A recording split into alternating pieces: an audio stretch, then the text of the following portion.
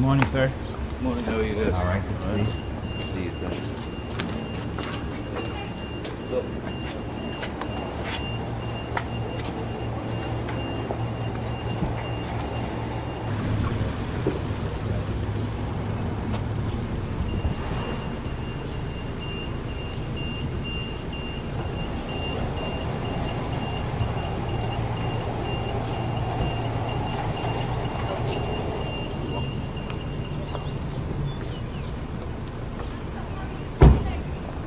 I'll get Okay, thank you. the water in the door for that. Oh, thank you. I think we have some. Thank you so much. Good morning. How are you today? Morning. Good morning. Mm-hmm. Good morning.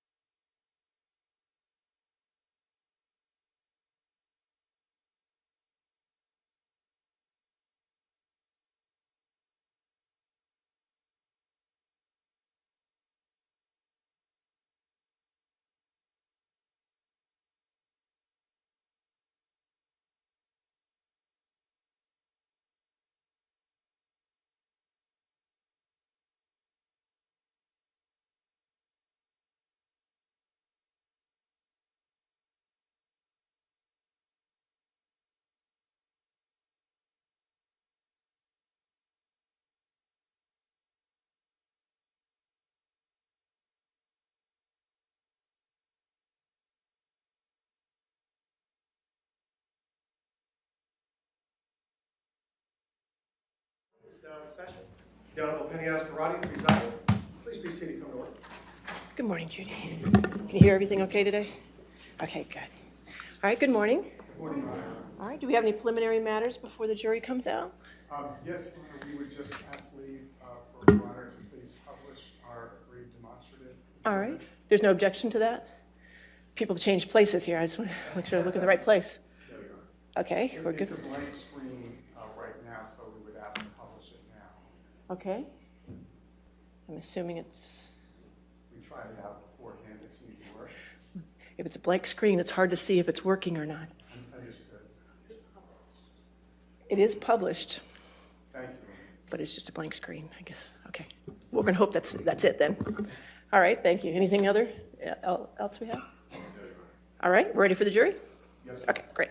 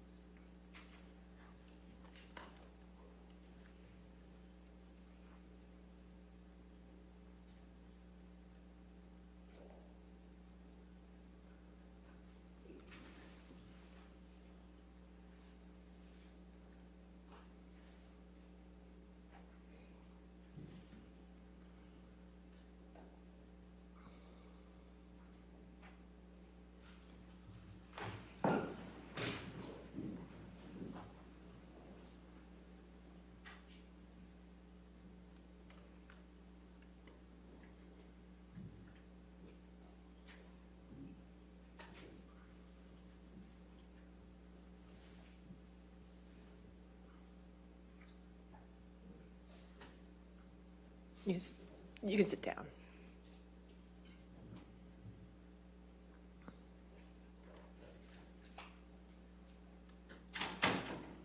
All right. Good morning, ladies and gentlemen. If I could have you move your water down by your chair, just not have anything there. If we get electronics, if we mess up the electronics, I get in trouble. So thank you. I hope you like the seat that you're in. I'd like you to stay in that seat for the duration. I'd appreciate it. I hope you had a good evening. All right. Thank you, and thank you for being punctual today. I appreciate it. You can have a seat. All right. Are we ready with opening statements? Yes, Your Honor. All right. Go ahead, sir.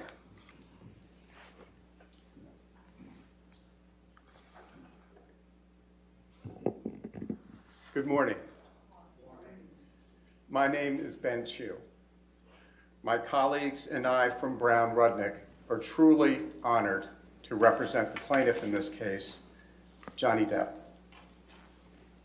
Some of you may recognize Mr. Depp from seeing him portray characters such as Edward Scissorhands or Captain Jack Sparrow from the Pirates of the Caribbean movies. For nearly 30 years, Mr. Depp built a reputation as one of the most talented actors in Hollywood, a respected artist whose name was associated with success at the box office. Today, his name is associated with a lie, a false statement uttered by his former wife, the defendant Amber Heard, that falsely cast Mr. Depp, falsely and unfairly cast Mr. Depp as a villain, a man who would violently abuse a woman. This is a defamation case. It's a case about how devastating words can be when they are false and uttered publicly. Under the law, a person who makes a false statement about someone else can be held responsible for the harm that results from that falsehood. That's because words matter. They paint a picture in our mind based on what we have experienced and what we know, or what we think we know. And because of that, words can evoke strong emotions in the listener and cause irreparable harm to a person's reputation. And when, like Mr. Depp, your career depends upon your image and your reputation, or whether movie producers want their films associated with you, that harm can be particularly devastating. This is a case about the impact of Amber Heard's words on Johnny Depp, specifically the words that she used in an op-ed published in the Washington Post in December 2018, which is shown on the screens. And the op-ed was published, and this is no accident, the evidence will show, on the eve of her first major acting role in the movie Aquaman. The evidence will show that's no coincidence. The evidence will show the words that Ms. Heard used, which are the subject of Mr. Depp's defamation suit against her. And there are three statements that we respectfully ask each of you to focus on. Statement number one, quote, "I spoke up against sexual violence and faced our culture's wrath." Statement number two, 2 years ago, I became a public figure representing domestic abuse. And I want to repeat that because you're going to hear that throughout the case, because the timing here is critical. 2 years ago, I became a public figure representing domestic abuse. Statement number three, quote, "I had the rare vantage point of seeing in real time how institutions protect men accused of abuse," unquote. Ms. Heard did not use Mr. Depp's name in the op-ed. She didn't have to. She didn't have to because the evidence will show that everyone in Hollywood, where Mr. Depp and Ms. Heard both have their careers, and many others outside Hollywood, knew exactly what she was talking about when she used the word 2 years ago. I became a public figure representing domestic abuse. That's because, as the evidence will show, and you will hear, 2 years earlier, on May 27, 2016, Ms. Heard had publicly accused Johnny Depp, her husband at the time, of domestic abuse. You will learn during the trial that Ms. Heard's actions were prompted by Mr. Depp's request for a divorce. He wanted out, which drove her to concoct, to make up a story that was, at first, designed to keep him. And then, when he made it clear that finally, after all he had endured, he was done, was designed to recast herself as an abuse survivor, with Mr. Depp as the alleged abuser. The evidence will show that 6 days after Mr. Depp requested a divorce, and he did so politely, and 3 days after Ms. Heard's lawyer threatened Mr. Depp with claims of abuse if he did not agree to her financial demands, Ms. Heard arrived at the courthouse in Los Angeles, California, to file for a restraining order alleging abuse. Ms. Heard, the evidence will show that Ms. Heard showed up with a mark on her face that mysteriously appeared 6 days after she last saw Mr. Depp. And 6 days before, she publicly filed a request for a domestic violence restraining order alleging abuse. The evidence will show that her publicist and the paparazzi were there at the courthouse to document the event, to make sure that Johnny Depp's name was forever associated with the image of an innocent, battered woman. It was a jolt. It was a shocking story, splashed across front pages across the country. No one had ever, in 5 decades, accused Johnny Depp of being violent with a woman. No one had ever accused Mr. Depp of being violent with a woman. He had been in other long-term relationships. He had children. Objection, Your Honor. Excuse me. May we approach?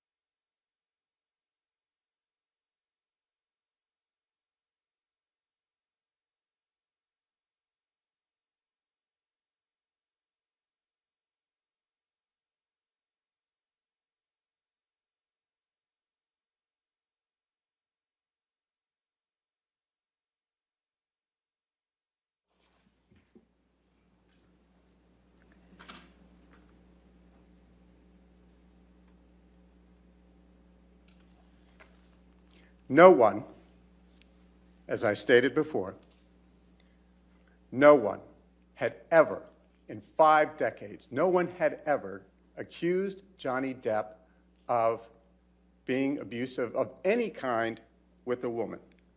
That's why it was such a jolt. He had been in other long-term relationships, as I said. He had 2 children. And no one had even suggested ever that he was capable of something like this. By choosing to lie about her husband for her own personal benefit, Amber Heard forever changed Mr. Depp's life and reputation. And you will hear him tell you the dreadful impact that it has had on his life. The evidence you will hear at this trial contradicts the story Ms. Heard presented to the world in May 2016 and again in December 2018. The evidence will show that the last time Mr. Depp and Ms. Heard saw each other before Ms. Heard showed up in court on May 27, 2016, was May 21st. And that's a very important date, and I will ask you please to remember that through the trial. Mr. Depp's mother, Betty Sue, passed away on May 20th after a long illness when Johnny and his sister Christy had been taking care of his mother for a very long period of time. And for reasons that Mr. Depp will personally explain to you throughout the course of this trial, he had resolved to divorce Ms. Heard. So on May 21st, Mr. Depp came by the apartment that he shared with Ms. Heard in the Eastern Columbia building, or the ECB, as some people refer to it, to tell her that, to pick up his things, and to say goodbye.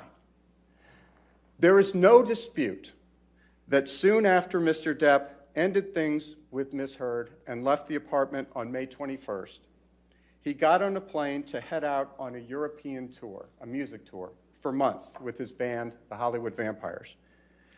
And Ms. Heard knew that he was going off on tour and out of state when she walked into court to get the restraining order, which she obtained ex parte. It's a Latin word, fancy word, but all it means is that Mr. Depp and his lawyer were not there and had no opportunity to be heard. That's what an ex parte order is. You will hear from the police officers who responded to a 911 call on May 21st after Mr. Depp left. The police officers will testify that they saw no injuries on Ms. Heard. Both police officers will testify that they saw no injuries on Ms. Heard. Nor did the police officers see any of the property damages that you will hear Ms. Heard claims existed in the apartments that evening. And you will hear those officers under oath testify that there was no violence and that there was no crime. You will also hear from multiple witnesses who, like the police officers, saw Miss Heard between May 21 and May 26. Those are the crucial days between the alleged incident and the day she walked into court with her lawyer and got an ex parte order.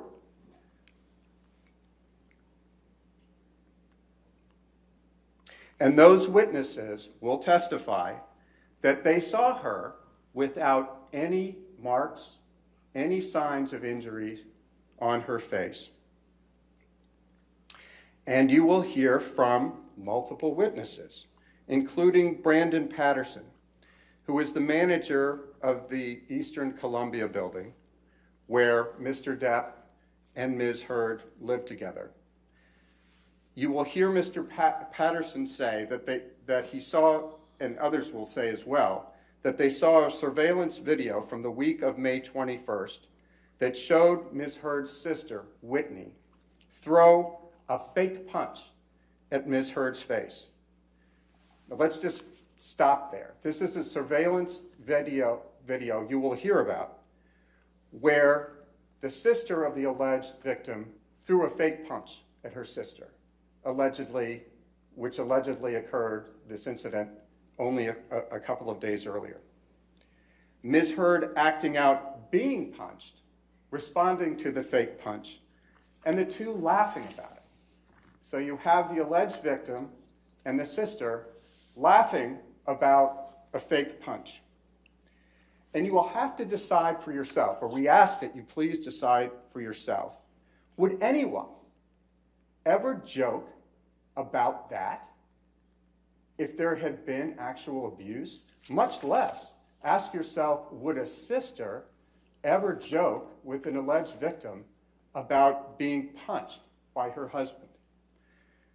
Of course, none of this contradicting evidence was publicly available when Ms. Heard walked into court on May 27th and got her restraining order. Instead, as you can imagine, the media storm was instantaneous. You will hear about and see some of that media coverage, which published pictures of Ms. Heard walking into court and other pictures supposedly showing injuries supposedly caused by Mr. Depp, a man who had never been accused of abuse of a woman. The evidence will show that Mr. Depp and Ms. Heard eventually settled their divorce out of court. Thereafter, Ms. Heard dismissed her restraining order against Mr. Depp. But Ms. Heard's false claim that Mr. Depp had abused her remained in the public sphere. It didn't go away. The images were permanent. And the evidence will show that 2 years later, which is why we're pointing to that reference in the op-ed, in the wake of the Me Too movement, and just before the release of Ms. Heard's role in the movie Aquaman, Ms. Heard chose to remind the world about the festering allegations, this time under the banner of a international newspaper, the Washington Post. In her op-ed, Ms. Heard again painted herself as the innocent victim of abuse, but this time with a wider audience primed to take action against industry powerhouses accused of abuse. The evidence will show that the clear implication in Ms. Heard's op-ed that you have in front of you was that she was the victim of domestic abuse perpetrated by Mr. Depp. The evidence will show that that was a lie, and it remains a lie when it was repeated and republished 2 years later. Hollywood studios don't want to deal with the public backlash from hiring someone accused of abuse, even someone with the incredible body of work and record that Mr. Depp can be proud of. A false allegation can devastate a career. and it can devastate a family. And the evidence will show that Ms. Heard's false allegations had a significant impact on Mr. Depp's family and his ability to work in the profession he loved and loved to bring joy to everyone. Ultimately, this trial is about clearing Mr. Depp's name of a terrible and false allegation. We ask you in the next several weeks to please carefully consider the evidence, assess the reliability and credibility of that evidence, and to make your own determination about what actually happened between Mr. Depp and Ms. Heard. And to tell you more about that, I am going to turn it over to my colleague, Camille Vasquez, who you had the pleasure of meeting yesterday. Thank you all for your attention. Ms. Vasquez?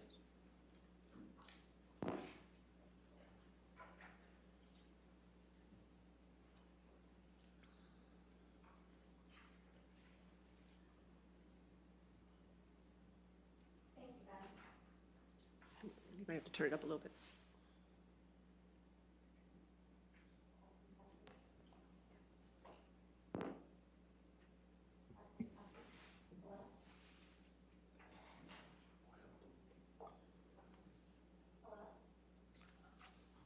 May I approach? Sure. There we go. Just heard myself. Thank you. Thank you, Ben. And good morning. Good morning. Over the course of this trial, you're going to have an opportunity to get to know Johnny Depp.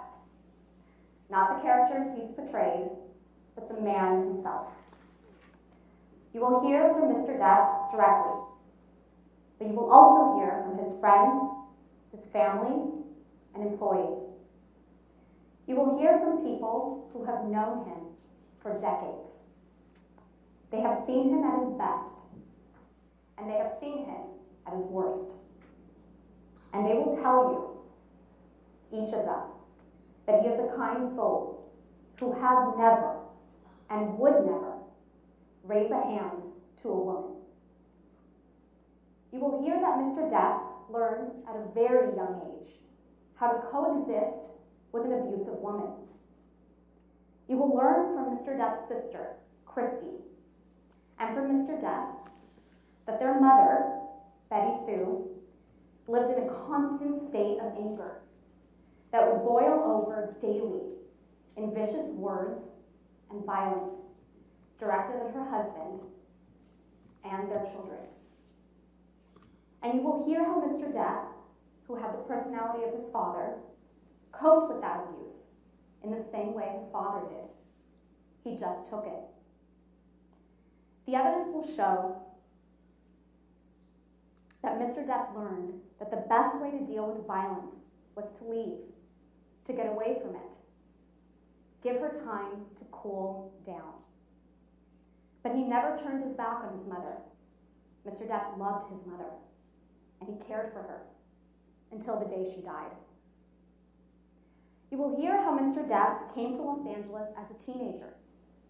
He first planned to be a musician, then became an actor, and eventually, thanks to his talent, his dedication, and a lot of hard work, grew into one of the biggest movie stars in the world.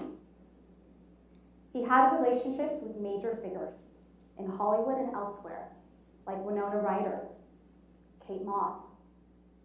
And before he met Amber Heard, he was with the same woman, Vanessa Paradis, for 14 years. He had 2 children with her. And even though he was a megastar, they had a quiet, domestic life. In fact, you'll hear, as Mr. Chu already told you, that in Mr. Depp's 58 years, not a single woman has ever accused him of violence. And nobody in Hollywood or the world had any reason to believe he was an abuser until Ms. Heard publicly accused him in 2016. You're also going to hear evidence about Ms. Heard. You're going to learn that she's a profoundly troubled person who manipulates the people around her just like she manipulated Mr. Depp. Ms. Heard came to Los Angeles and sought a career in acting after Mr. Depp was well established as a movie star. Mr. Depp and Ms. Heard first met in 2009 on the set of the film The Rum Diaries.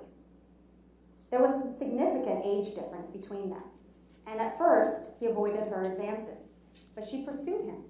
She wooed him.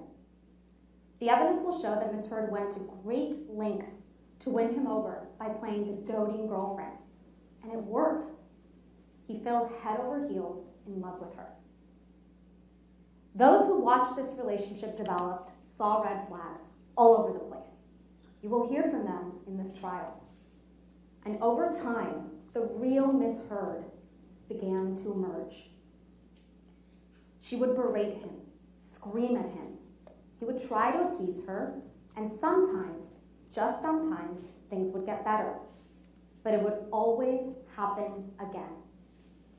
The evidence will show that Mr. Depp started coping with Miss Heard in the same way he did as a child. He would try to get away, avoid the conflict. But his trying to leave enraged Miss Heard. She would resort to physical violence, throwing things at him, hitting him. She would tell him he was a coward. She would tell him he wasn't man enough because he wouldn't stay and fight with her.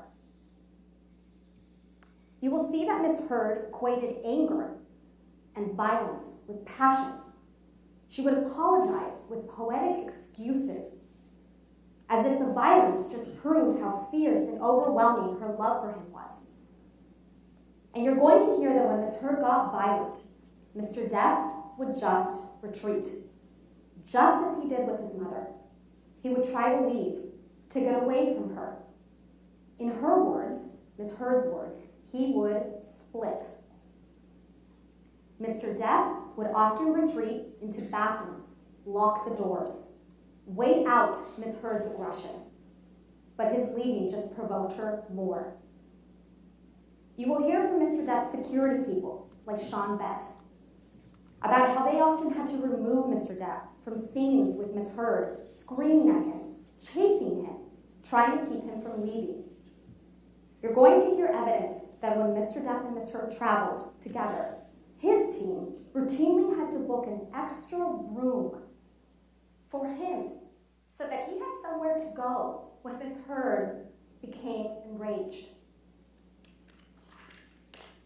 You'll hear from other witnesses, including Mr. Depp and Miss Heard's marriage counselor. Her name is Dr. Laurel Anderson, who perceived Miss Heard as the aggressor in the relationship. Miss Heard as the aggressor in the relationship, the one who would strike Mr. Depp to try to keep him from leaving.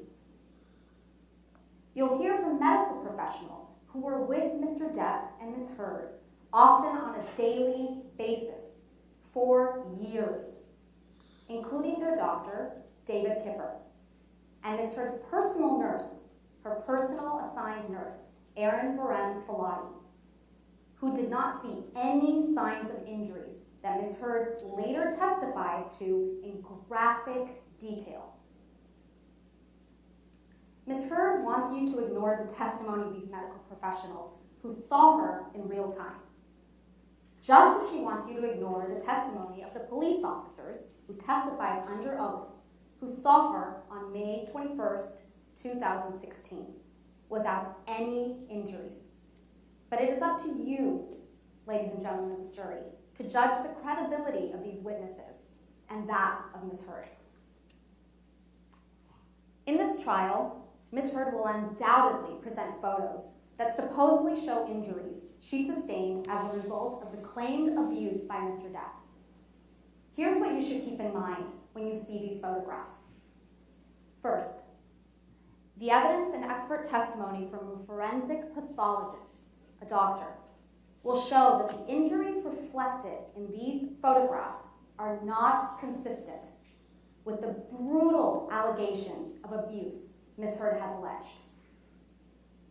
Second, there are multiple witnesses, including medical professionals and police officers, who will testify that they did not observe the injuries supposedly reflected in these photographs.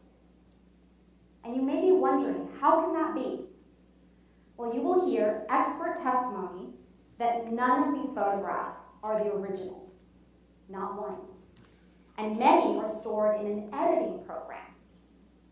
So they could have been manipulated and cannot be confirmed as authentic. Importantly, you will not see a single photograph of the vast majority of the abuse alleged by Ms. Heard. Not one.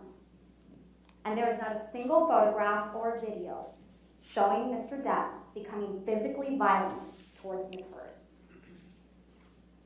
The only medical report of an injury during their relationship was a severe one, and it was sustained by Mr. Depp.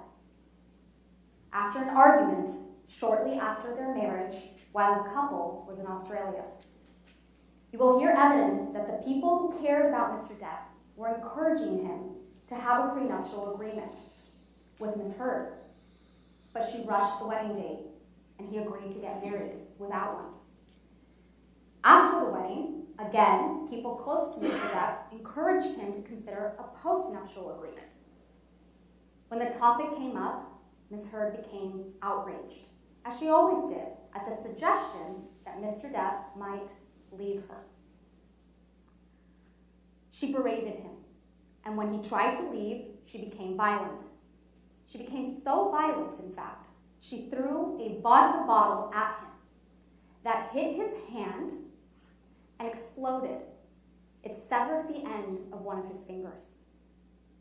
You'll see pictures of Mr. Depp's severed finger and learn about his emergency medical treatment for that injury.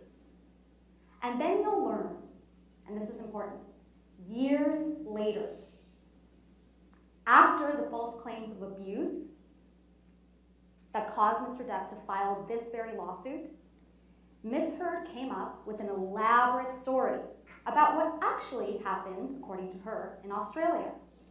And what she said happened was that it was a 3-day hostage affair, an episode, where she was violently attacked and then sexually assaulted by Mr. Depp. You will see for yourself that the evidence does not support the story she told after she was sued. You will learn that there came a time when Mr. Depp was done, and you'll learn from him, and he will tell you why. The evidence will show that on May 20th, 2016, Mr. Depp's mother, Betty Sue, passed away. You will hear from Mr. Depp that his mother's passing was a wake-up call that helped confirm what he already knew, that the relationship with Ms. Heard wasn't working, and that Ms. Heard was not going to change. If you've ever lost a parent, you understand how much this experience can change your perspective on what is important for your own well-being. So Mr. Depp resolved to finally divorce Ms. Heard and told her that very day that he would do so respectfully and, most importantly, discreetly. The evidence will show that on May 21st, 2016, when Mr. Depp went over to the Eastern Columbia building to gather his things, Ms. Heard caused a final dramatic scene. In the wreckage of their relationship, Ms. Heard spun the final encounter between them into a tale of domestic abuse. Now, I understand that many of you may be asking yourselves, why? Why would Ms. Heard say that Mr. Depp abused her during their relationship if it didn't actually happen?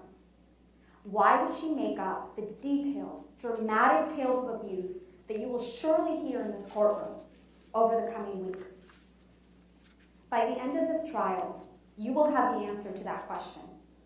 The evidence will show exactly who Ms. Heard is.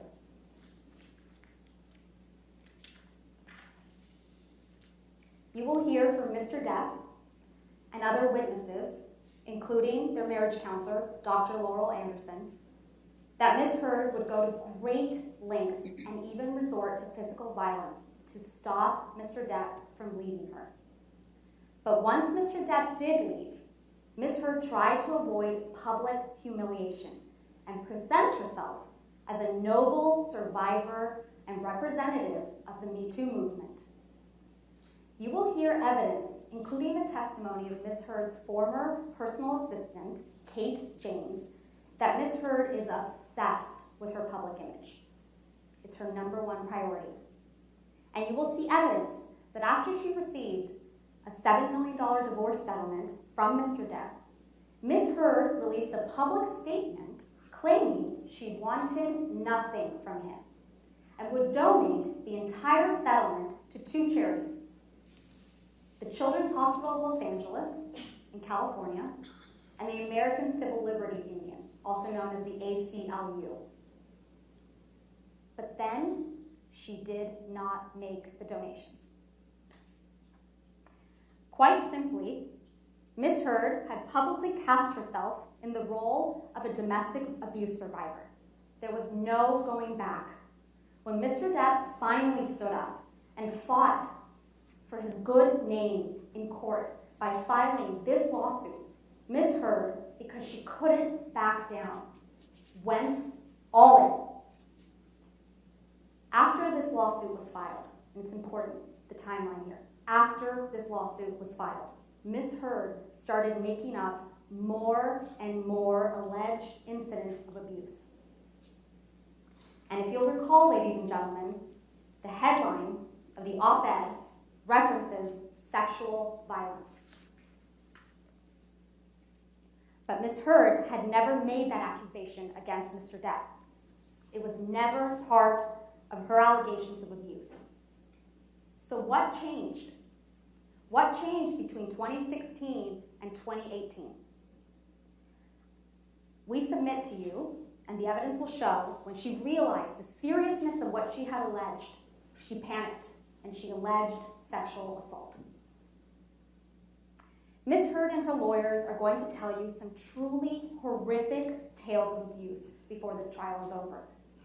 But the horrific details are designed. They're designed to shock you and to overwhelm you. They are designed to be explosive.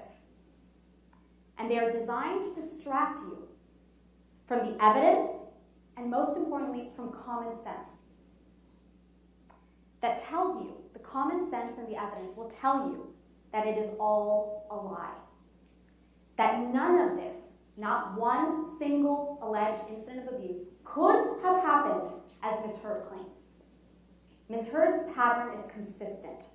She tells a lie, then covers up that lie with still more lies in a constantly changing, evolving, ever more dramatic story. You're going to hear a lot about Mr. Depp during this trial. Ms. Heard is going to tell you a lot of things about him. That he abused drugs and alcohol. That he used bad and offensive language. And it's true that Mr. Depp has had real struggles with substance abuse in his life. He's not denying that. You may know people close to you who have struggled too. But struggling with drugs and alcohol doesn't make you an abuser. He has also used some very colorful language. He uses words that I don't use, and you probably don't use. And he uses them frequently. Mr. Depp, like all of us, is not perfect, but he did not abuse Ms. Heard. All of this is just meant to distract you from what this case is about. This case is about what Ms. Heard said in her op-ed. The evidence will show that Ms. Heard painted a picture of herself as a heroic, innocent survivor of abuse by Mr. Depp, a beaten woman who finally stood up to her tormentor.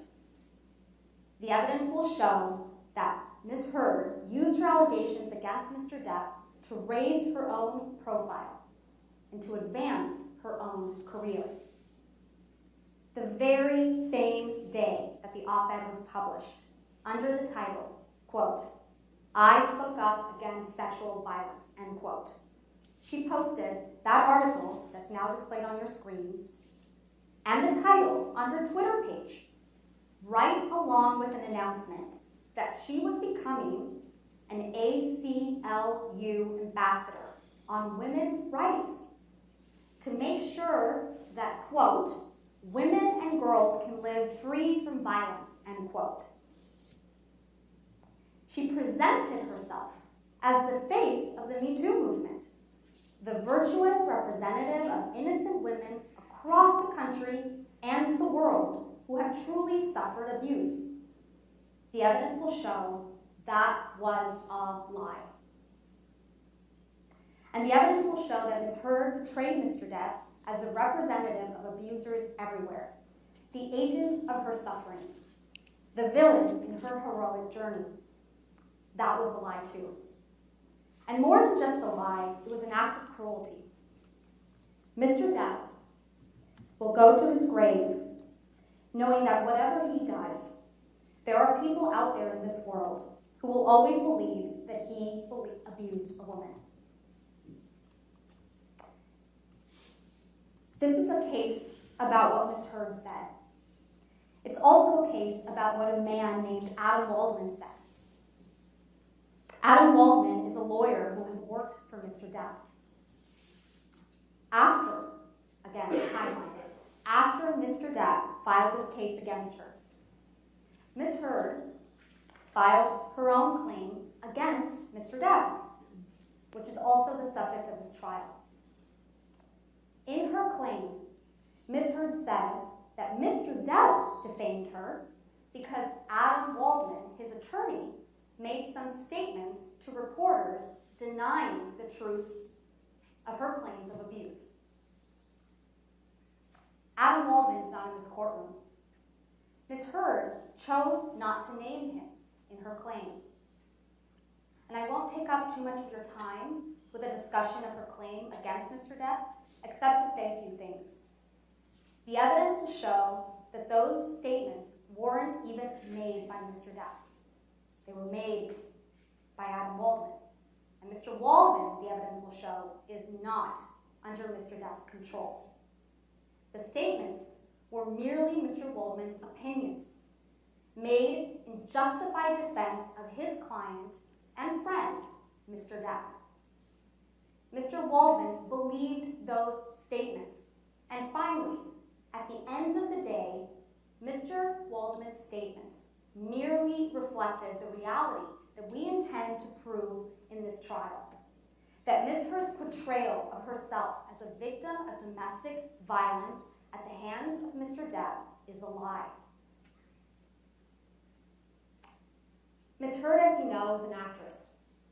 When she accused Mr. Depp of abuse and painted herself before the world as a representative of abuse victims everywhere, Ms. Heard took on the role of a lifetime. She can't back down. She has been living and breathing this lie for years now. And she has been preparing to give the performance of her life in this trial. But this trial is about the evidence. It's about a man's reputation. And it's about his whole life. His ability to walk down the street, look people in the eye, without having them think he's an abuser. It's about the truth. And the truth will come out in this trial. At the end of this trial, we will ask you to render a verdict for Mr. Depp. We will ask you to tell the world that he is not the abuser she described, and that she is not the victim she portrayed. And we will ask you to tell Ms. Heard that what she did was wrong. Thank you very much. Thank you, Ms. Vasquez. All right. Ladies and gentlemen, it's a little early, but maybe we should go ahead and take our morning break, just since it's a natural point to have a break before we have the second opening statement, okay? So why don't we go ahead and take a 15-minute recess. Just remember, do not discuss the case and don't do any outside research, okay? All right, you're free to go.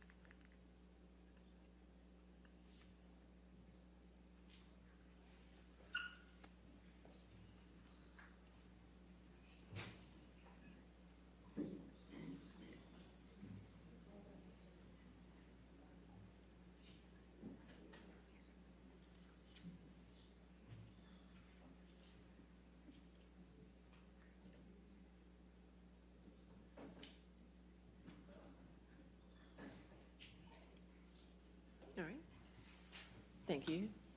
All right, opening statements? Yes, sir. Mr. Rottenborn.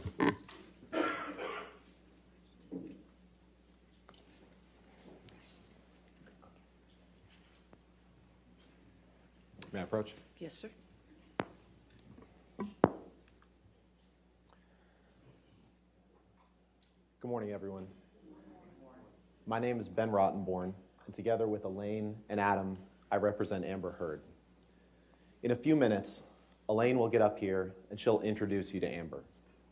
And she'll address the allegations that you just heard in Mr. Chu and Ms. Vasquez's opening statement. And she'll explain to you why all those inflammatory things are things that are designed to mislead you from the truth. She'll explain to you what the evidence will show. And that's something that we're going to focus on in this trial, not attempts to distract you. We're going to focus on the evidence. Not what we wish the evidence showed, not some crazy conspiracy theories, but what the evidence and the facts actually show. And as you assess the evidence in this trial, I would ask that you keep one question in mind above all else, which is this: why are you here? What are you being asked to decide? You're being asked to decide a very simple question. And that question is, were the words that Amber used in the December 18th, 2018 opinion piece that was published in the Washington Post protected free speech under the First Amendment or not? That is the question, and that's what you're being asked to decide. At the end of the trial, the judge will explain to you what the law is on defamation and what Mr. Depp's burden is to prove in order to establish defamation. And she'll tell you a lot of things about the law. But among them, she will tell you that Mr. Depp will have to prove that the words Ms. Heard used were about him and that they were false. And if he can't do that, and if he can't meet the other elements of the claim, then he loses that claim. And he can't do that. He can't come close to doing that. And for that reason, you're going to hear, in this trial, Mr. Depp's team is going to make it about trying to distract you from that very simple question. Mr. Depp's team is going to try to turn this case into a soap opera. Why? I'm not really sure, because the evidence isn't pretty for Mr. Depp. It's not. You're going to see who the real Johnny Depp is.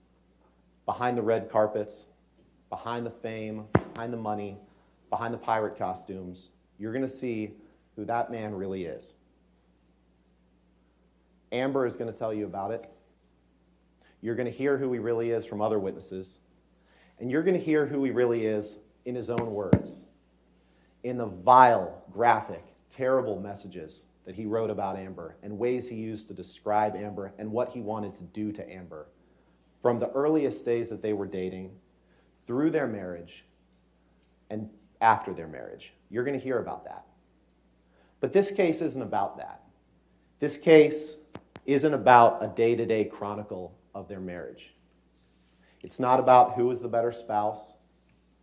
It's not about who you like more. It's not about which party can sling more mud. But you're going to hear a lot of that in this trial. You're going to hear that because that's what Mr. Depp wants to turn this case into. He wants to turn this case into a 6-week-long public spectacle of the most intimate aspects of their relationship and their marriage. And you know what? I'm sorry for that. I'm sorry. I'm sorry that we're going to have to do that. I'm sorry that you're going to have to listen to all of it. And I'm sorry that Amber's going to have to relive that. But that's the case that Johnny Depp chose to bring. And we're not going to stand idly by and let him sling mud at our client and make inflammatory and false statements like you just heard in opening and not let those go unresponded to. But ultimately, what this case is about the First Amendment, about that December 18th, 2018 op-ed piece, and whether Ms. Heard's freedom of speech and the First Amendment give her the right to say the words that she said. That right, that freedom of speech, is what Amber Heard is asking you to uphold and protect in this lawsuit. And that's a very simple question. It's a question you could decide this afternoon. and it does not require you to stand and serve as the umpire of two movie stars' imperfect marriage. It doesn't. And so we're going to focus on those words. We're going to look at those words. And as we look at those words, I'd ask you to keep this in mind. Keep in mind what you just saw on the screen from Mr. Chu when he put up those words. Keep in mind what you didn't see. You didn't see the rest of the opinion piece. And what we'd ask is that as you look at those words, that you look at them in the context of the piece in which they were written. Now, whether you look at them individually or in the context of the piece doesn't really matter because the words are true. But context matters. And so what I'm going to do is I'm going to ask Heather to put up the article, put up the opinion piece, and I'm going to read that to you. And we're going to look at those words in the context of what this piece was about. Because Mr. Depp's team wants to make you think that this opinion piece was designed to destroy Johnny Depp. That this was designed to maliciously talk about him and their life together. And it wasn't. So let's take a moment to look at this. And I'm going to read it to you, and I'd ask that you follow along if you can. But either way, let's take a look at what the piece as a whole says. This is the piece that Amber wrote. I was exposed to abuse at a very young age. I knew certain things early on without ever having to be told. I knew that men have the power, physically, socially, and financially, and that a lot of institutions support that arrangement. I knew this long before I had the words to articulate it, and I bet you learned it young too.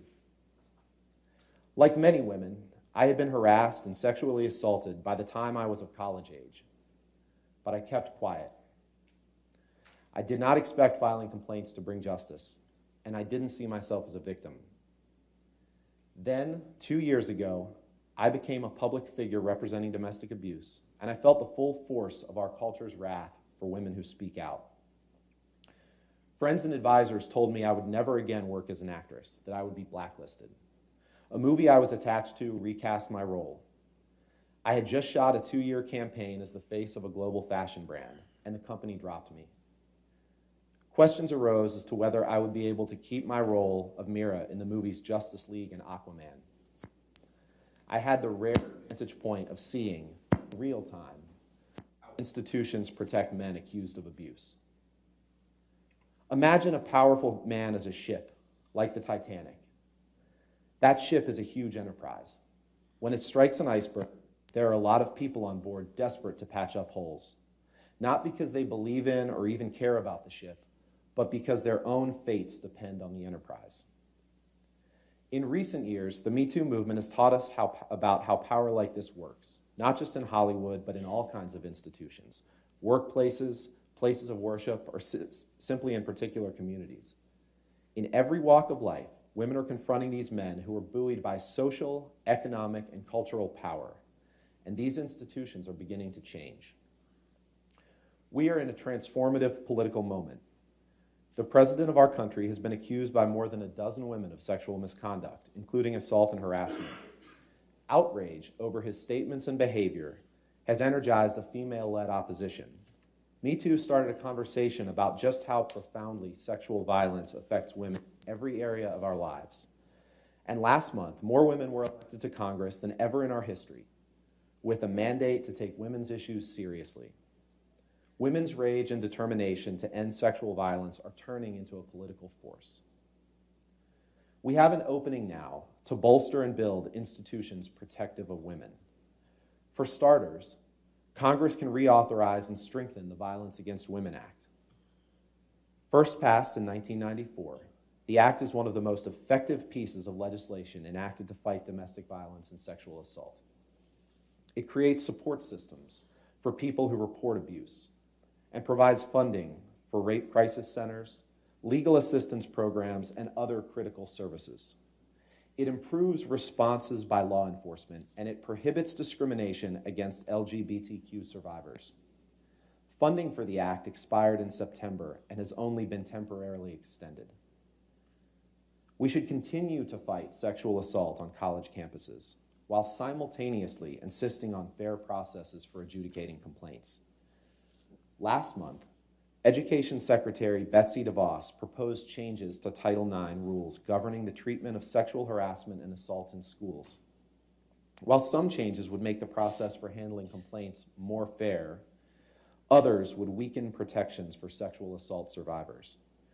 For example, the new rules would require schools to investigate only the most extreme complaints, and then only when they are made to designated officials. Women on campuses already have trouble coming forward about sexual violence. Why would we allow institutions to scale back supports? I write this as a woman who had to change my phone number weekly because I was getting death threats. For months, I rarely left my apartment. And when I did, I was pursued by camera drones and photographers on foot, on motorcycles and in cars. Tabloid outlets that posted pictures of me spun them in a negative light. I felt as though I was on trial in the court of public opinion, and my life and livelihood depended on myriad judgments far beyond my control. I want to ensure that women who come forward to talk about violence receive more support. We are electing representatives who know how deeply we care about these issues. We can work together to demand changes to laws and rules and social norms, and to right the imbalances that have shaped our lives.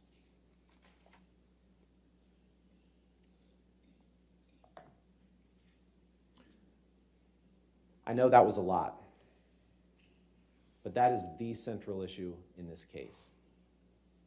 Are those words that Amber wrote, are those protected by the First Amendment? And the answer is very clearly yes. So let's talk about that article for a minute. First of all, the article doesn't mention Depp by name. It never once contains his name in that article. It is not about Amber's relationship with Mr. Depp. There are no details of any abuse in that article. The article is about proposed legislation and strengthening of government laws and policies designed to protect abuse victims and people who report abuse. That's what the article is about. And it was written in the midst of a social movement in which the American Civil Liberties Union, the ACLU, asked Amber to use her platform to speak on these important issues. And that's what she did.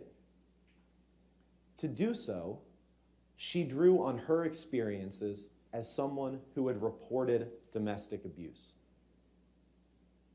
And there's no question, there is no dispute that she did in fact report domestic abuse in 2016. Depp's side admits that.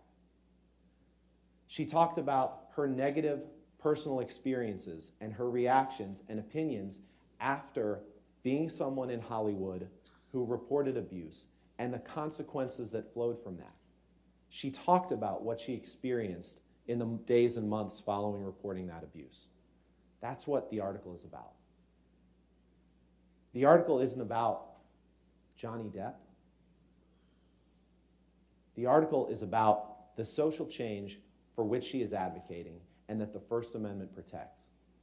And so I hope you remember, as this case goes on, that you saw from Mr. Chu only the 3 statements in isolation, because they want you to forget that.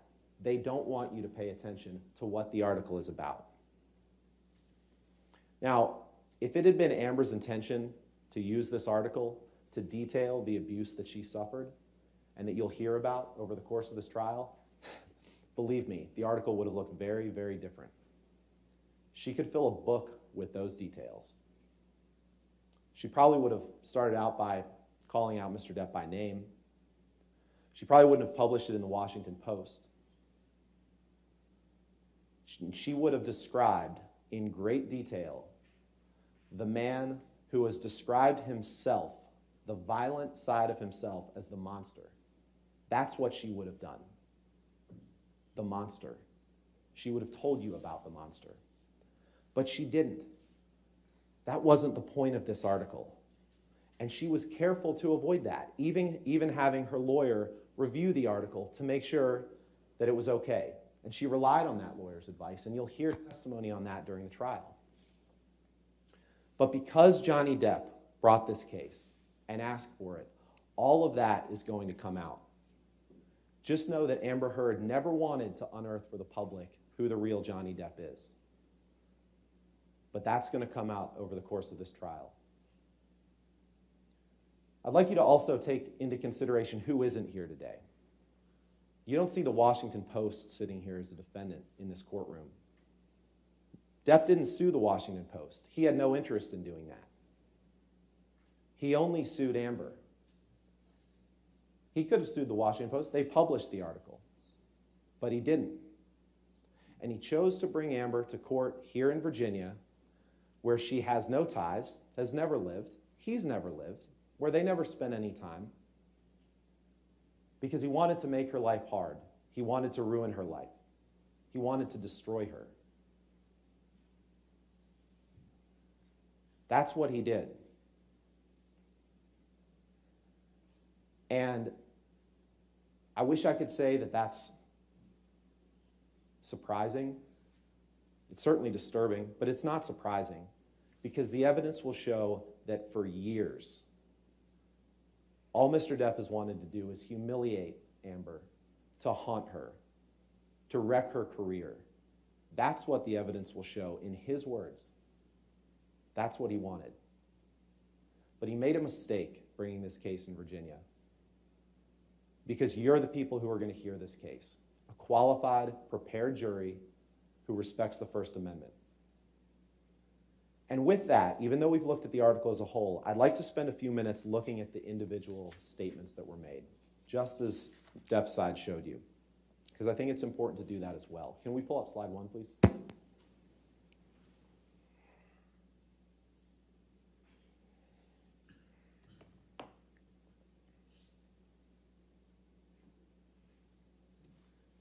Then, 2 years ago, I became a public figure representing domestic abuse, and I felt the full force of our culture's wrath for women who speak out.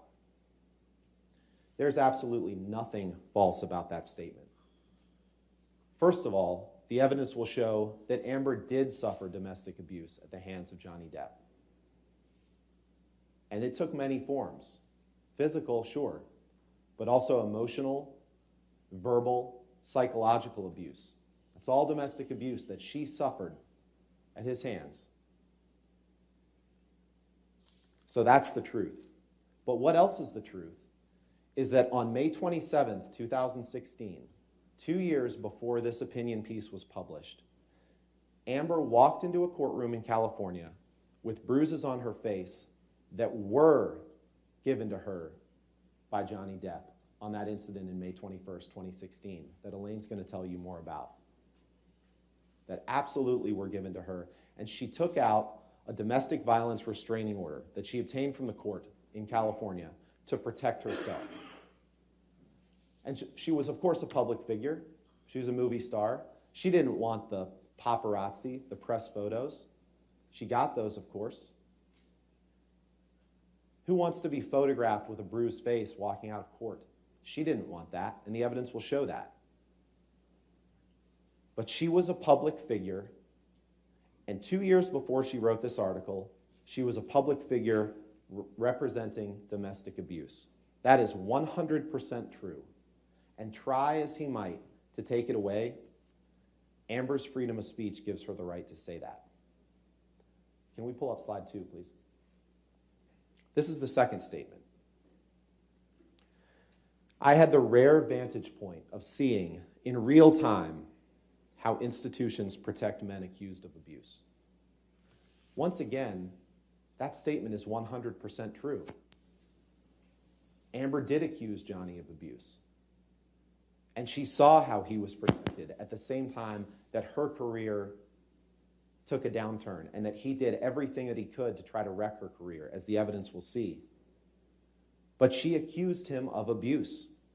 That statement is true.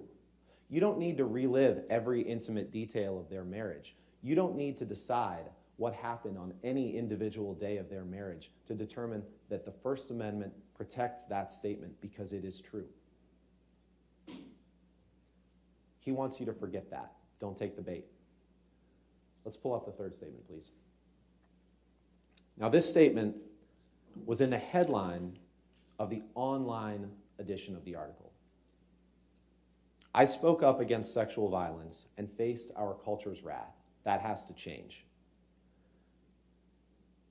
The undisputed evidence in this case will be that Amber did not write these words, did not review these words, did not approve these words. That's how op-eds work. She wrote the article. She didn't write this headline. And for that reason alone, it's not defamatory. But here's the thing. Like the first two statements, tragically, it's true. Amber did suffer sexual violence at the hands of Depp. And Ms. Vasquez tried to minimize that and tried to make you think that it's all made up. But it's not. You will hear in the most graphic and horrifying terms about the violence that she suffered. You'll hear that straight from her. She will get on the stand and she will tell you that. It happened. And by taking out that domestic violence restraining order, by obtaining that from the court, she did speak out against it and all the other abuse that she suffered. And she said, enough is enough. I need to protect myself. She didn't want to do that. She didn't want to be forced to get that restraining order, but she did. She spoke out against the abuse by doing that. And the evidence will show that she did face her culture's wrath, perhaps illustrated no more clearly by the fact that she's here today facing this lawsuit brought by an obsessed ex-husband hell-bent on revenge. That's why she's here. That's why she's facing our culture's wrath. And as you consider whether these statements are true, I'd ask you to keep this in mind as well. The evidence will show that in May of 2016, when she obtained the restraining order, Mr. Depp never denied the allegations. And in fact, he signed a statement that Amber hadn't made any false statements for financial gain. He signed a statement saying she hadn't made any false statements. And you'll see that in evidence in this trial. And it was only 2 years later, as his career was in free fall and her career was taking off, that he pounced, that he chose to bring this lawsuit after saying that she hadn't made any false statements. And one thing that you'll be instructed at the end of the trial, but that Mr. Depp's side will try to distract you from, is that any damages that he suffered and any defamation has to flow from that 2018 opinion piece. This case isn't about the statements made in 2016, even though they're true. This case is about the December 2018 opinion piece. That's what the case is about. And I have to say, it's pretty ironic. It's pretty ironic that a piece that briefly discussed Amber moving on from Johnny Depp, that briefly discussed her life experiences after Johnny Depp, is the very vehicle that he uses to try to keep her from moving on, to try to keep her from living that life. Rather than give her her life back, rather than take personal responsibility for his own actions, it's ironic that he uses that piece to do that. But like I said, it's not surprising because you will see clear and graphic evidence of his intentions, dating back years. Now, in 5 or 6 weeks, Elaine or I will get up here at closing argument and we'll remind you what this case is about. We'll remind you that this case is about one piece of paper. Amber's words in this article that wasn't about Depp, wasn't about her marriage, wasn't about her relationship, that it was about life after that. It's about the freedom of speech. It's not about the soap opera that Depp will turn this case into. It's not about who you like better. It's not even about whether you agree with the words that she wrote. It's about her right to speak them. Now, before I sit down, I'd like to briefly discuss some of the damages that Depp alleges in this case, because he can't win the case if he can't show damages. And the evidence will show that he has not suffered 1 cent of damages from this op-ed. Not one. Now, make no mistake, Johnny Depp's reputation is in tatters. His career is in free fall. But it's because of problems that he created, problems that he is responsible for. And he's here in court asking you to blame Amber for them. But it's not Amber's fault. They're from the choices that he made.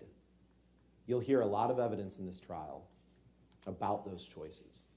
You'll hear evidence of crushing drug and alcohol abuse. You'll hear evidence of Depp taking more drugs than you can count. You'll hear evidence that before one of the instances of abuse, a cross-country plane flight in May 2014 from Boston to Los Angeles, when he kicked Amber in the back on a private jet.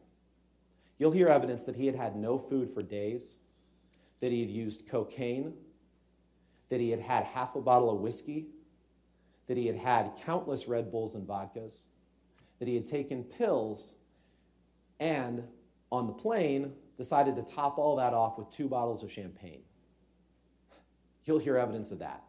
And he blacked out on the plane, and he abused Amber and didn't remember anything about it when he woke up. You'll hear evidence of drug binges with his good friend Marilyn Manson. You'll hear evidence of that 3-day blackout in Australia that Ms. Vasquez tried to minimize and tell you was false. A 3-day blackout in which he abused and sexually assaulted Amber, all because she had the courage to confront him about his drinking. Imagine that. A concerned spouse confronts her husband about his drinking and gets rewarded with that.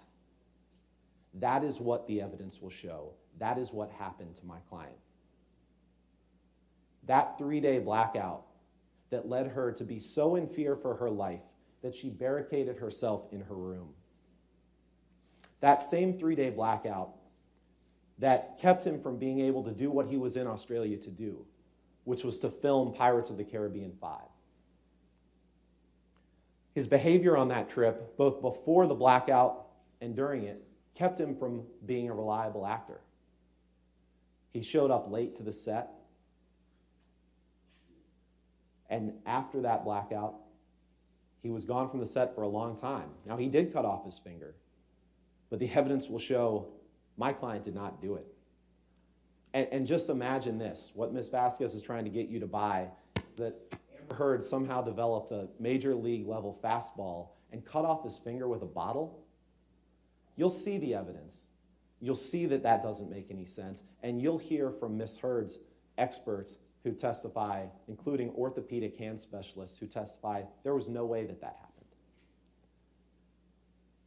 You'll also see pictures of what Mr. Depp did after he cut off his finger, when he dipped it in blood and paint and wrote graffiti all around the house.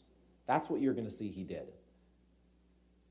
And you're going to ask yourself, how can someone that is blacked out, how can they deny that they abused someone? How can they deny what they were told that they did?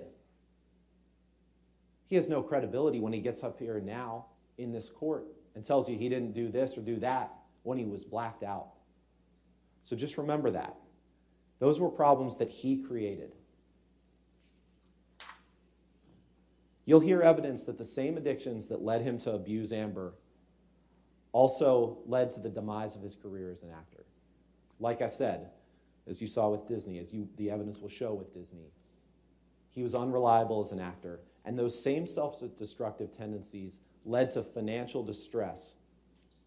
Quite simply, he was running out of money, and that distress fueled his abusive tendencies toward Amber. And it led the public to think less and less of him.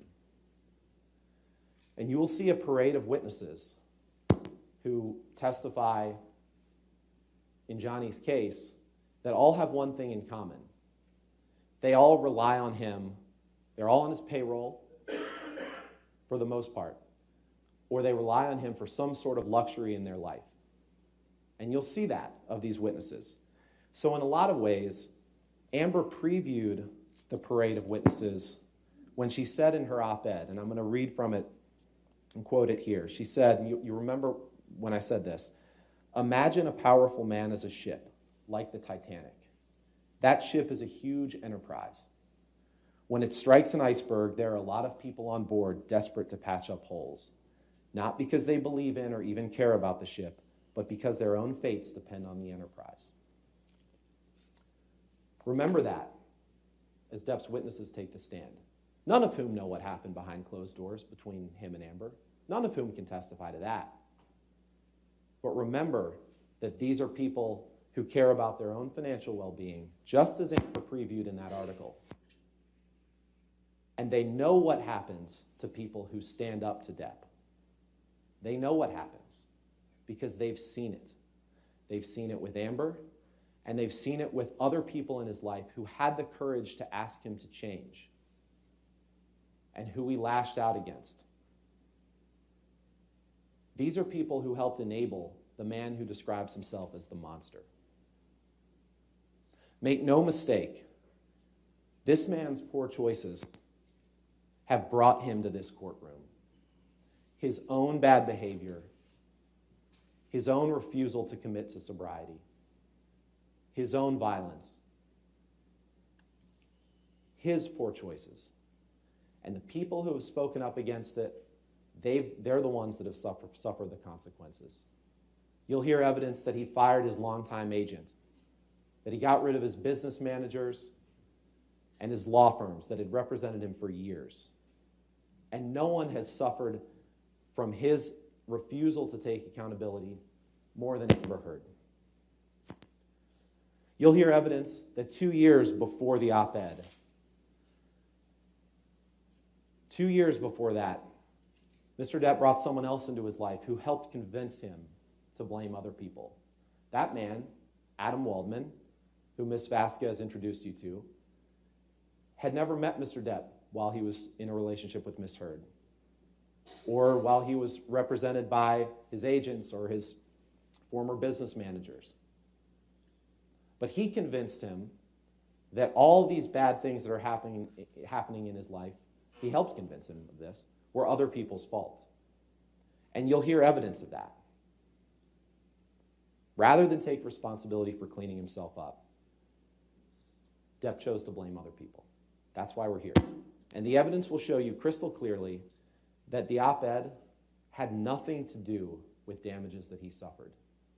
He's going to try to make it sound like this caused him to lose Pirates of the Caribbean 6, which is a movie that hasn't been made, but that Disney wasn't going to cast him in it because of Amber's article. But there's no evidence of that.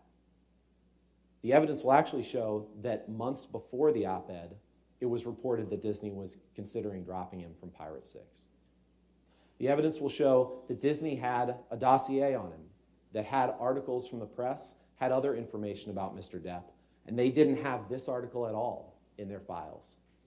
It didn't register with them, just as it didn't register with the public.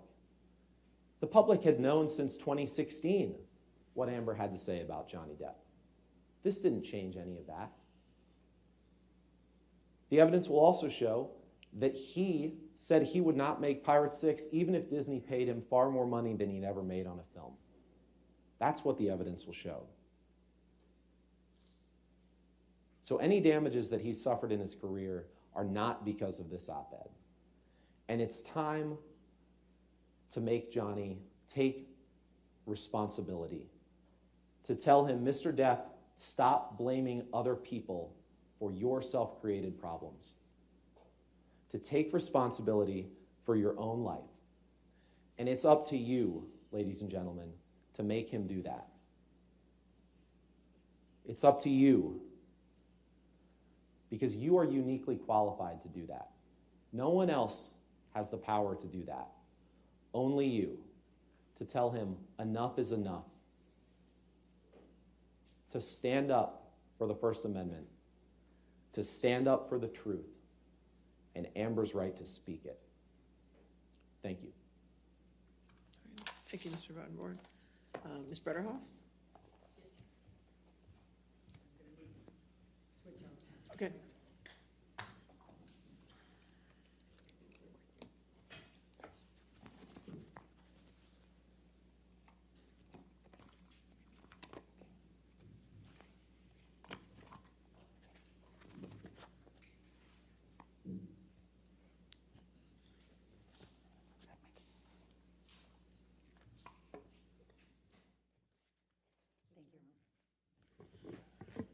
Good morning still. It's good to see you all again, and thank you again very much. Ben told you we will be relying on the evidence rather than the hyperbole and the personal attacks, and he was right. The evidence in this case, simply put, is overwhelming and compelling. In the 6 weeks, we're going to try to show you as much as we possibly can. There are many, many, many photographs. Now, you heard Ms. Vasquez try to say, oh, you can't trust those, it's not the originals. She's got that wrong. It's not from the original devices. Ms. Heard took all kinds of photographs, and her friends took photographs, and all of those remained on the cloud, and all of them have been imaged, and all of them have been examined by their IT experts, and they cannot discredit one photograph. Then she says, oh, and it's got a photo editing thing. Well, all iPhones have the photo editing. It's where you can make it a little lighter or darker. You can move it to the center or not. That doesn't discredit the photographs, and we will have an IT expert who will testify that all of these are legitimate, authentic photographs. Not only that, but Ms. Heard produced all of her different devices over the years, including her most recent laptop, and they were pulled from many, many sources, and all of them are identical. So if she was going to go in and try to manipulate, she would have had to do it everywhere. And Ms. Heard will tell you she doesn't have that level of talent. There may be a couple of you on the jury who have that talent. She does not have that talent. They're all very legitimate photographs, and listen carefully to the evidence from the experts, and you will find every single piece is authenticated and is true. And they show bruises, and they show cut lips. They show hair pulled out of her hair. They show all kinds they show two black eyes when he headbutted her. Those are all going to be there. We also are going to show you a video, and I'll talk about the time frame of it. Ms. Heard took that on her iPad, and it was one day when she was in the kitchen with Mr. Depp, and it was February 10th, 2016, and he's on a tear, and he's going around, he's yelling at her and being abusive to her, and he's slamming the kitchen cupboards, and they're glass, and you can hear them rattling, and you can hear them breaking. Then he goes over with a big glass of wine, and he has a huge bottle of wine, and he pours more in there. And then she says, did you drink all of that? And then he sees that she's videotaping him, and bam. That's going to be a pretty graphic one for you to see. Then you're going to hear audio tapes, which are pretty significant too. Ben told you about the May 2014 Boston plane incident, we call it, where he kicked her, where he was so drunk and he blacked out. Well, Amber audio taped him when he went to the back of the plane and passed out and was moaning loudly. You will hear that. You will also hear some other audio tapes that are very significant. One of them in Australia, at the end of the 3-day hostage situation. You will hear, apparently Mr. Depp turned on Ms. Heard's iPhone. She was never allowed to have a password, by the way. He would never let her do that during their relationship, but he must have inadvertently turned it on. There's 5 hours of audio tape. It's during the cleanup of all the broken glass and the liquor and the urine and the blood stains and everything else in that house. And you can hear his handlers talking about it. You can hear them talking about trying to find his finger. And that you can hear them say, she's stone cold sober. You will hear all of that. It's very, very significant evidence. What this is going to tell you is the story of a very different Johnny Depp. It's one who is always, well, I can't say always, because he has the charismatic side that Amber fell in love with, but he has an enormous amount of rage. You will see the medical records and hear from the psychiatrist that talked to him for a while in 2014, where he admits that he has rage, that he's like a demon, that he views his wife, Amber, like his mother and his sister that he hates. That's what you will see. You will see that. And it'll be fueled by the alcohol and the drugs. Ben told you a little bit about that. You're going to see a list of his prescription drugs that his concierge doctor and team, who charge him $100,000 a month and have since 2014, and they are still his concierge doctors. That's the list of the medications he takes in one day that they prescribe. That doesn't include the cocaine. It doesn't include the ecstasy, the MDMA, the mushrooms, and all of the others. Now, It's during these rages that Mr. Depp engaged in verbal, emotional, physical, and sexual abuse of Amber. Let me introduce you to Amber, the lesser known person here, and I know when we were doing the voir dire, none of you had even watched as much as 3 of her movies. So I'm going to tell you a little bit about Amber. She's 35 years old. She's from Austin, Texas. She grew up outside of Austin, Texas. She has a daughter, Una, who turned 1 last week.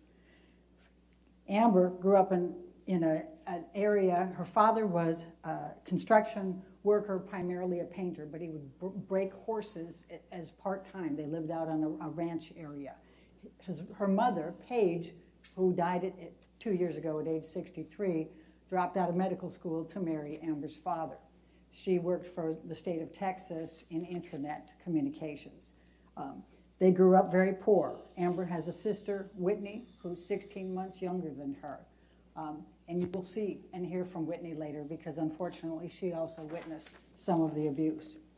Amber rode horses with her father. She tried to work with him to help him break the horses. She remembers having a broken arm at least 4 times, being in casts during that time. But there were some things she learned from breaking those horses that was very significant. Her father taught her she couldn't show fear, she couldn't show pain, and she couldn't show emotion. That's how she could break those horses. It's significant for you to know that so you can understand how Amber could have remained in this relationship with Mr. Depp for as long as she could and the dynamics of some of the abuse you're going to hear about, because that's what would be her instinct, is to stand up and not let him show that he's caused the pain, that he's caused the fear, that he's caused the humiliation. You'll hear about a long line of jobs that Amber started from back, age 12 as soon as she could, working in a soup kitchen. Well, that was volunteer, but then she took all kinds of miscellaneous jobs, lifeguards, everything else, trying to improve herself. She's not somebody who had a great break.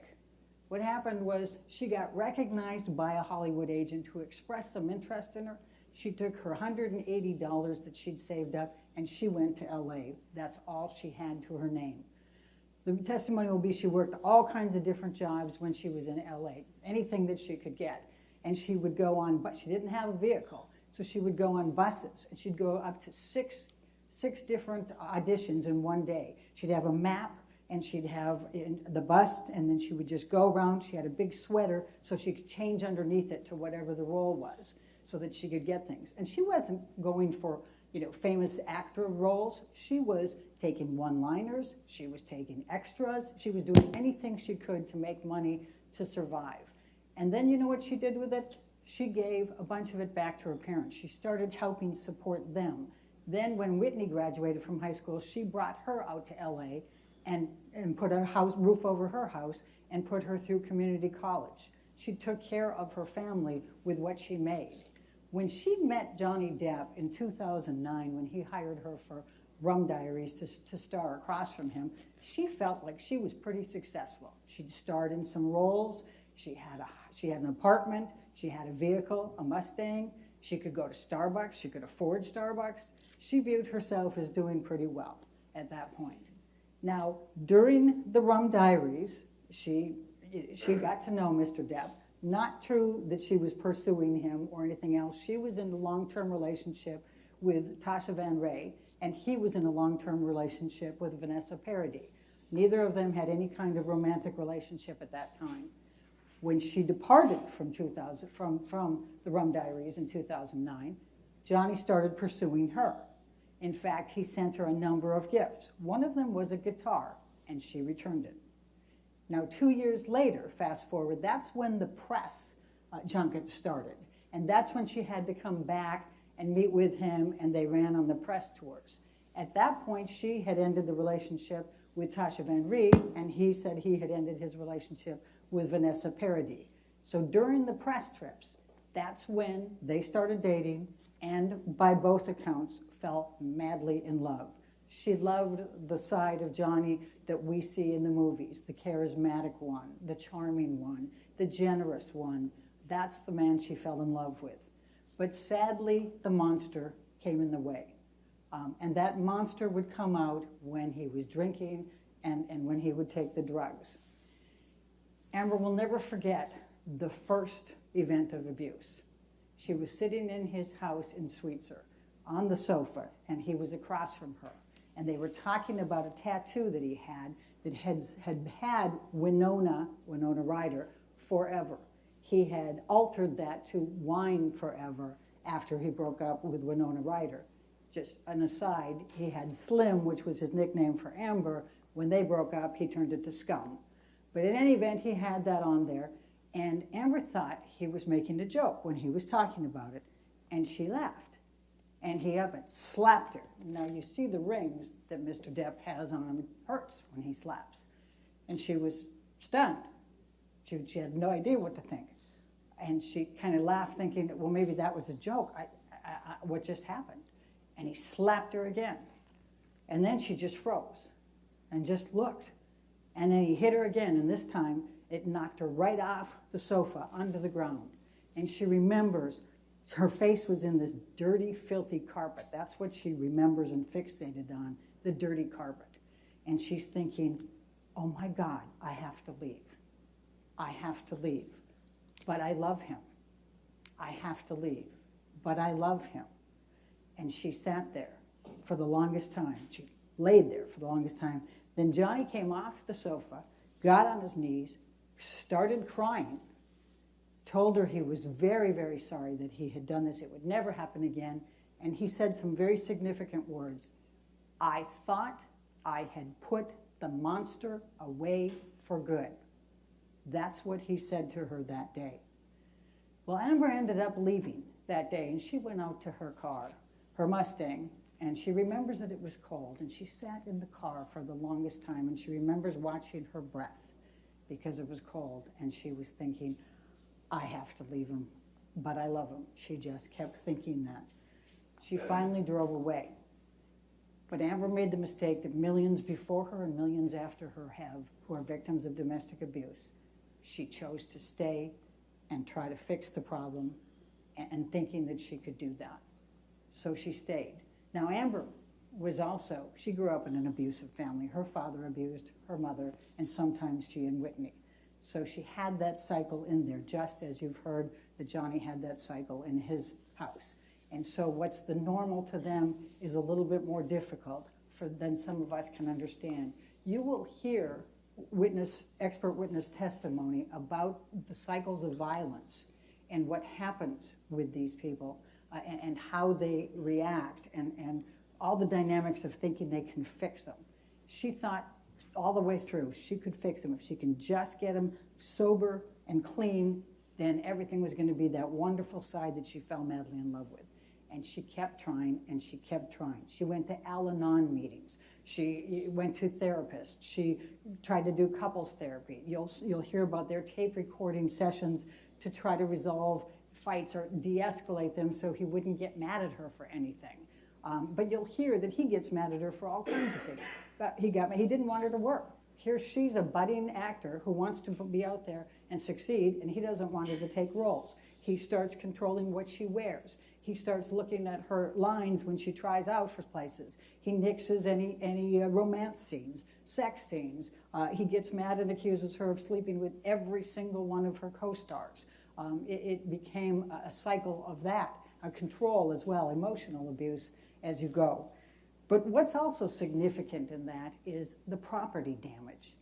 And that's a hard one for Mr. Depp to be able to escape when he's claiming that he's such a docile thing and that it's all Ms. Heard. You're going to see pictures. He writes on mirrors, horrible things to her, writes on lampshades, on clothing, on countertops. In Australia, when you heard Ben talk about Australia, he wrote the third day as Amber comes out after she's barricaded herself and gone through a lot, and I'll back up on that in a minute. She comes out, he's got mashed potatoes spread across the top. He's written along the wall of the staircase going down all kinds of nasty things about her, and Billy Bob Thornton, the last one she was in a co-star with, and fucking ambition and all kinds of things like that. And then he's written on the lampshades downstairs, and then he's got more on the mirrors. And then, on top of it, you've got all the broken glass everywhere, and you've got the liquor everywhere, and it's just, and then he's tried to urinate messages to her. That's the Johnny Depp. That's the other side. Now, you're going to hear that Amber tried to protect him all the way through. She didn't want the public to know this. She didn't want his kids to know this. And so she didn't tell people about it. So let's go back. The first event that I told you about was 2011. And how do we know that it was in 2011? Because Amber was going to her therapist, Bonnie Jacobs. And Bonnie Jacobs has therapy notes of her sessions with Amber. And in those therapy notes, she chronicles the first time that Amber tells her that Johnny hit her. And it goes through into 2012, 2013, 2014. And you will see, and you will hear from Bonnie Jacobs, her saying, you know, this is a cycle of violence. This is a cycle of abuse. You can't enable him. You need to stand up for yourself. Amber will testify about how Johnny would get so drunk and so drugged out that he would vomit all over himself and worse, lose control of his bowels. She would clean him up. And you'll see Bonnie Jacobs in these notes saying, don't do that. You're enabling him. Don't do it. Leave him there. But what would happen was his handlers would then take care of him if she left him. So that's the story you're going to hear on that. Let me just tell you about a few of the events, and I'm going to start in Australia. That's the 3-day hostage. She gets there. Now, you will hear Mr. Depp testify under oath that for 15 to 18 months before the March 2015 Australia event, when he's there filming, that he's been sober, clean and sober. Then you'll see all the text messages for the last 18 months in which he's scoring drugs, in which you'll hear testimony from people in which he's gotten drunk and you know, taken all kinds of different drugs. The whole time. He doesn't get clean and sober. But he claims that he was clean and sober, that she came there. This is a month after they just got married. She flew in from filming The Danish Girls. She's there, and he claims that he was just sitting there calmly, and she was haranguing him. So he took a shot glass of vodka. And when he did that, she got mad, took the bottle of vodka, was 8 to 10 feet, about where I am from you, and hurled it at him, and it happened to just take off the bottom part of his finger. And then he says she came and burned a hole in his cheek. The testimony is going to be that he self-mutilated on a number of occasions and burned himself in the cheek and also cut himself. But Amber never did that. And you're going to hear from the experts testifying about this finger injury and how fantastic this version is. But the other part of it was he was with Marilyn Manson for the week before, scoring on cocaine. You'll see text messages of him getting it from his handlers, the cocaine and the liquor. And you'll hear so much before that. But Amber gets there, and instead what he does is he takes 8 to 10 tablets of ecstasy almost immediately. And the next 3 days are just a cycle of very, very, very violent activity by him. Amber keeps trying to calm him down. She tries to get him to eat. She tries to get him to sleep. She tries to do these things. And he would just, he was, at times delusional, paranoid. He would be, mad at somebody else. Then he'd be mad at her.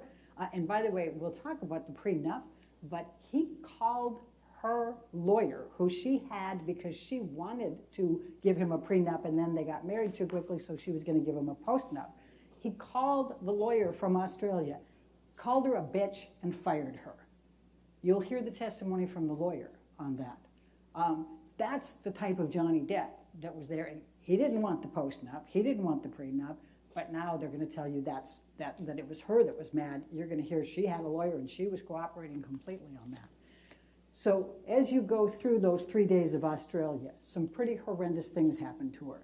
He rips off her nightgown. He has her jammed up against a bar. He has hurled bottles and bottles at her. He has dragged her across the floor on the broken bottles and the liquor. He has punched her. He has kicked her. He tells her he's going to fucking kill her. He fucking hates her. He's pounding at her, pounding her. And then he penetrates her with a liquor bottle. That's the Johnny Depp that you're going to hear about in this case. Now, after that, Amber goes to the airport, and what does she do? She buys a book by a psychiatrist who's talking about couples therapy. She's already trying to figure out a way to fix it again, fix this marriage that's only a month old and her husband has just done these horrible things to her. Now they go back to LA. He's got to get his finger fixed, so he has to stop filming Pirates 5. They get there, and there's another fight in just 2 weeks from there. He's still using at this point. He's still drunk. But Amber finds on a TV screen, his monitor, she finds pictures of another woman, naked pictures of a woman, and text messages which show that he's clearly having an affair. She gets extremely mad. Amber can be jealous too. She can get angry. You know, she's half his age, and you know she's defiant. And we're not going to say she's perfect. She was mad as can be when she saw that, and she confronted him. The two of them were screaming at each other. Now her sister Whitney happened to be in the house. She was summoned. She literally was awakened to come and try to resolve this fight between the two of them. While she's there, Johnny starts hitting Amber, and Whitney ends up getting in between them. And Amber thinks that Johnny's going to throw her down, push her down the stairs because he's in that position. So Amber actually gets up and punches Johnny in the face. She'll tell you that's the only time she has ever laid one on him, in an aggressive manner. But it's after he's already been hitting her, and it's in defense of her sister. And she'll admit she got him that time, and she actually did have an impact on him. She'll testify about how many times they were in their fights, and she said, she's almost half his size. So she said, if I pushed him, he doesn't move. He pushes me, I go flying across the room. There isn't any, ability on her part to be the abuser. What she'll also tell you is it took her a while to ever fight back. That many times before that, she would do what she did when she was breaking the horses. She wouldn't show fear. She wouldn't show pain. She would look at him. She would just be defiant, and all it would do was piss him off more. She'll tell you that she tried everything. She tried everything, from trying to be nice, trying to get away from him. She would throw things in his way to get him from running after her. She would try to, flail back. She would use her hands and legs, and she would go and try to fight him. She'd run into her room and try to barricade and push his hands and everything out of there. She'd try all those things, but she couldn't figure out what could get him to calm down. I'm going to fast forward now to the next one, and that is... I'm going to jump you up to after the stair incident, and Johnny had to get surgery on his finger. That's the longest period of time he stayed sober. It was almost 3 months. You're going to hear that he has never been through rehab, even though he has been a lifelong drug addict and alcoholic. Never has he gone through a rehab plan. Instead, there's twice that he went to some New York hospital and did a cleansing. One time it was for 3 days, and one time it was for 5 days, and that's it. He's never made any effort whatsoever to get sober or stop the drugs. But this particular time, he did for almost 3 months. And you'll see the text messages. We're going to take you through this whole story and all the text messages and all the emails and all the testimony that you're going to get. So fast forward to December 2015. That was one of the worst. Australia was pretty bad, but this one was even worse. In this particular occasion, he gets angry for some reason, and he starts dragging her by her hair through the apartment, kicking her, punching her, tearing her hair out. At one point, she gets up and looks at him, and he headbutts her, and she gets 2 black eyes from it. Then he goes and drags her up the stairs, puts her on the bed, puts his foot and knee in the back of her, and he continues to punch her, telling her he's fucking hating her and he's fucking going to kill her. And he's got his boot stuck in the bed frame as he's doing it. And the force of what he's doing to her causes the bed frame to splinter. That's how much force. She is suffocating in the pillow, and she believes truly she's going to die on this one. She wakes up to her friend being there. She doesn't know how long that she was unconscious or subconscious. She doesn't know. But Johnny was gone at that point, and her friend saying, "Are you okay? Are you okay?" You'll see the pictures of all of this. You'll see the pictures of the hair. Imagine how much that must hurt. But the hair that's out on the ground. And you'll see the pictures of Amber.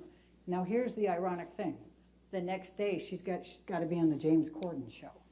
And you can see the text messages. She's not sure if she can go. She's worried. She's got 2 black eyes. She's got a split lip. She's got bruising. She's got her hair missing. But her friends rally with her. She's got a makeup artist you're going to hear from, Melanie Iglesias, who does the best job of makeup you could imagine to get her through the James Corden show. And she does it. But you'll see the pictures, the before, and you'll see them then. And that's the resilient Amber who says, I'm going to go do this anyway. Now, her friends, she tells Io, you're going to hear about Io Tillett Wright. He was in New York. She texted him and said, Johnny beat me up really good this time. Can you help? And he says, I was filming something. I stopped. I got the first flight out of there. I'm flying from New York back to LA. I see her on the James Corden show. I can see the swelling because I know her well. I can see the swelling. And then he said somebody touched her and she flinched on the show. He said, that's not like Amber. He got there. They hadn't cleaned up all the mess. He sees the hair. He sees the splintered. He sees all of the other things. And he is so upset. He was a good friend of Johnny's as well. He'll testify about all of his friendship with Johnny. But he put his foot down on that one and said, you need to have consequences. You cannot do this to Amber anymore. I am not your friend anymore. Now, there were several people that were supposed to go to Johnny's Island, Bahamas Island, in December for Christmas. He was going to bring his 2 kids. He'd invited Amber's parents, who loved Johnny, and unfortunately her father used to drink and do drugs with Johnny a lot. And he was also going to take Rocky, her friend who lived next door in a penthouse, and her fiance, and Rocky's parents. Imagine being able to go to a Bahamas island for Christmas. What a cool thing to do. But they all were so upset what he did to Amber on December 15, they said, no, we're not going. We're not gonna condone this. We're not going. But he talked Amber into going. He guilted her into going. I'm going to be with my kids. Please come. I'll be better. I'm going to get better. Amber went. And then he ends up assaulting her even there and sexually assaults her even there. Now, you'll see a video from them of the Bahamas, the place that they stayed in on his island.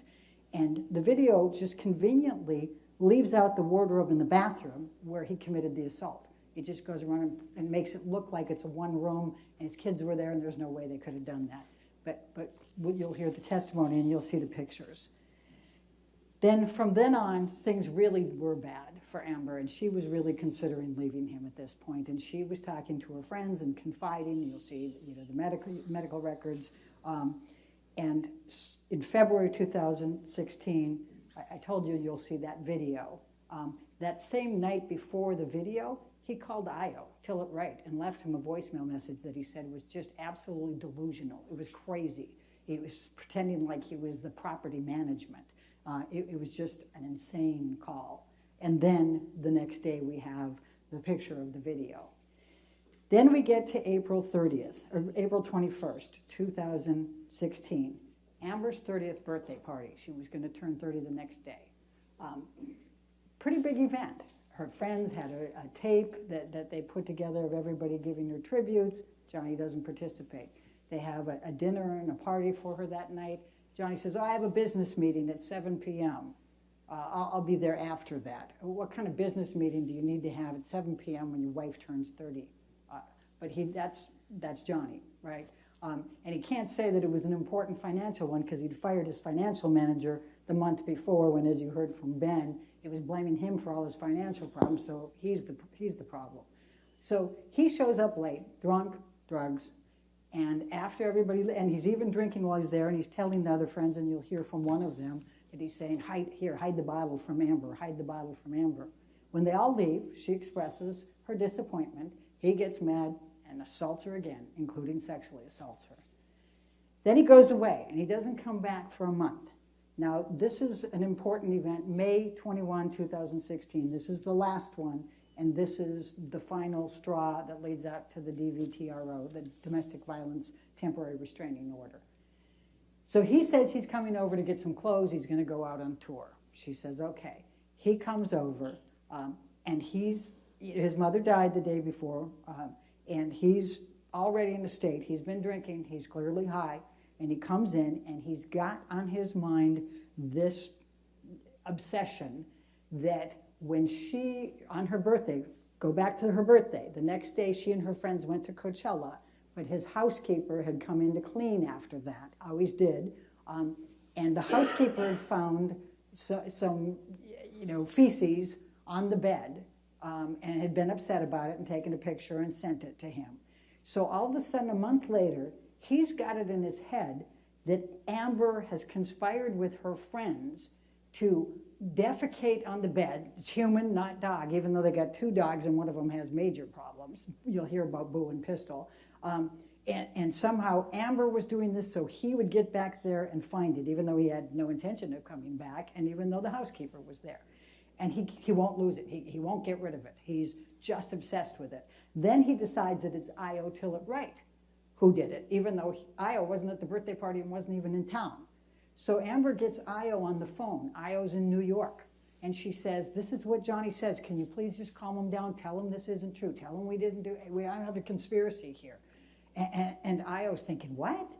And you'll hear from Io, he'll say, Amber's fecal phobia. I mean, she can't even, she's so embarrassed about that stuff. She would never conspire, never do anything like that to him. So they're kind of laughing at the absurdity of it, and that was the biggest mistake, because that triggered his anger. And then he started hitting Amber.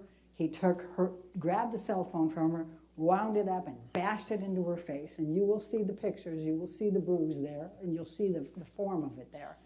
Now, Io's very, very upset. He's worried because he knows about the December 15, 2015, and he says, Amber, get out of there, get out of there. Are you safe? Get out of there.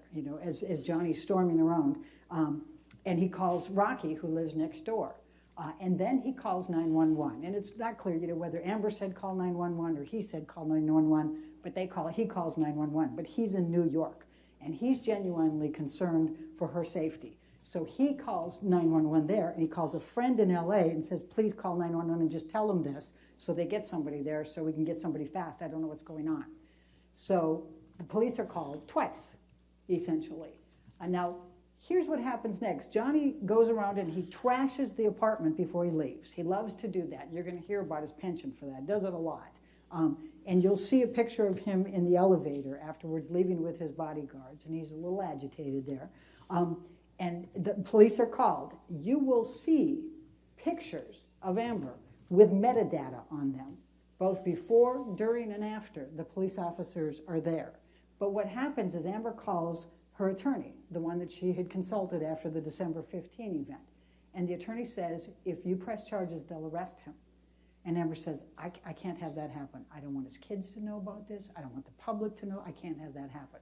So when the police show up, she refuses to cooperate. She says, on the advice of my attorney, I'm not going to cooperate. But her friend, Rocky, whose fiance was there, Josh, at this point, he takes them around and shows one of the police officers all the property damage around the house as well.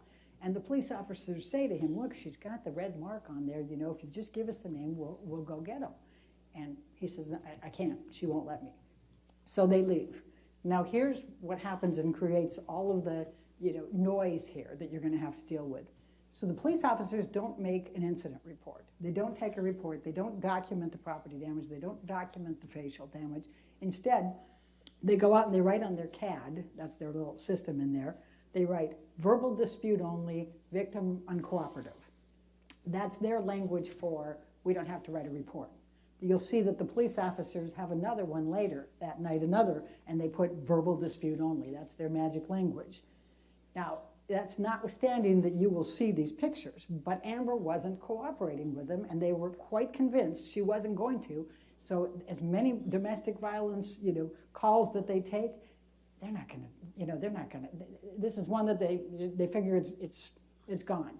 Now, the other police officers come 2 hours later. They've cleaned up the place at this point. They don't know that these police officers are arriving, but when they do arrive there, they try to discourage them even from coming in. Josh answers the door, says, no, the other police officers were already here. And he says, and they say, no, but we just have to see her. And they have body cams, by the way, so you'll see the body cam footage of this. So they go through and they do that. And one of the significant things is you'll see on the CAD that the two police officers' sets are communicating with each other. And that first set says, I don't think she's going to change her mind. And they know who the officers were the first time because they say officer signs. You'll hear this, and you'll see it in the body cam footage. So they go through. Amber says, no, everything's fine. You can see on there, and they leave. Now, The reason this is so significant is what they have done with this in creating, and that's part of the counterclaim, and what their version of the reality is that Amber calls the cops, then they don't see any injury, so they mess up the place, splash a little wine, and then call another set of cops. Does that sound like the situation here? No. And it's really important to look at the evidence and think about this. You'll hear from many, actually, I don't know how many of the police officers we'll put on, but we have, between 4 and 6 LAPD police officers and experts who will say those police officers, even when she declined to cooperate, should have taken a report. They should have documented it. That was police policy. So when faced with this big public, DVRO and all of the publicity later, now they go back to the police officers and say, hey, wait a second, you didn't take a report. You said it was a verbal dispute only. They're stuck. If all of that was true and they admitted it was true, then they violated policy by not doing the report because they were supposed to take a report. So the police officers chose the other and said, no, there was no evidence. But you're going to watch it. You're going to see it in real time. You're going to see it on metadata. So Amber goes to get the domestic violence TRO. You're going to see the letter that her lawyer wrote to Johnny Depp's lawyer that week, telling them that that's what she was going to do, but giving them opportunity here to be able to resolve it, to get a mediator, just make sure that she's safe, that she can stay in the residence until they figure things out, that she can drive her vehicle until they figure it out, some attorney's fees, whatever. You're going to see the letter. So they knew, and it says right in there, she's going to go in on Friday. They chose not to go. They keep saying ex parte, but they chose not to appear, and they knew she was going to appear. Well, Amber didn't call TMZ, but somebody called TMZ to take all those photos that day. Now, you also heard them say that all kinds of people saw Amber that week, and she didn't have any bruises on her face. Well, let me show you this. This is what Amber carried in her purse for the entire relationship with Johnny Depp. She's an actor. Do you honestly think she would have left her apartment ever without makeup? Do you think that she ever would have wanted other people to see her bruises and her cuts? This was what she used. She became very adept at it. And you're going to hear the testimony from Amber about how she had to mix the different colors for the different days of the bruises as they developed in the different coloring, and how she would use these to touch those up to be able to cover those. She also used concealer, foundation. You'll hear from her makeup person that Amber didn't even leave her bedroom without having foundation on. And one of the people that was at the building testified. He said she had makeup on and it would have covered that bruise. So that's the testimony on that. Now, let me talk about the divorce just for a moment. So they go through, they have the 2 months of trying to resolve the divorce. Ben already told you that they signed a joint statement in which Mr. Depp admits that she did not make any of these allegations falsely and not for financial gain. But they brought up the donations, so I want to talk to you about the donations for a moment. Now, here's the story. Amber didn't have a prenup. She didn't have a postnup. She was more than willing to do that.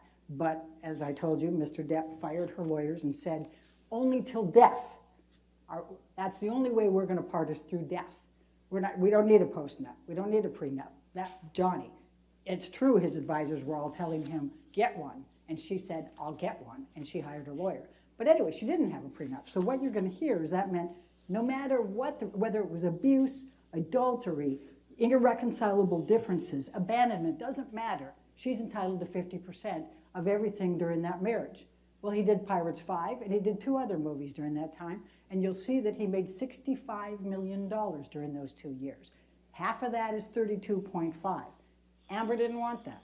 You'll see a letter, you'll see an email from her lawyer that she forwarded on to her agent, who became Johnny's agent later, saying, I want you to sign this because you're entitled to a whole lot more than $7 million. And I don't want you to come back and sue me for malpractice. That's what her lawyer tells her.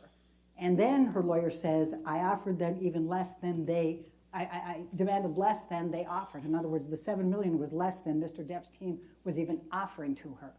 And she said, I just want to be left alone. I just want to get out of this marriage. I don't want it. I'm not doing this for financial gain. So she didn't take the money. So she said, I'm going to donate all $7 million of this to charity, half to the ACLU, half to Children's Hospital. And then what happened was the first, and by the way, the $7 million was paid out over time. It's installments. It was over, you'll see the documents, but it's over a couple of years, right? So his business manager, Ed White, you'll see the letters, he sends the first $100,000 out of the $7 million to each of them and says, this is a pledge towards the $3.5 million that Amber's donating, and she'll be paying that in installments. So everybody knows she's paying it in installments. You're going to hear differently from them now, but you're going to see that was the admission at the beginning. You're going to hear from Children's Hospital and the ACLU that they assumed this was a pledge paid over a period of time because that's what they do because of tax deductions and things of that nature. So Amber she makes a $250,000 payment to Children's Hospital. Then she also makes a $250,000 payment to Art of Elysium, which is another charity that she worked for and used to feed and used to do a lot of arts work with the Children's Hospital. She pays $350,000 to the ACLU. Now, in addition to that, she also was dating Elon Musk by this time. You'll find out that Mr. Depp is obsessed with Elon Musk. But she's dating him, so he gives $500,000 to both of those charities in her honor. Now, she doesn't claim that's part of the $7 million.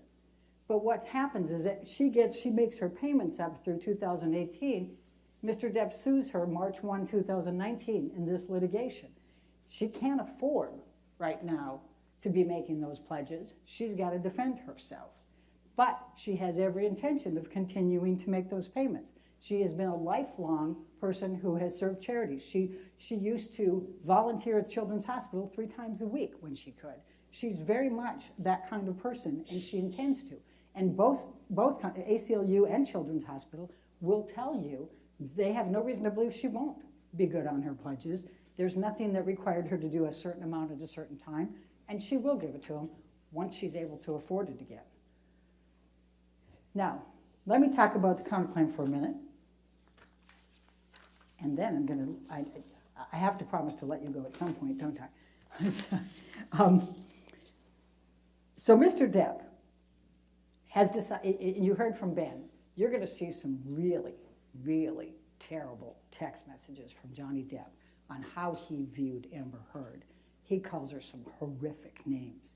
But in the summer of 2016, he vows he's going to hunt her. He vows she's going to suffer global humiliation. He says he's going to live in her and she will never forget him. And he meant it. So in the summer of 2018, you heard Ms. Vasquez say he wants to clear his name, he can't be called a wife beater, etc. But an article, an op-ed appeared on the Sun Times in London. They called him a wife beater. It was written by Dan Wooten, the CEO, or the chief editor of the Sun at the time. And he is writing because Johnny Depp is being cast in Fantastic Beasts 3. And so the article is, why is J.K. Rowling genuinely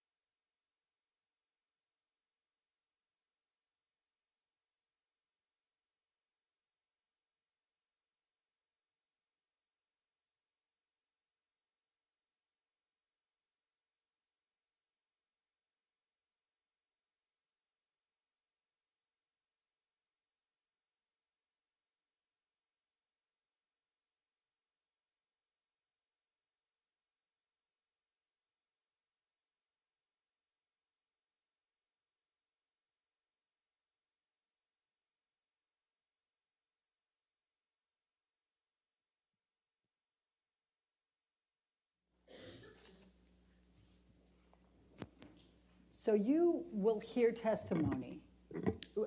Let me back up a little bit. So you have heard from Mr. Depp's team that they are going to claim that Amber Heard abused Johnny Depp. You also are hearing from them that he says that she cut off his finger.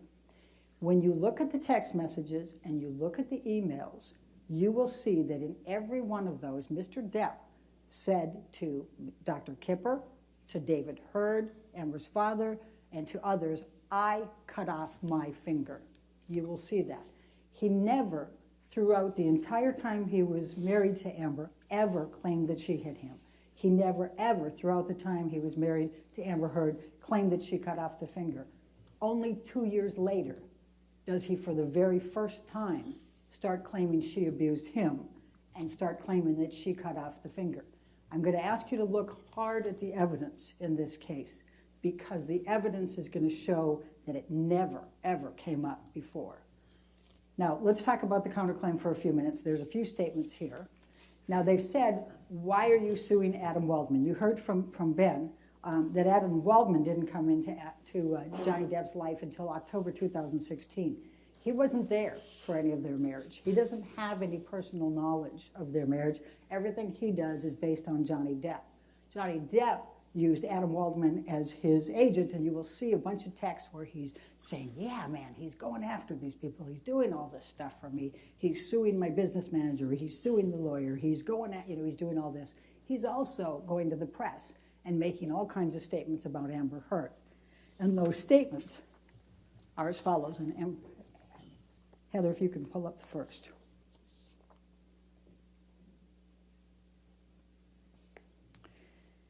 The first one is Adam Waldman, Depp's lawyer, said afterwards, Amber Heard and her friends in the media use fake sexual violence allegations as both a sword and a shield, depending on their needs. They have selected some of her sexual violence hoax facts as the sword, inflicting them on the public and Mr. Depp. Now, there isn't any sexual violence hoax.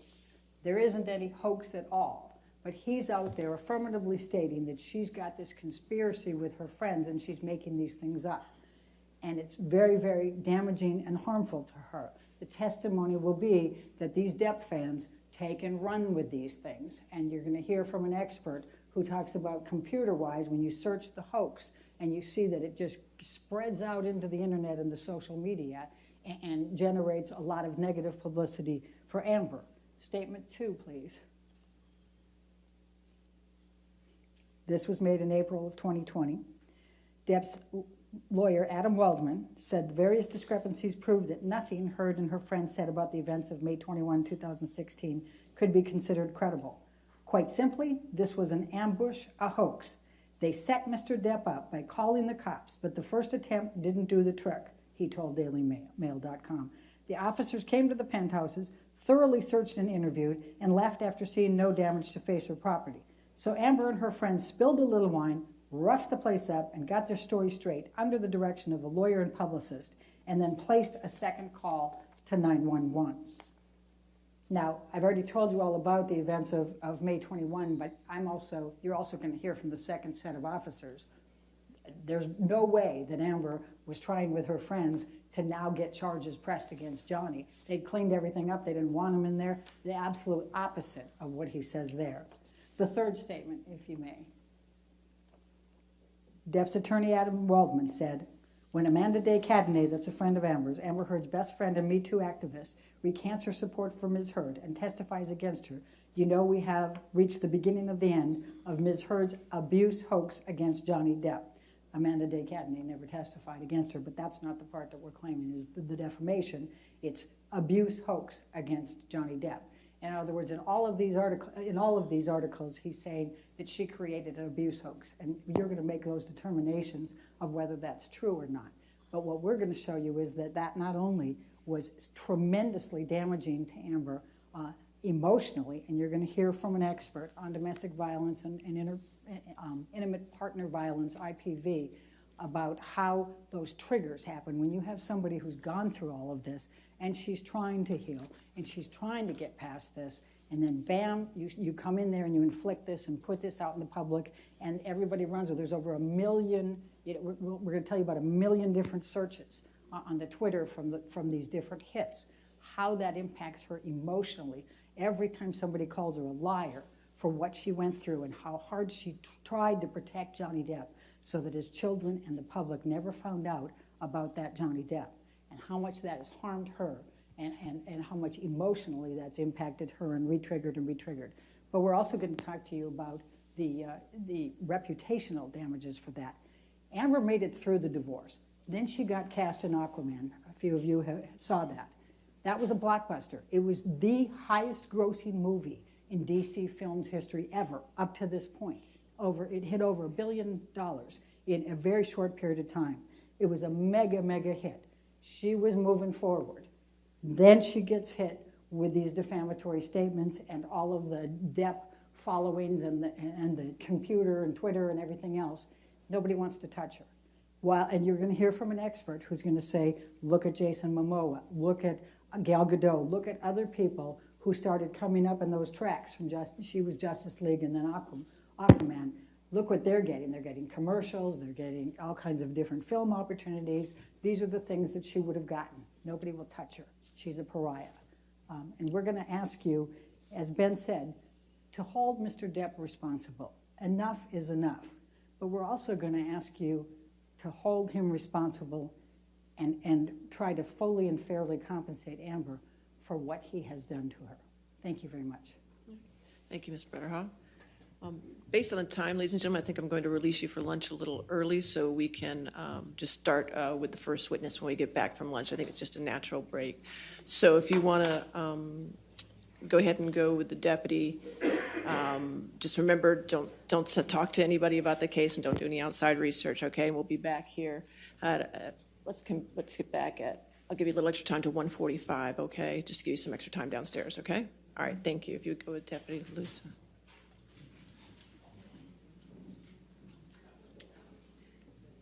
All right.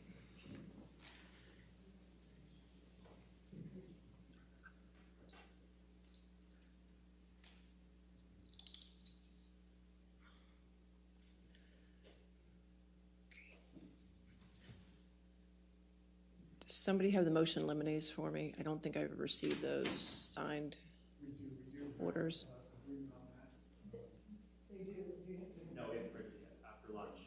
Okay, first thing after lunch I get them? Yes, Your Honor. Okay, all right, that's perfect. Anything else? All right, we'll be back at 1:45 then. Thank you. All right.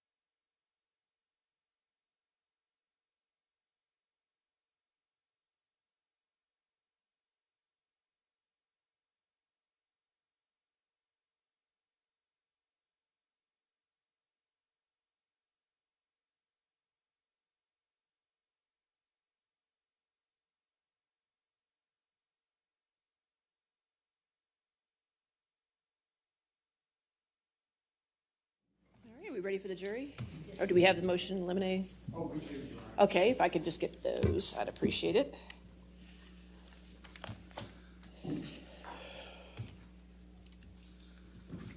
So we do have the order for Ms. Heard's motion limine, Your Honor. Okay. Mr. Depp's, Mr. Moniz, and I just agreed to it. Okay. I don't have it printed, but I can tell you, Your Honor, based on the representation you gave me, it is agreed. Okay. And we will have it printed as soon as I can, but we're not Right. going to obviously hold up court with that. That's fine. Thank you very much. Thank you, Your Honor. Thank you, Mr. Murphy. All right, are we ready for the jury then? Yes. Okay.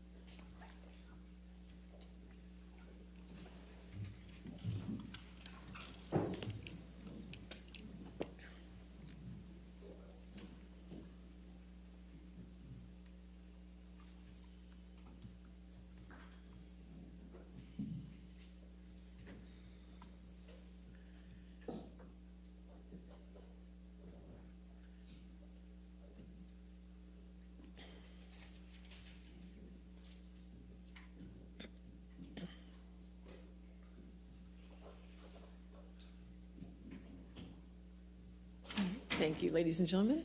All right. Your first witness? We call Kristen Dombrowski. Kristen Zambrowski?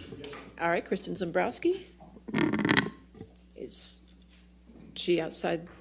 She is. Okay. Kristen Zambrowski.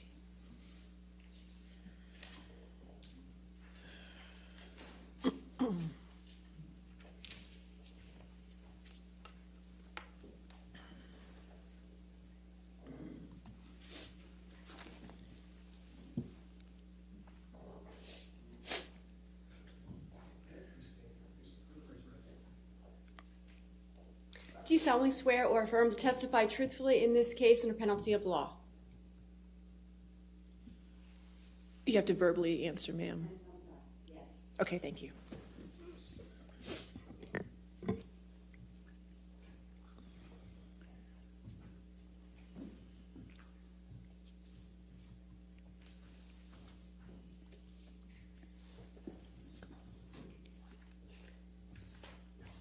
Okay. Hi. Yes, sir. Good afternoon, Ms. Dombrowski. Would you please state your full name for the record? Elisa Christine Dombrowski. Ms. Dombrowski, what relationship, if any, do you have with Johnny Depp? He's my younger brother. How much older are you than Johnny? 2.5 years. Ms. Dombrowski, I'd like to ask you a few questions about your and Johnny's childhood. Where did you all grow up? We were born in Kentucky and we moved to Florida when we were kids. Who lived in your household with you and Johnny? Our mom, our dad, we have an older brother and older sister, and Johnny and I. Who was the youngest child in your family? Johnny. Would you please tell the jurors what your relationship with Johnny was like when you were growing up? Johnny and I were very close. With having the older brother and older sister, we were the two younger ones, so we were really close, and we basically were together all the time. We played together. We played Hot Wheels. We, played Batman and Robin, where we each had a role in that. And he's probably going to be embarrassed if I say any of this, but, we practiced, karate kicks with each other and chopping. We were just friends. We were like best friends. What was Johnny like as a young boy? Objection, Your Honor, 404. If you want to approach.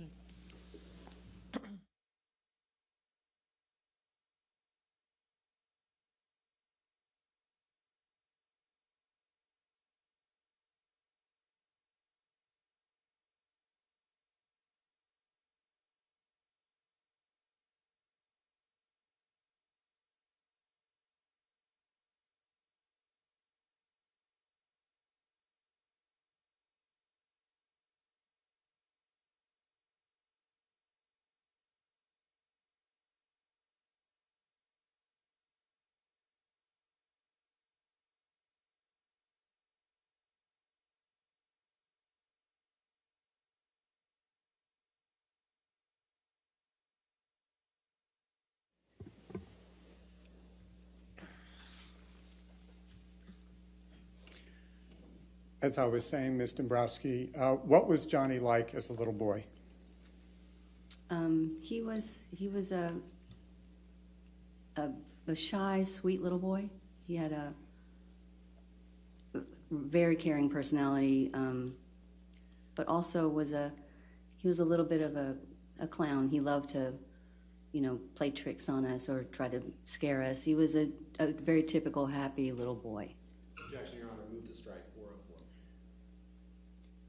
Your Honor, I'm going exactly where I said I was going. All right, I'll stay in the last part of her answer, and we'll go forward from there. Thank you very much, Your Honor. Ms. Dombrowski, how would you describe your parents' relationship? That was complicated. Would you please explain to the jury what you mean when you say your parents' relationship was complicated? Our parents they had two completely different personalities, and where our father was also a very kind, patient, loving, gentle man. And our mom was the opposite. She was very high-strung, very nervous, anxiety, angry. So they were completely opposite people. What was your mother's first name? Betty? Did your mother, Betty, ever get angry with your father? Yes. How would your mother express her anger toward your father? She would scream, she would yell at him, she would hit him, call him names, that kind of thing. Did your father ever hit your mother back? No, Dad never reacted when Mom would hit him or scream at him. If he didn't hit her back, how, if at all, did he react? Basically, he would let her scream and get it out or hit and be done. And the way that you dealt with my mom, the way that he dealt with my mom was he always tried to keep the peace, so he never wanted to, he didn't want to engage in anything, so he was very, he would step back, and whatever it was that she was angry about, he would try to go ahead and make sure that he took care of whatever she was insisting that he do. Is it fair to say he did what she wanted? Yes, it's very fair to say he did. What, if anything, did you and Johnny do while your mother was hitting or attacking your father? We would leave the area. We would run and hide. We would go to our room, either we would go to our room together or, depending on where we lived, if our room was close, we would sort of run off and get away from it. How did your mother treat you and your brothers and sisters? Well, there's a similarity, I'm sorry, in how she treated Dad. Again, she was very anxious, high-strung. She screamed, she yelled, she hit, she threw things. She called us names. We each had our own little special set of names. Some we wouldn't repeat, but so she gave each one of us a name. My name, for example, was Violet, which to some people it wouldn't seem like it's anything, but Violet was my father's mother, and my mom hated my father's mother. So that was my special name, one of them. Did your mother have any special names for Johnny? Yes, she did. She had a few. Again, some to not repeat. Her favorite, I think, was she called him One Eye. And she called him that because when he was young, the doctors thought he had a lazy eye, so they would put a patch on his good eye so that they would strengthen the other eye. So she used that as, a way to find a new fun name for him. How did Johnny respond when your mother would call him One Eye? He didn't respond in any negative way. Those names were just a way of life. We got used to them. We accepted all of it. Putting aside the names, did your mother ever get angry with you? Yes. Did your mother ever get physical with you? Yes, she did, but I was also very quiet, very shy, and I learned early on to stay back. So I was more in the background because I would constantly sort of stay in the background to stay away from trouble. Ms. Dombrowski, when your mother did get physical with you, what forms did that take? Well, she would hit us. She would throw things. She would have us go pick a switch, off of a tree, so that would be what she could hit us with, and make sure that we got one that was nice and green. So Why, I'm sorry, I don't mean to interrupt. Why did it have to be nice and green? Well, if it wasn't a nice green twig, it would snap.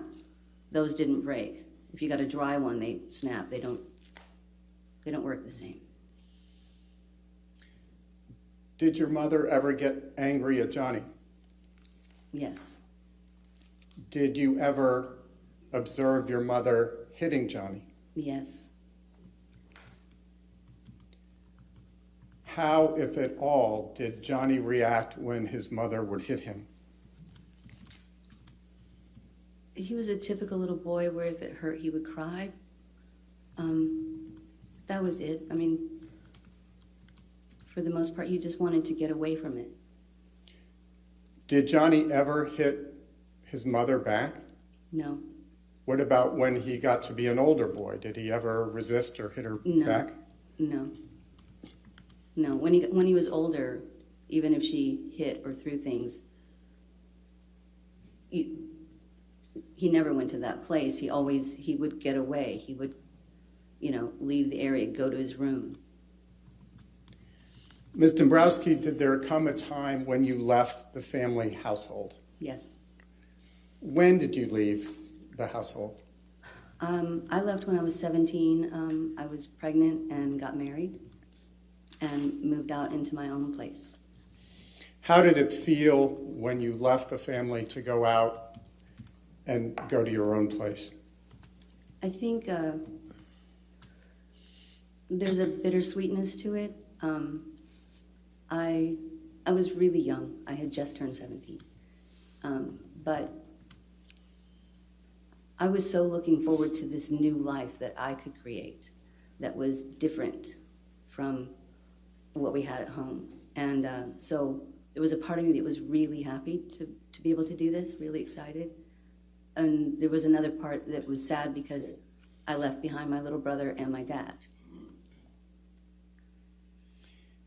If you could explain that a bit, how did, if at all, did your experience with your mother affect your ideas about what you intended to do with your own family?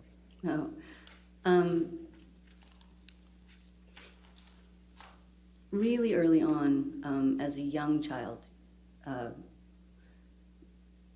none of what was happening in our home felt good. And so as I got older, both Johnny and I actually,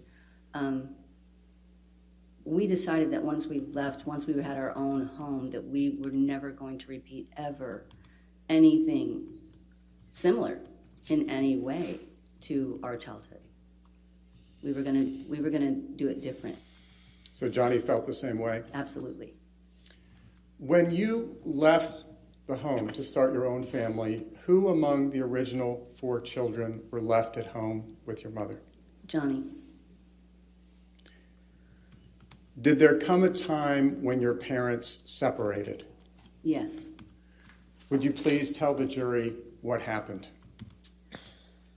There was our father one morning decided to pack up everything and leave early in the morning. We didn't know it at the time, I don't think, but I didn't. I didn't live there. I was at work. And then I got a call from my mom in the afternoon right after she got off work. She called me, and I could, it was hard to understand her voice. She sounded faint and kind of groggy, but she kept saying, "He's gone, he's gone, he's gone." And I was trying to get out of her, "Was it Dad?" And she said, "Yes, your daddy." And I said, "Mom, are you okay? What's going on? You know, did you take your pills?" Because she took what she called nerve pills, and she said she had. I asked how many. She couldn't tell me how many she took, but I knew she was getting fainter on the phone, and it was more clear to me that she was not in a good way. So I called our friend, our parents' friend actually, who was a police officer, and told him that he needed to get to Mom and what was going on, and so he got an ambulance to get over there to her. And this was after your father left? Yes, this is the day. Ms. Dombrowski, do you know why your father left? I know at the time, because I did try to speak to him after, because Mom continued to not do well. At the time, he said that they had the last argument that he felt that they could ever have. He felt he needed to leave home this time. And to be honest, I didn't really understand.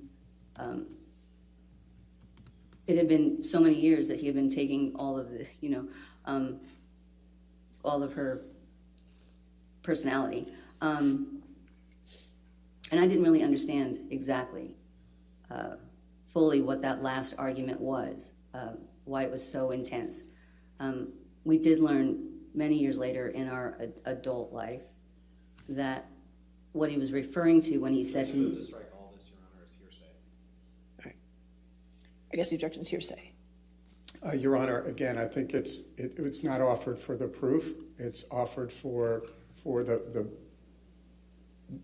abuse and the culture in which... I'll sustain the objection. Thank you, Your Honor. Yes.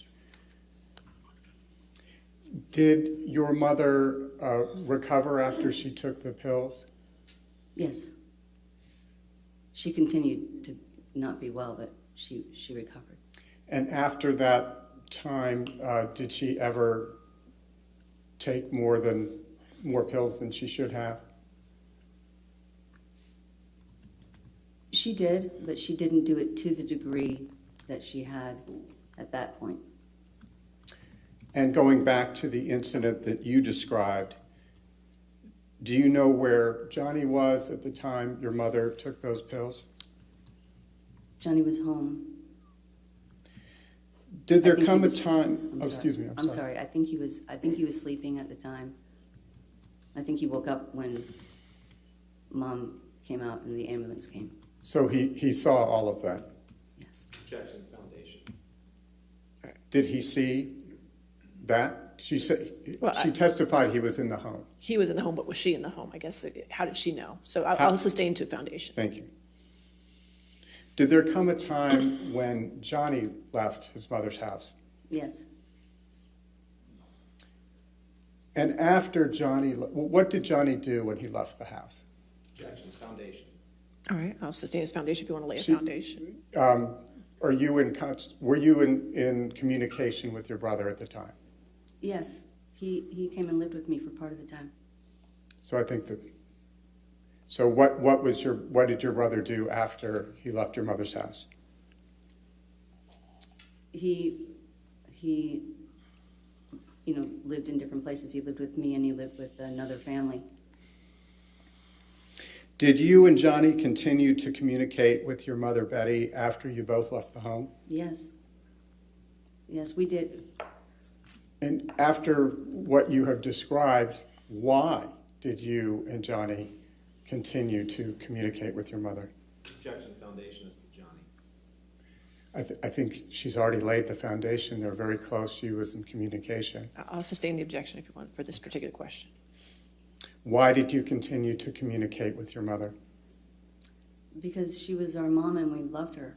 I mean, we knew, you know, even when we were younger that things weren't, they didn't feel right, you know, but what we understood was that, you know, Mom had her own upbringing, you know, so she had her own past, and the way she was raised would affect the way she lived.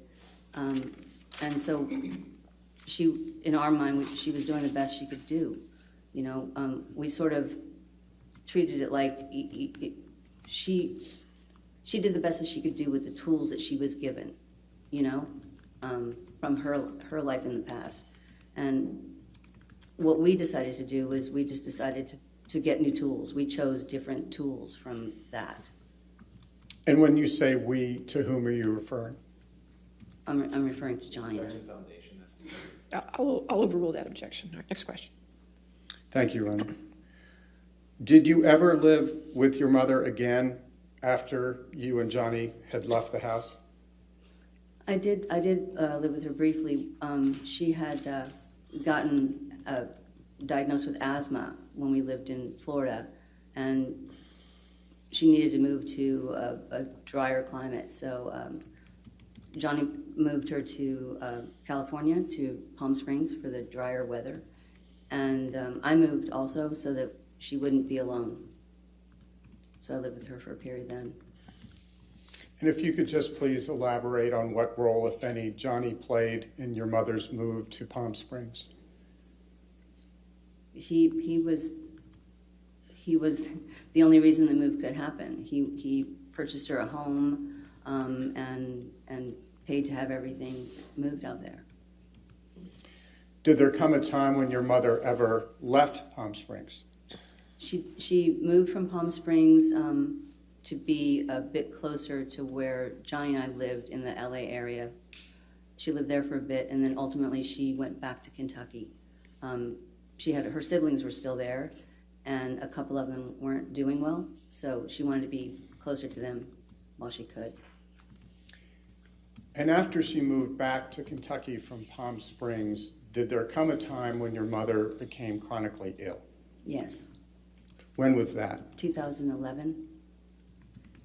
Would you please describe briefly what her health condition was as of 2011? In 2011, she was living in Kentucky, and we received a call that she had been diagnosed with the final stages of Parkinson's. But then when another doctor looked at her scans, they felt it was something different. So we had the scans brought to a doctor in California, and they suggested that she come out and see a neurologist right away. So Johnny got a plane, a private plane, and he and we flew to go pick her up and bring her back to California to start seeing the doctors. And when she moved back in 2011 to California, was that a permanent move? It became basically a permanent move. She still had her house in Kentucky in the hopes of her being able to go back and forth, but her health basically kept her in California, so she lived here or there. And by that time, 2011, when she's moved out to Los Angeles, had her treatment of you and Johnny changed in any way? Yes, mom softened as she aged. She totally softened. And once your mother moved to Los Angeles permanently in 2011, what role, if any, did your brother Johnny play in her caretaking? All right, I'll sustain as the foundation. To what extent, if any, did your brother play any role in her caretaking? I think that's still a foundation objection. Do you have knowledge of whether your brother had any role in her caretaking? Yes. Would you please explain to the jury, because I think Her Honor needs to hear whether there's a foundation. Okay. I'm sorry. Yes,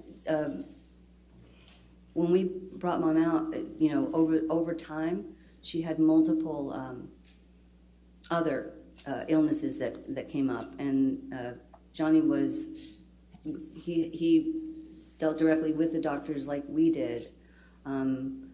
Hired private nurses so that we could make sure that Mom was taken care of. He basically, Johnny was he took all financial responsibility for anything and everything that Mom could need or want during this time. All medical care, doctors, hospitals, nurses. How do you know that? I was directly involved. Is it fair to say you saw Johnny do those things and have those interactions? Yes, I was there. I was directly involved in all of that. Did you witness your brother having any interactions with the doctors relating to your mother's care? Yes. How often, if at all, did your brother visit your mother, Betty, after she came to live in Los Angeles in 2011? Objection, Foundation. Were you ever present with your brother and your mother when you all were visiting? Yes.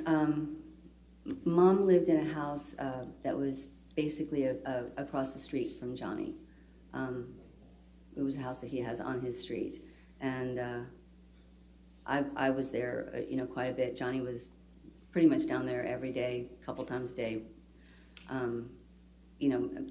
Mom, like, she would see them all the time. One of her favorite things was watching Johnny take the kids to school and waving at them because she never got to do that before. So, who were your brother's kids? Lily Rose and Jack. We'll get to that in a little bit. Did there come a time when the family was considering putting your mother in a hospice? There was. There were conversations with the doctors that we should start to consider that, since we weren't 100% sure with the variety of conditions that she had, what we needed to do. The idea of hospice was something that felt like, since we didn't know a time frame, the idea of introducing new nurses or something, at a certain point in someone's life where they recognize there's a difference, and that could be frightening for them. So we didn't want to instill any fear. Johnny's big on Mom not having fear. So instead, that's when we hired nurses, so that the nurses could be there 24/7. And and she would have people continuously throughout her life that she knew that they were friendly and cared for. Did you actually have a conversation with your brother about the possibility of your mother going into hospice? Yes. Did he express an opinion about it? Yes. Well, this is where it all comes from, because the idea of hospice, which is an amazing thing, but for someone who, when you don't know, with the variety of illnesses, you don't know what a timing is, the idea of introducing it, new people, is something that becomes almost a signal, and this was a very big discussion. This is why the nurses were hired. Was this just one discussion, or was it a series of discussions? Objection, calls for hearsay. I'm not asking for hearsay. I'm just asking about whether it was discussed once or a number of I'll times. overrule the objection. Go ahead. Was this just one discussion, or were there more discussions among you and your brother about how to best care for your mother? We had continuous discussions. As a matter of fact, there were daily updates. He knew every day everything that was happening with Mom. Whether he was in town, out of town because he was working or traveling, I made sure, because it's hard when you know that someone wants to be there and they can't.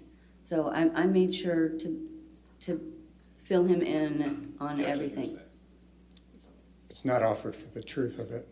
No, I'll overrule the objection. Go ahead.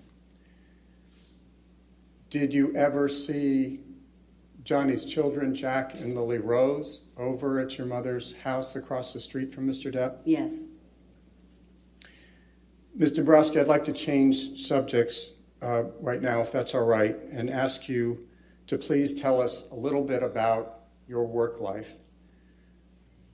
Did there come a time when you worked in the entertainment industry? Yes. I started working when we moved from Florida to Palm Springs. This is why I lived for a short period with my mom. I got a job at one of the studios in Los Angeles. Which studio was that? It was Columbia Pictures. My title was, I was an executive assistant to the executive vice president of comedy development. And what were your job responsibilities when you started there?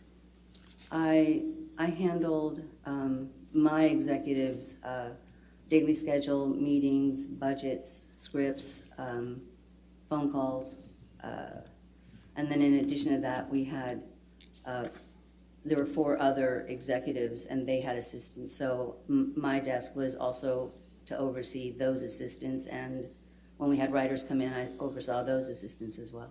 It sounds like a big job. It was a good job. How long did you work at Columbia Pictures Television in that role? I think it was about a year and a half. Why did you leave after a year and a half? Columbia itself started folding different departments, and our comedy development being one of them. And so some of the employees that worked there went to work for Sony or TriStar, other sort of arms of the corporation. And I was the last one there, sort of wrapping up the department to go on to my next job. So after you wrapped up the transition, the closing up of the department, what did you do in terms of your work life? I went to work with my brother. In what capacity? When you say your brother, to whom are you referring? I'm sorry? I'm sorry, when you say your brother, to whom are you specifically referring? I went to work with my brother, Johnny. What type of things did you do for your brother, Johnny? Similar things to what I was doing with the other boss that I worked for before, but with Johnny, I was helping him anyway as a sister, bits and pieces before I started working with him. So there were things like travel and meetings, setting meetings, making sure he had his the scripts that were coming in and he knew all the information about them. And any kind of publicity stuff that he had to do, because I really started to do this job with him because there was one time that I had gone to his house and I was helping him get ready to go on a trip, and his ticket, I read it out loud and it said standby, and I said, "Why are you on standby?" He had no one looking out for that kind of stuff, so I did all of that. How, if at all, did your work for your brother change over time? Well, over time, it sort of grew. Well, not sort of, it did grow. His agent, I worked sort of hand in hand with his agent, and, as she got to know me more and I got to know her more, there were other parts of her job actually that she would give to me. So, instead of just doing scheduling meetings and calendars and travel, now I become a person who's talking to producers or, as it expands, all the executives at the studios and studio heads, and I become a part of contract negotiation, etc. It just grew. What role, if any, did you play in dealing with Johnny's movie contracts? Movie contracts, because I know the history and because there's a certain amount of parts of life that are important, to a human being, not just to an actor, but to a human being, and I know the human being. I was part of mostly negotiating parts like there's an area called perks, and perks means anything and everything that an actor would need in order to perform his duties, and in order to to also move right to the location to do the duties. So I was part of all important dates that needed to be considered in a calendar, making sure the house was what he needed to have for the family, the travel to get there, making sure he had his staff, drivers, security, pretty much anything necessary was in that. Ms. Dombrowski, can you give the jury some examples of some of the things you put on the perks list? Sure.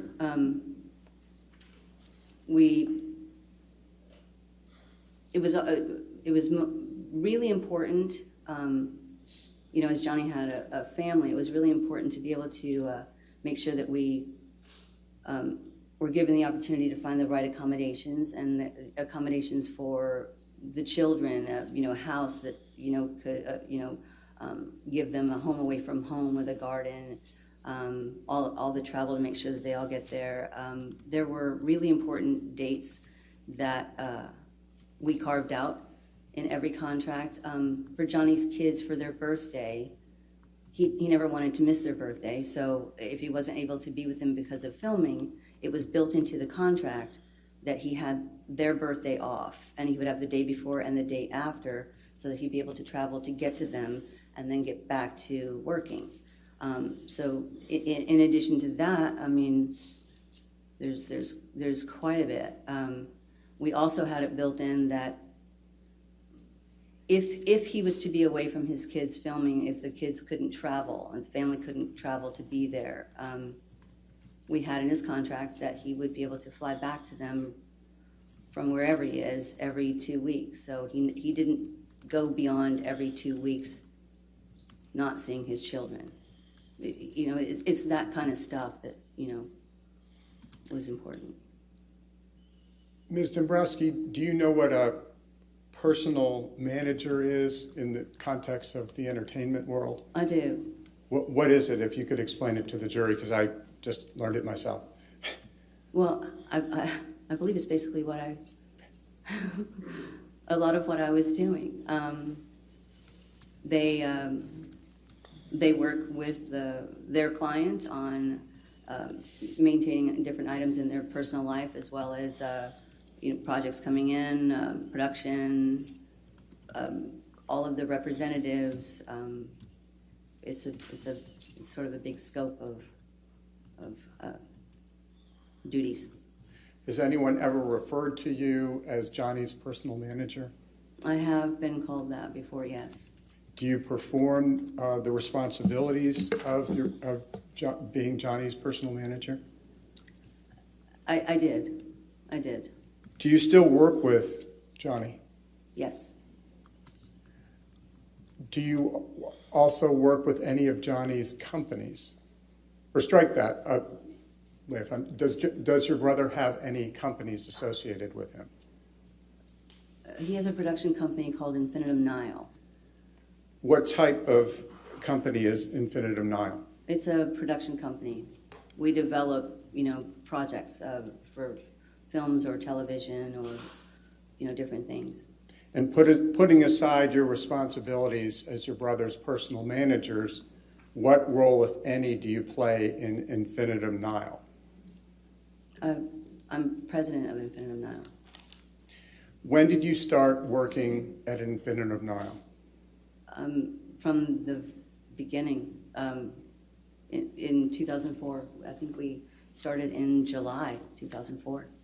And would you please explain to the jury some of your responsibilities as president of Infinitum Nile? My duties as president were I oversaw everything within the company, the staff where we were developing projects where, maybe there's a book that people want to develop into a film or a TV show or different ideas. So I oversaw that, all of the development, their schedules with meetings with different people to take those projects out to pitch.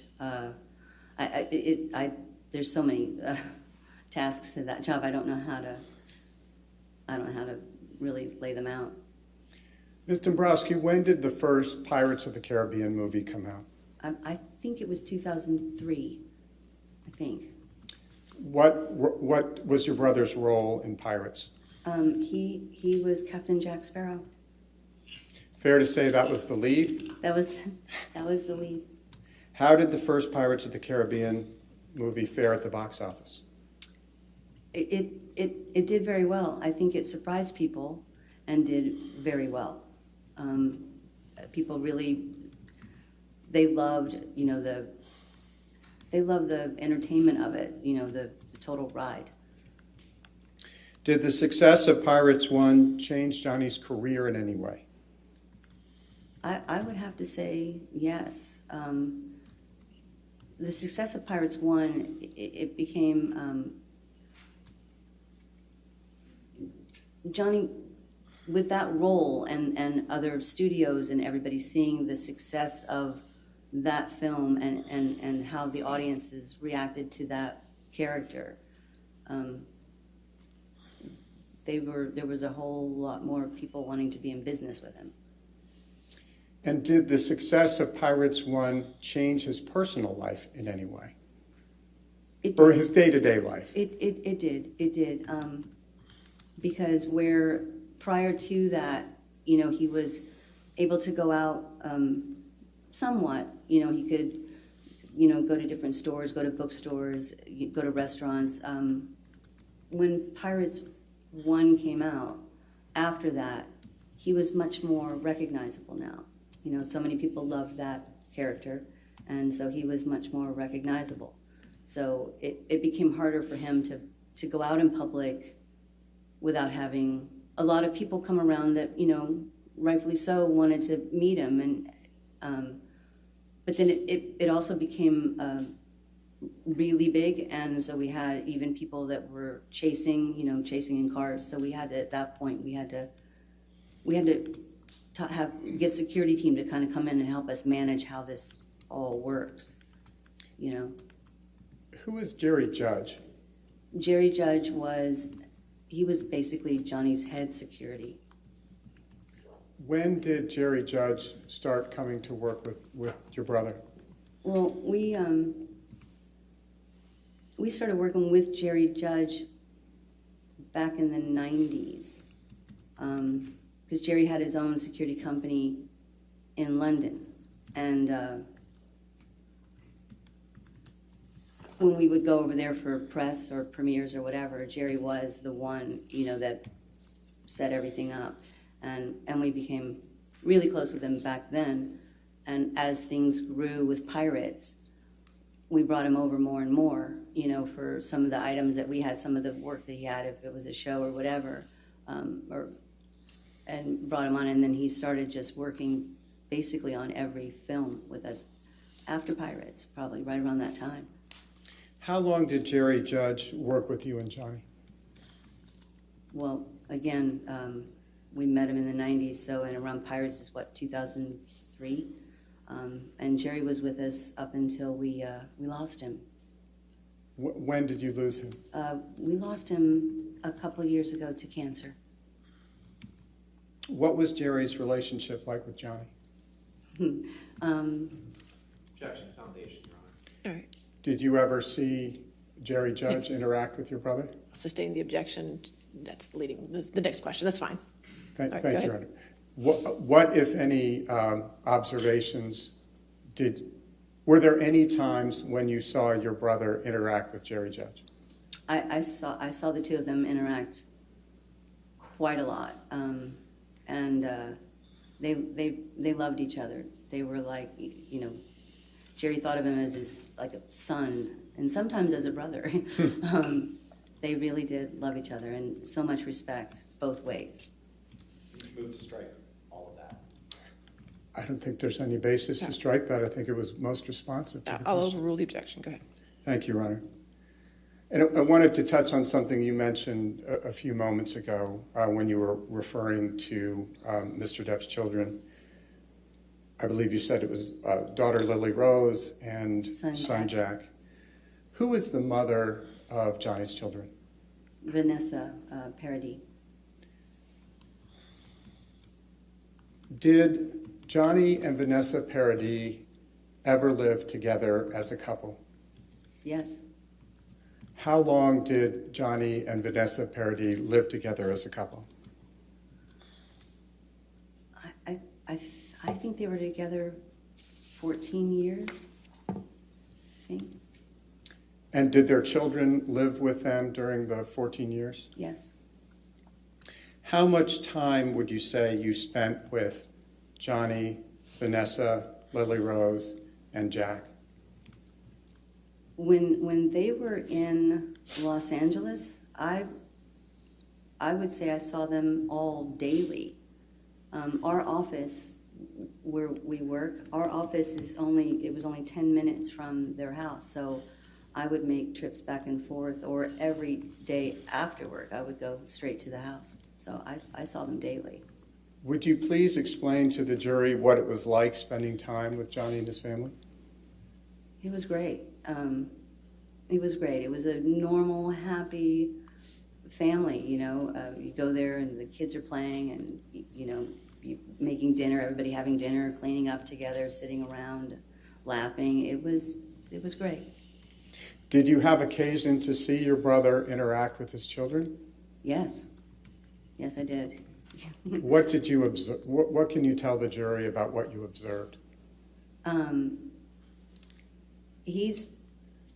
I'm proud to say, he's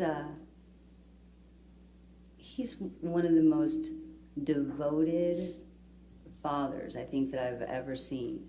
Like everything in life was about the children, but when he was with the kids, like the attention that he would give them, you know, it was just constant, playing with them, listening to them, you know, laughing with them, reading to them, Barbies, I mean, you name it, and he was there. Did you ever observe Johnny treating his children the way you saw his mother treat him when he was young? No. Have you ever seen Johnny hit either of his children? No. Have you ever heard your brother raise his voice at his children? No. You may have touched on it earlier, and if so, I apologize. But how, if at all, did Johnny communicate with his children when he was shooting a film? Objection, foundation. Were you? All right, I'll sustain the objection if you want to lay a foundation. Fair, understood. Okay. Did you have occasion to observe? Were you ever with your brother when he was shooting a film? Yes. Did you have occasion to observe your brother communicating with his children while you both were there on set? Yes. Yes. So with that, please go ahead.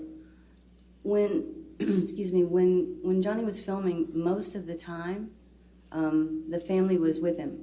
The family would travel and go, you know, it was like I said earlier, we would get a house and garden and all of that to make sure that there was a home. So his family was with him most of the time.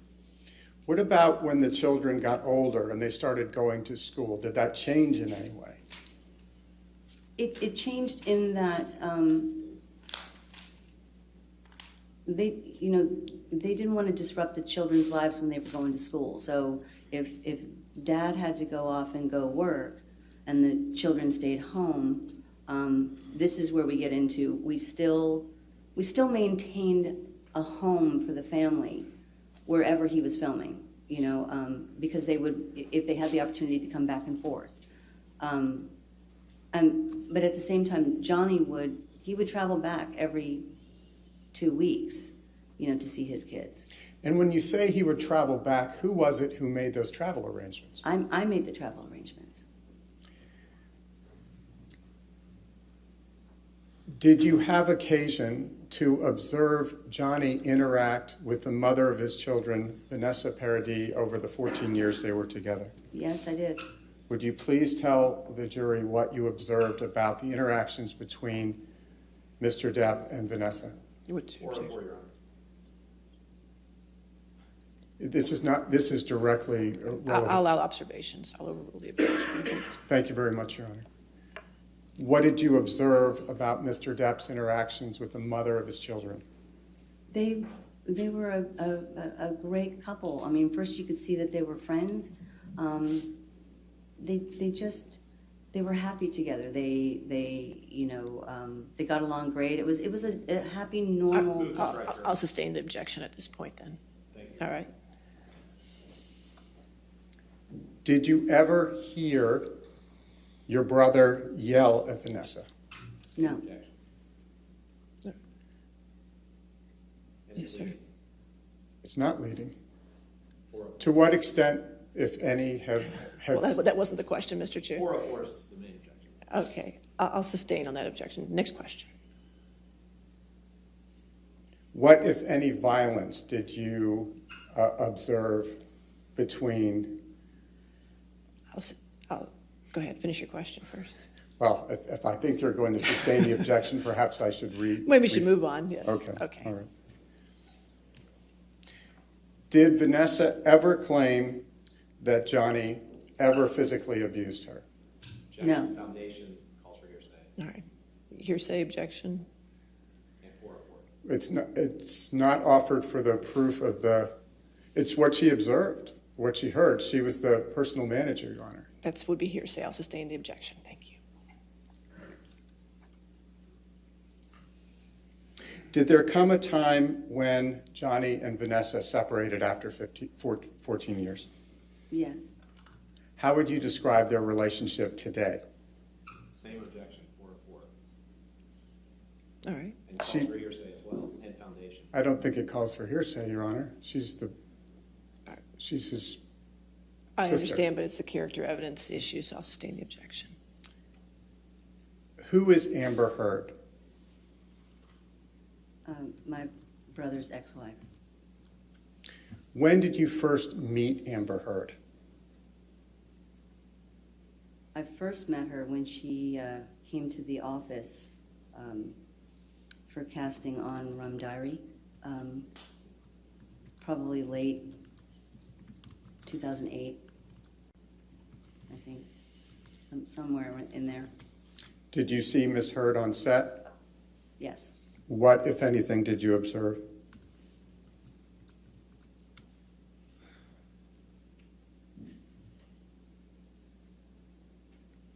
When she was working on set, I mostly observed, some of the, I was there for some of the scenes, and in between,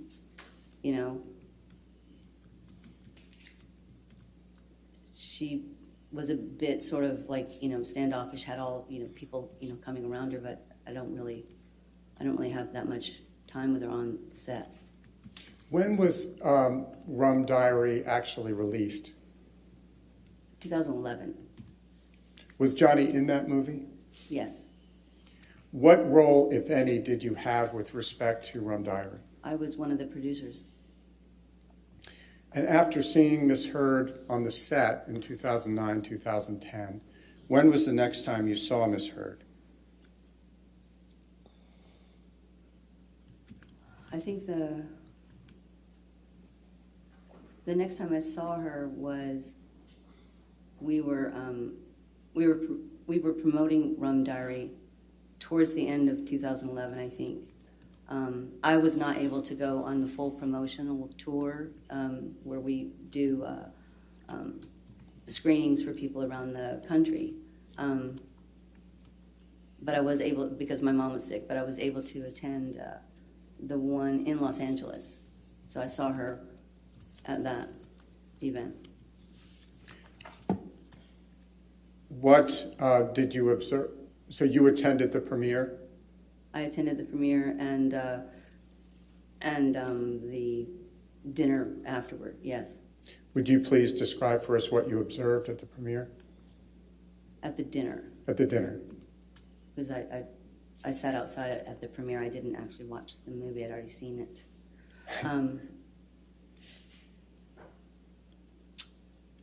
I sat at the same table with some of the other people involved in the cast. So I saw Johnny and Amber, they were seated together. I saw them talking quite a bit, and she seemed very friendly that night, yes.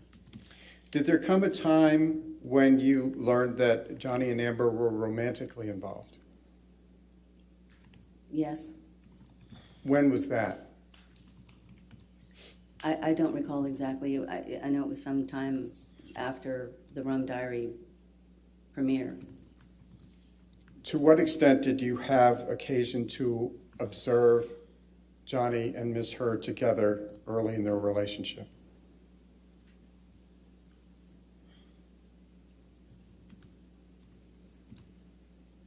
I would see them. There were times when she would come and visit our mom, I would see her then. I would see the two of them then.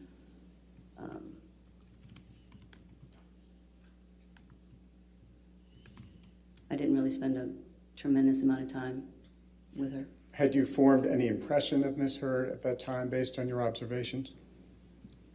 I did. I did. Look, I didn't know her very well, and I would spend time. Like I said, she would come to my mom's house. I sat with her and my mom.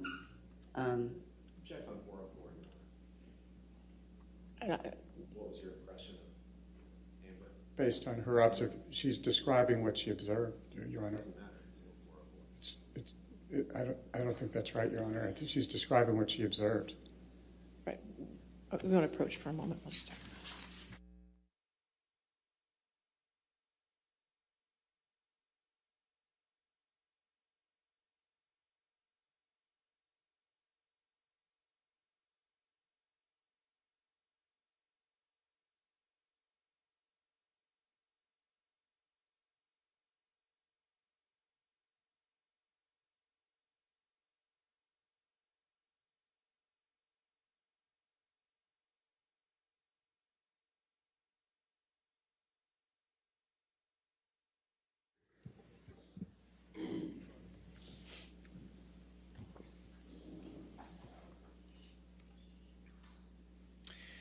Did there come a time when your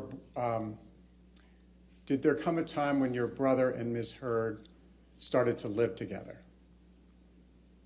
Yes. And when did that occur approximately, if you recall? I don't recall the timing. I don't recall the time frame. I believe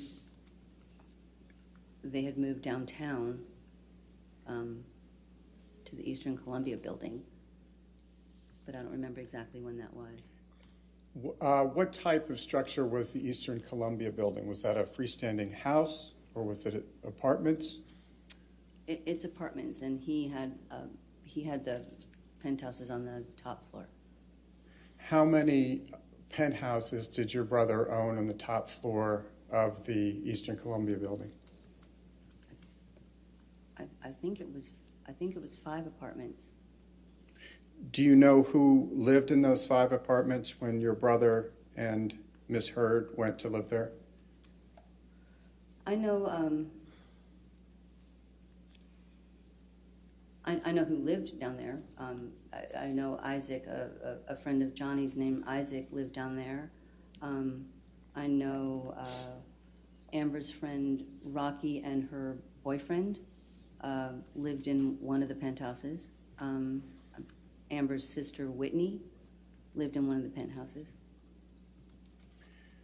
When you say Rocky, are you referring to Rocky Pennington? Yes. And was her boyfriend Josh Drew? Josh Drew. Did Rocky Pennington and Josh Drew pay any rent to your brother? No, What about Miss Heard's sister, Whitney? Did she pay any rent to your brother? no. Do you know why your brother allowed them to live rent-free in his at the ECB? Because they were, Wait, hold on, I'm sorry, ma'am. I'm sorry. Foundation, we asked, do you know why? So if she knows, she can answer. I'll allow it all over. She was his personal manager. That's fine. Go ahead. Did you arrange for handling a lot of your brother's bills? I would give them to the business manager. Yeah. But I believe they were Amber's family and friends. That's why he let them live there.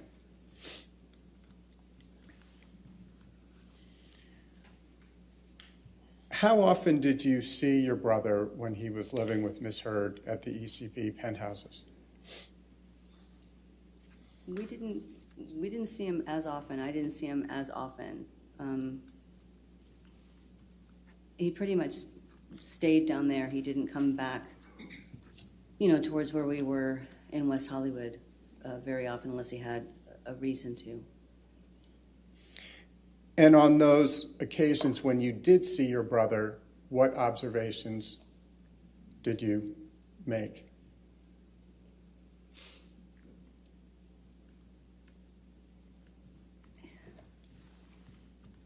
He was always in a hurry when he was able to come back. He could never sit and spend the time. It felt like he was always trying to, get back downtown. He just seemed so much sadder. He did not seem himself. He was always his person was much just sadder.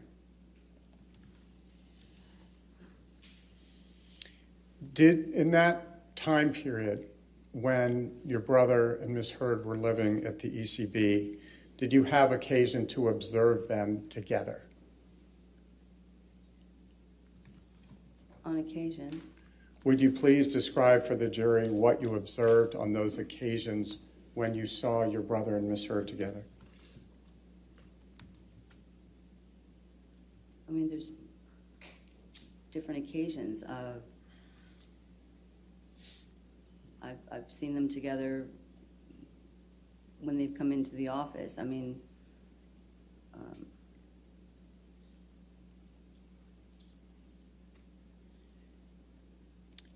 when you saw them together, did they appear to get along? Objection, Your Honor. Vague and leading. All right, I'll sustain this to leading. All right, next question.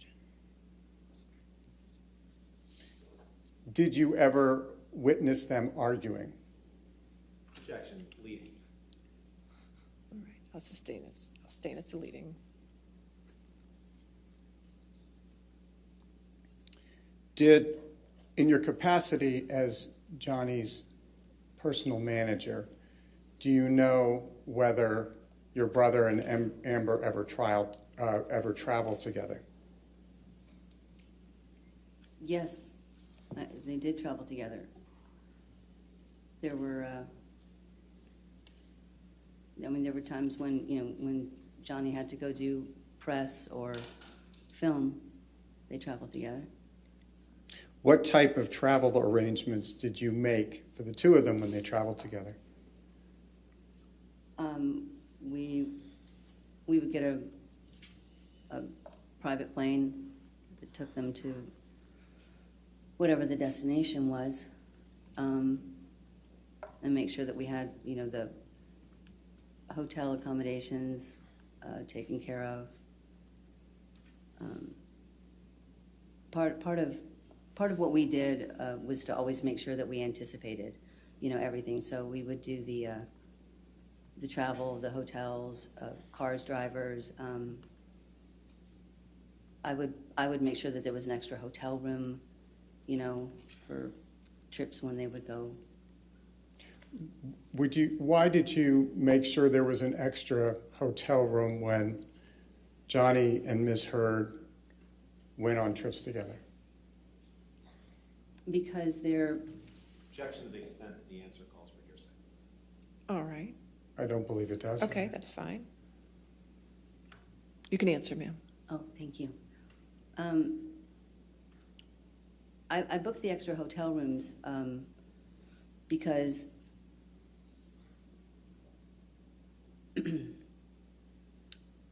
if Johnny was at home or anywhere like that, he was able to, if they argued, he was able to leave the room, leave the argument, and go like he's always done and hide in a different room to get away from it. When they were traveling for, the different reasons for press or whatever, and we booked the hotel rooms, I wanted to make sure that there was an extra room, because it wasn't unusual, for them to have an argument. So I wanted to make sure that there was an extra room. Did your brother ever have occasion to use that extra room that you booked for him? Yes. Objection, foundation.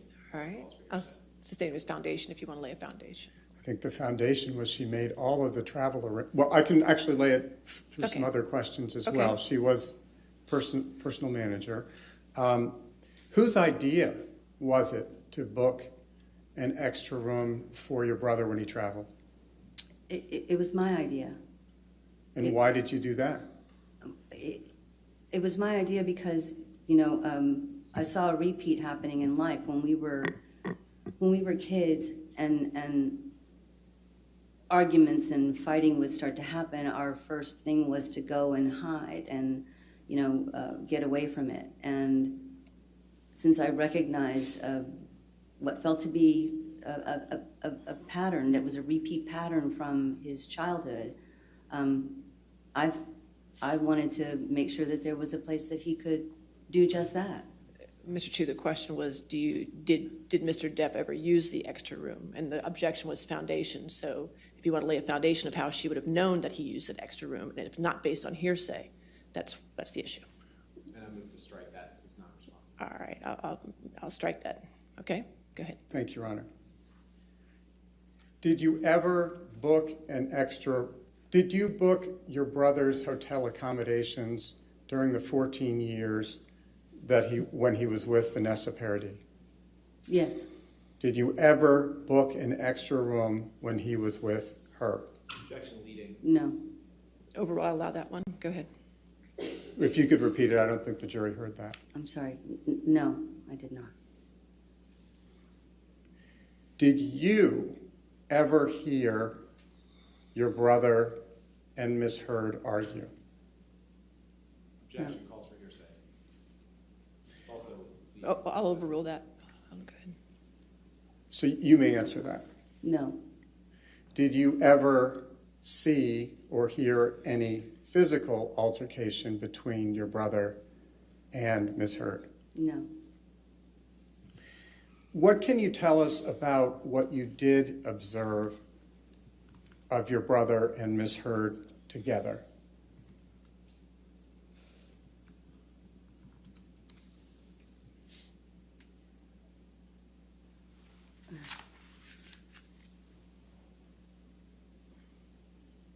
What to me,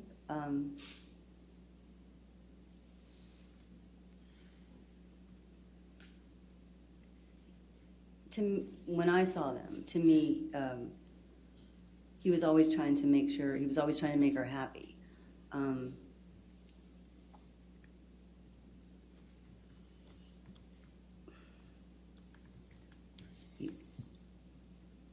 He always made effort to sort of make her happy. I think she has a very strong personality, and my brother's personality came off much more soft at that point, to me.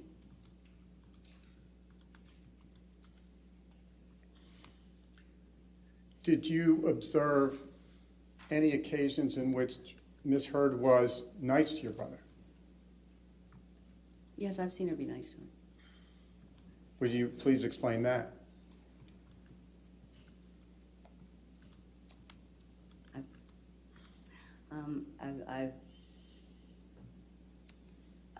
I've seen her be nice in offering to, bring him a drink or,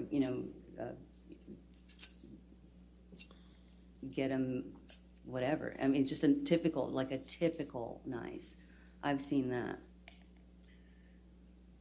Have you witnessed any occasions on which Ms. Heard wasn't nice to your brother? I have, actually. Would you please describe those to the jury? Yeah.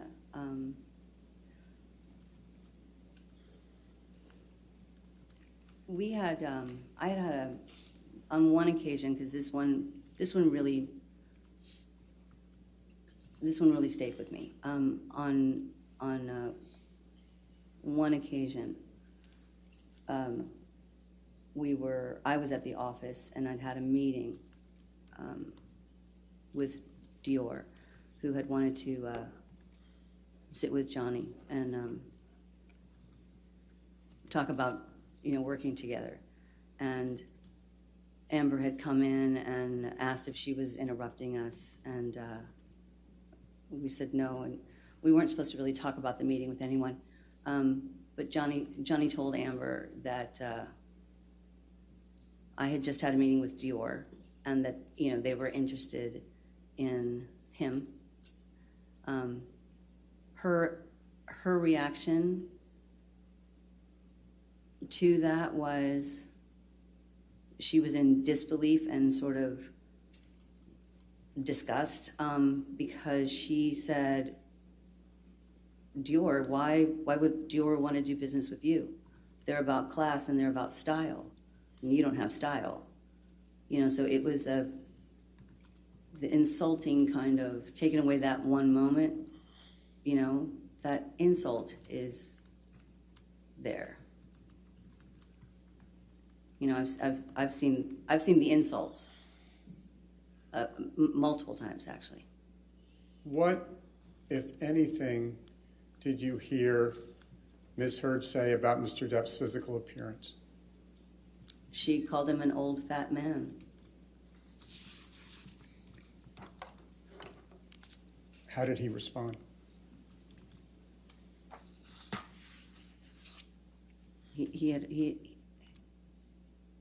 I believe he's heard her call him that himself.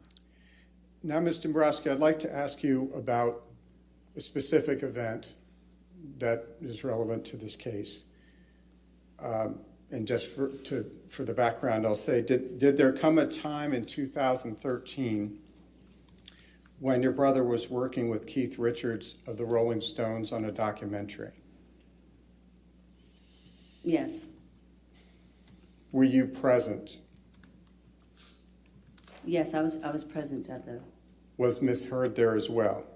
Yes. If you could please tell the jury how physically close you were, or how far you were from Ms. Heard while the three of you were on the set. I was right next to her. They had gotten there, and I was close enough that I hugged her, and was standing next to her. It was a small set. And when you were standing next to her and when you were hugging her, what, if any, marks or physical injuries did you see? I didn't see anything.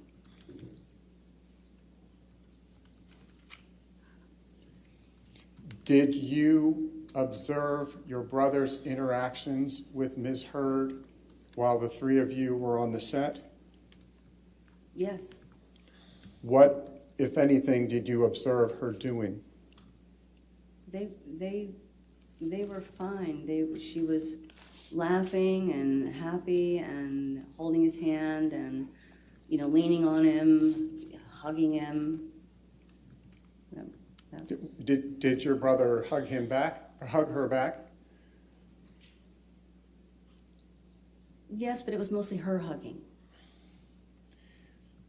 And switching subjects from that time on the set, did there come a time when you learned that Johnny was going to marry Miss Heard? Yes. And this is a little complicated, so I'm just going to ask you in a narrative form. I understand there was a wedding, and that there were a couple of ceremonies. If you could just please describe that to the jury. There was a wedding celebration that was put together on the island. So they had a wedding ceremony on the island. But prior to going to the island to do that, they actually got married in Los Angeles because they had to get married in Los Angeles because they couldn't get married, paperwork, etc. On the island. So they got married in LA. How did you learn that they were going to get married?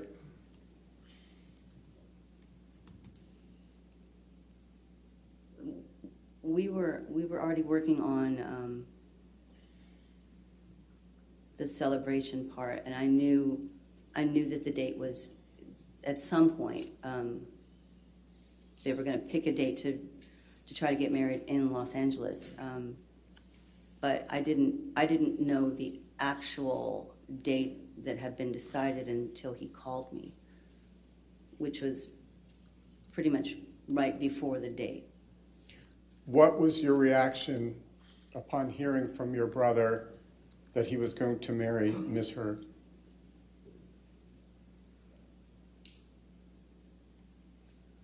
I was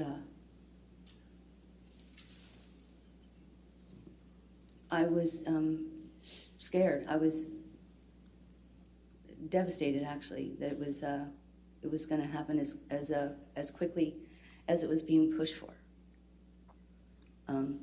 I actually tried to talk him into just waiting a little bit longer, just a little bit, and not rushing. Why did you want him to wait a little bit longer?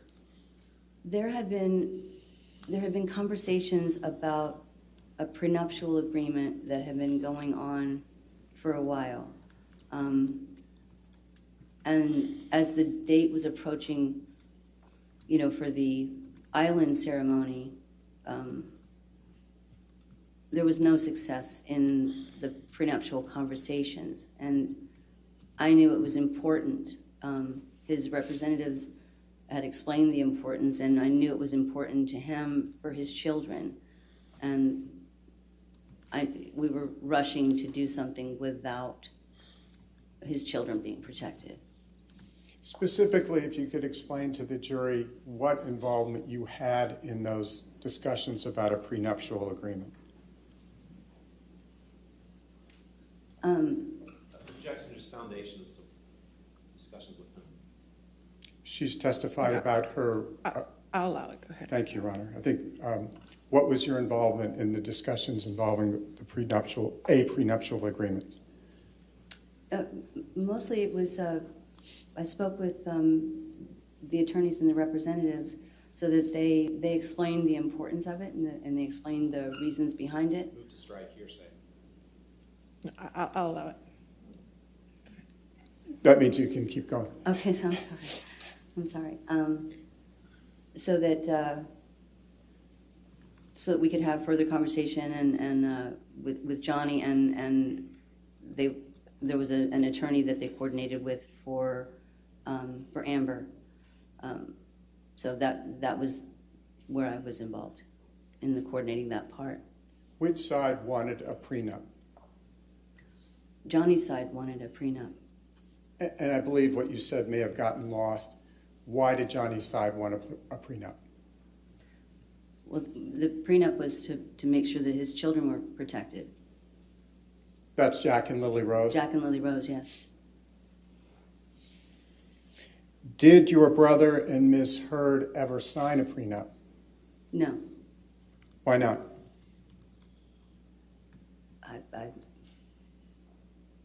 Amber didn't sign it. Did you end up, despite your misgivings, did you end up attending the wedding or the ceremony between your brother and Miss Heard on the island in the Bahamas? Yes, I did, but I also attended the actual wedding in Los Angeles. And that preceded the celebration in Yes. Bahamas, is that correct? Yes. Did you have occasion to speak with Ms. Heard either at the ceremony, the formal ceremony in Los Angeles, or the celebration in the Bahamas? I did. At the actual ceremony in Los Angeles, they had the ceremony at our mom's house, and at that ceremony, I didn't have occasion to really speak with Amber. She, Rocky, and Whitney, I don't believe wanted necessarily to speak with me on that day. I did after the ceremony was done. I was standing not far from them, and they were having a conversation. They were having a conversation actually about, about should they leak the information that they had already gotten married at the house to the press, so that they could, maybe they didn't have to worry about the island when they did the celebration. And Amber actually reached out to me and said, because I was standing 7-8 feet away from her, asked my opinion, what I thought about that, which I basically said I didn't know why they would do it, since all the information for the island was already out, and it wasn't going to help them. I didn't know why they would want to leak it at all, but it was up to them. I saw her on the island as well, but on the island she was actually extremely friendly when I got there, because if I'm honest, I debated going. I didn't really want to. I almost didn't, but I took my dad. Dad wanted to go, and I wanted to make sure that I showed up anyway, because I wanted to make sure that, honestly, that my little brother would know that I was always going to be around no matter what. But Amber was extremely friendly and thanked me for coming to her special day. It was a very big day for her. Can you remember any other interactions you had with Ms. Heard or your brother on the island at the celebration?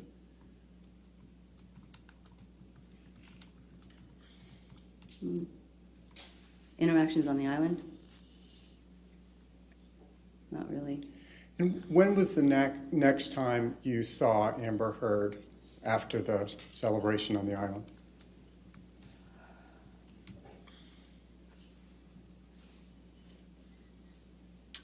It would have been when she came back from Australia.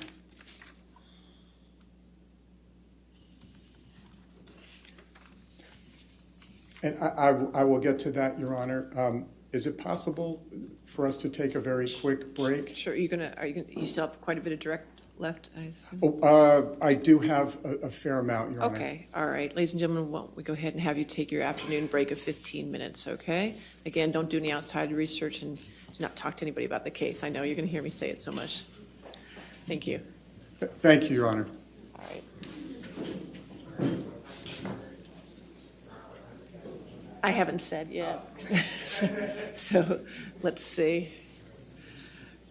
I want to make sure. I haven't said yet. No, it's okay. I usually wait till the jury goes out so we can make sure.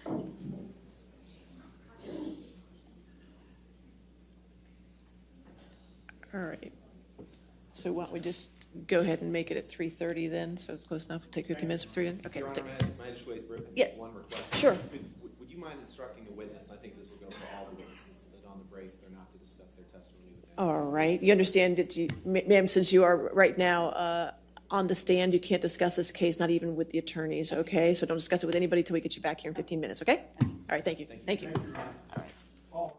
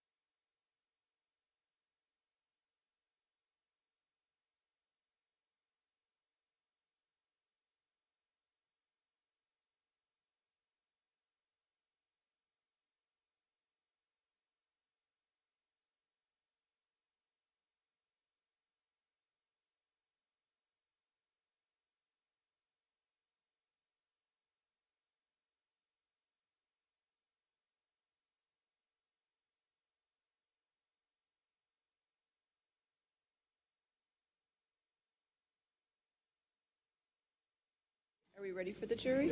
Okay, we ready? Yeah. Before he takes the witness back, Okay. Your Honor, you'll be pleased, we have that second order fully I am endorsed. so- very pleased. Yes, I'll put it in both my- of them are completed. That's great. I'll have an entry for my diary. Won't you, Ms. Ruby? Thank you. Thank you so much.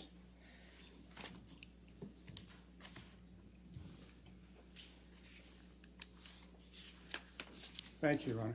All right, yes, sir? Yes, we're ready.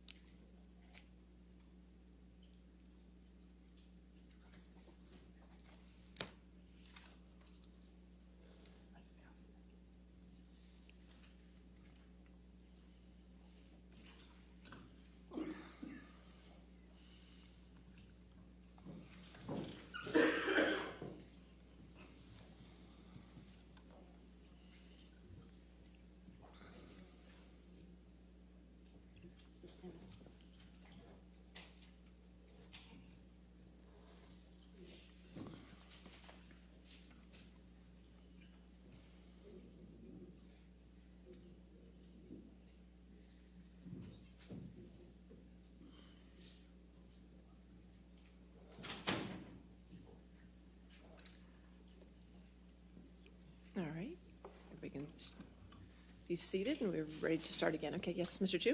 Thank you, Your Honor. Good afternoon again, Ms. Dombrowski. I'm told that both you and I need to speak a little closer to our Oh, microphones. I'm sorry. Thank Okay. you. And when we took the break, I think you had just testified that the next time you had seen Ms. Heard was when she had just returned from Australia. Yes. What, if anything, did you discuss with Ms. Heard when she returned from Australia? Excuse me, we met for dinner a late dinner, and she was telling me that she and Johnny had had a fight in Australia, and I was trying to talk to her about the idea that that kind of fighting is not normal. It's too much, you know. It's not okay. But she told me that I needed to basically get down off my cross and mind my own business. She said that Johnny liked that she was feisty. You know, she was feisty, and then he loved it. And that Jerry Judge and I needed to stay out of her marriage. So that was the basic conversation. Did you respond at all when Ms. Heard told you to get off your cross?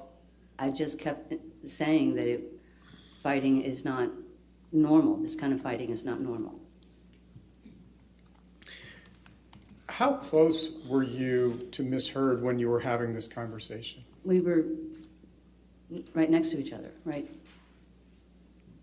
Like right here. Did you see any marks or any discoloration on her face? No. Now, Ms. Dombrowski, I'd like to shift gears again and ask you about the period in April and May of 2016. If you could please let us know, as of April 2016, what was the state of your mother's health?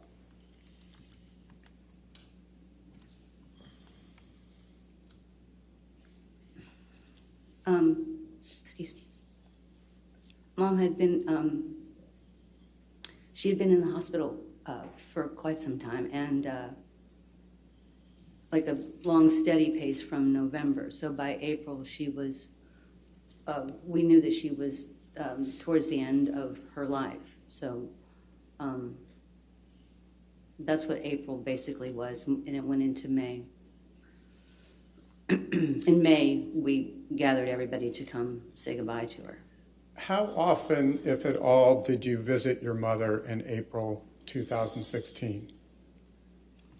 She was in the hospital, so I was with her pretty much every day. I was a 24/7 when I wasn't, at the office or something, Did you ever see Johnny at the hospital? Yes. How often did you see Johnny at the hospital in April 2016? I don't know how often I saw him. I mean, he would come and see her, regularly. Even before that, when there was a period we were trying to help her communicate, and he, brought in, different type tools, pens, pencils, drawing, crayons, just to try to help her communicate. He came as often as he could. He was there quite a bit. And when you said you called the family together in May, would you please explain what you meant? We were told by the doctors that Mom was at a point where there was nothing else that we could do for her, and so that we should start calling anybody that wanted to, come and spend a little bit of time and say their goodbyes. So we did that. We did that in May. But, And moving ahead to May 19, 2016, what was your mother's condition that day? she was basically in a coma. She was medicated and just on machines, life support, where it was, slowly going away on May 19th. How do you know that? I was with her. Did you see your brother in the hospital that day? Yes. What happened the next day, May 20th, 2016? Well, Mom passed away that morning. We had all the family was there. Johnny was there with his kids until the wee morning hours of May 20th. My kids, my sister, we were all there spending our last bits of time, and everybody else had gone home. And Mom passed away probably a few hours after that, maybe 5-6 hours after that. Who was with your mother when she passed? I was. Who, if anyone, told Johnny that your mother had passed? Sorry. Take your time. I did. I called him, and I called my our other siblings to tell them. And I'm sorry, I know this is painful. How did Johnny react when you told him that your mother had passed? Well, he was sad, but there was also there's a relief that suffering is done. So.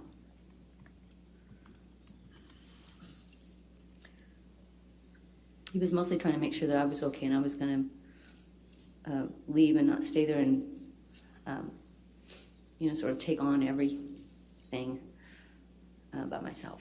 So he asked about how you were doing. Oh, yes, that became quite a big topic. Yes. Ms. Dombrowski, did you see Johnny the next day, Saturday, May 21, 2016? I did.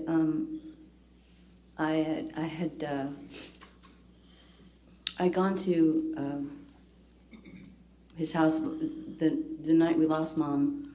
I think we all kind of gathered our children, right? And I had my sister with me, so I had driven her back on the Saturday, and we were going to go to the funeral home. So I was while I was waiting for her, I went to go check on Johnny and see if he was okay, and wanted to go. And did you check on Johnny Saturday morning, the 21st? Yes.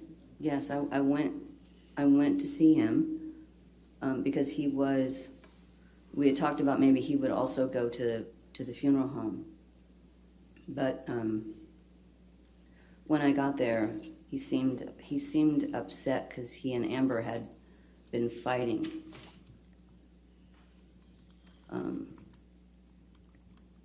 What else happened when you first met with your brother on the morning of the 21st when you were talking about going to the funeral home?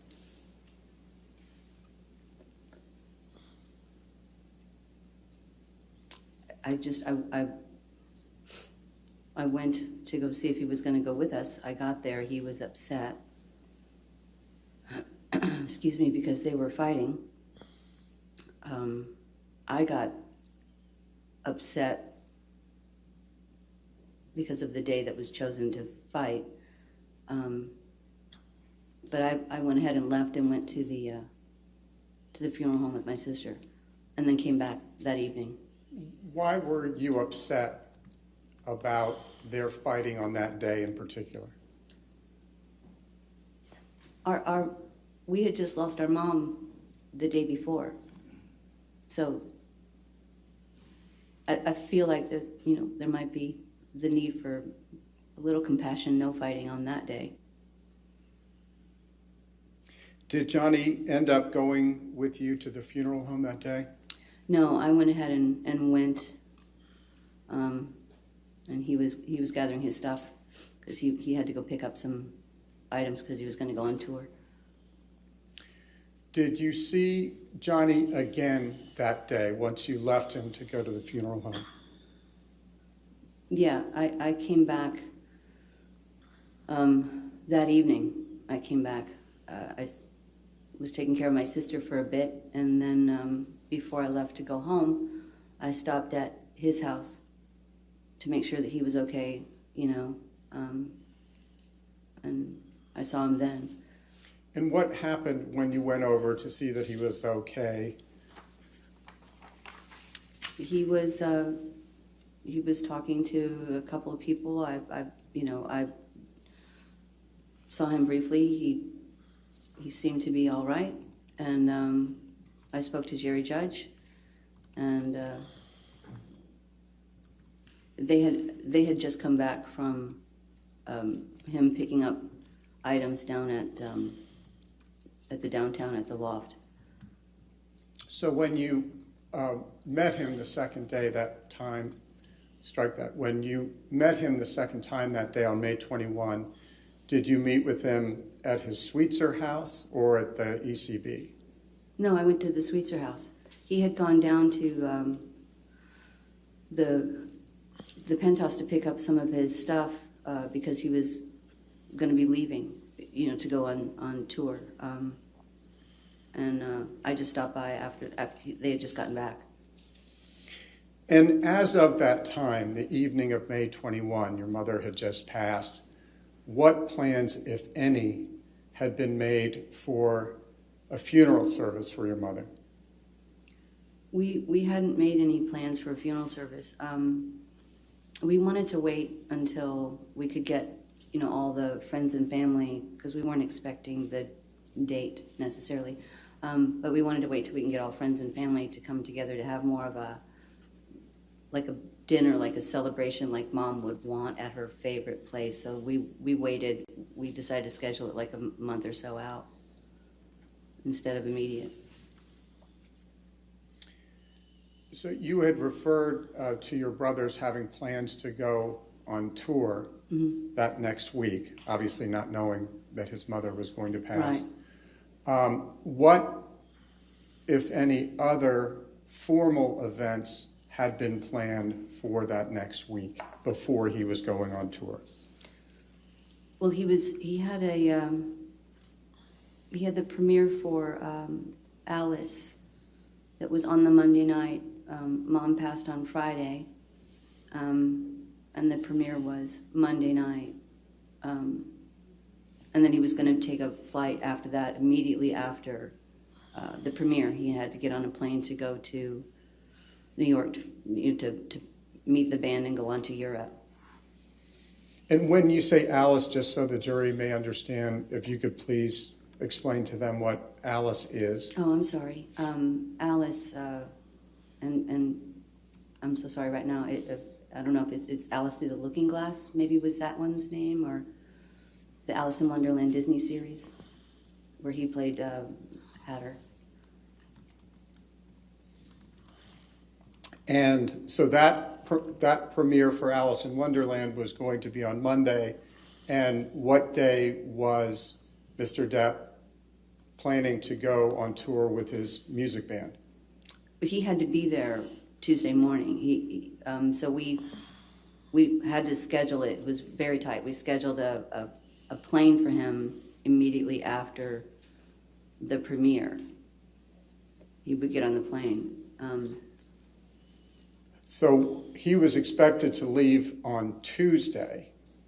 So how long was he supposed to be on tour? I believe it was a couple of months, something like that.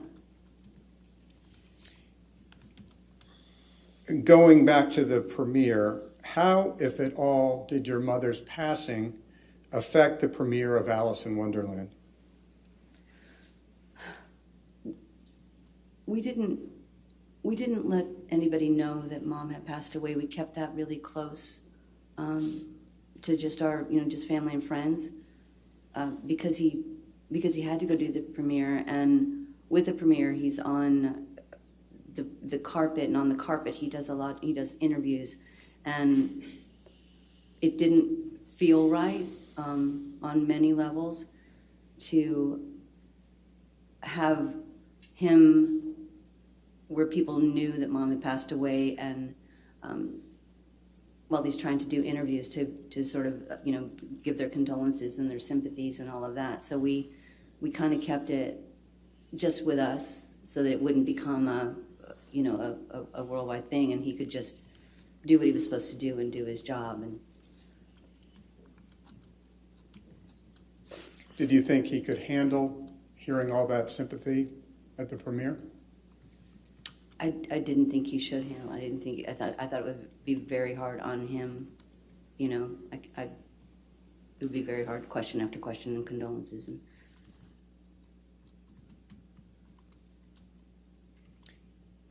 did there come a time when Ms. Heard filed for divorce from your brother? yes, When was that?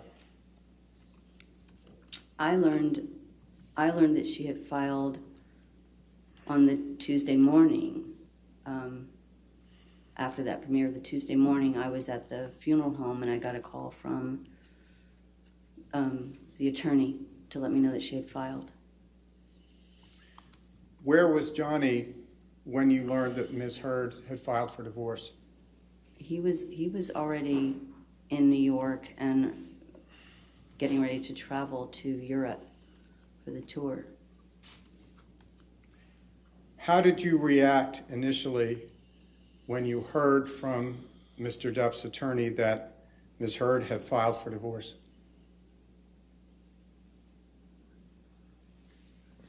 I mean, I think understandably, the timing of this, it made me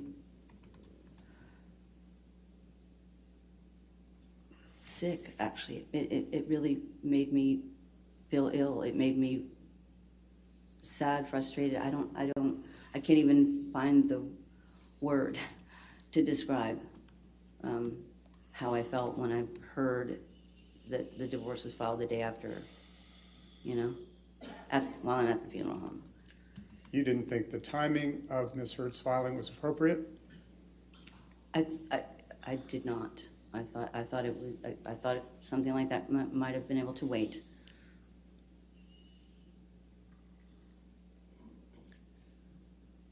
Did there come a time when you learned that Ms. Heard had also filed for a restraining order against Johnny? Yes. Yes, I think I heard that also from the attorney. I believe the day before. It was a Thursday, I think. I learned that one. So this was 2 days after your brother had left for New York? Yes. Yes, because I was shocked at that. I was shocked at that, and concerned that he was out of town and didn't know if he needed to be there. He was gone, and I was asking the attorney, and they said, no, he doesn't have to be there. No one has to be there. Amber won't be there. No one will be there, just attorneys. It's a very simple process. Did Johnny attend the restraining order hearing? No, he was not in town. He wasn't in the country. Did you see any press coverage of the restraining order hearing? Yes, I did. Would you please tell the jury what you saw or read? Objection calls for hearsay. Not asking for the proof of what was in the articles. It's a present sense impression.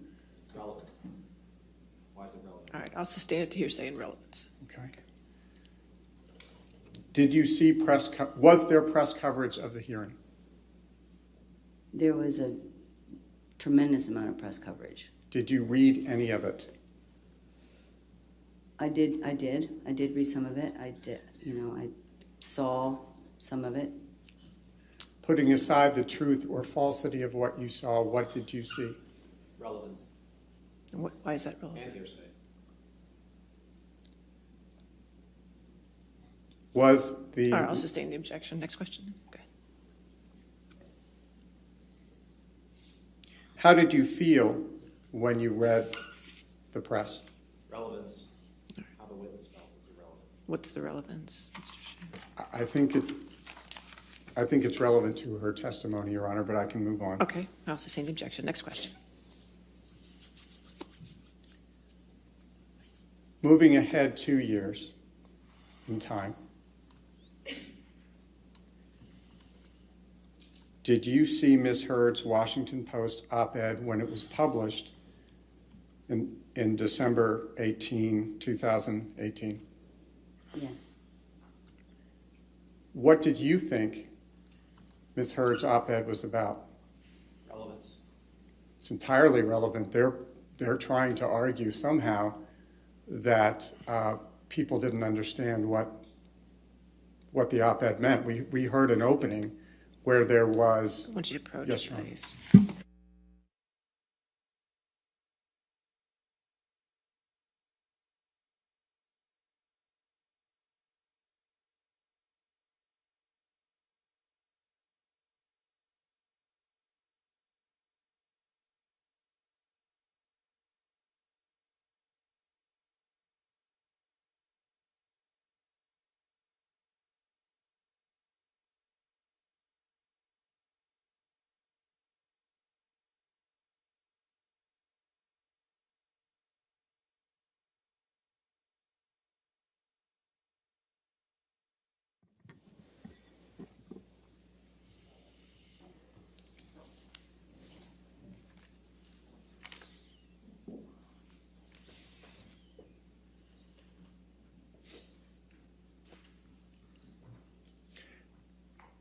Ms. Dombrowski, have you had any discussions with your brother about the op-ed?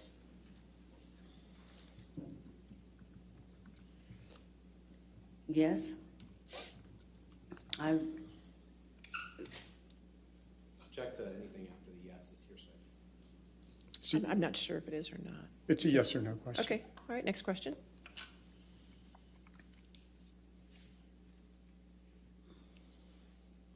As Mr. Depp's brother and as his personal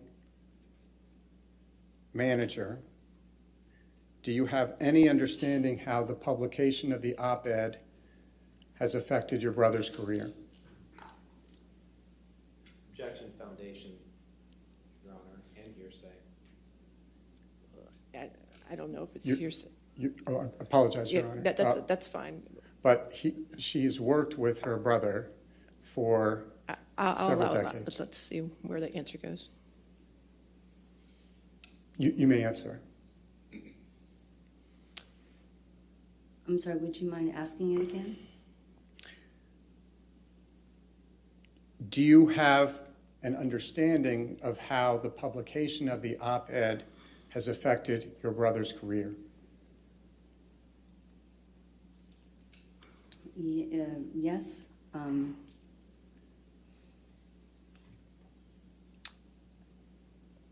The op-ed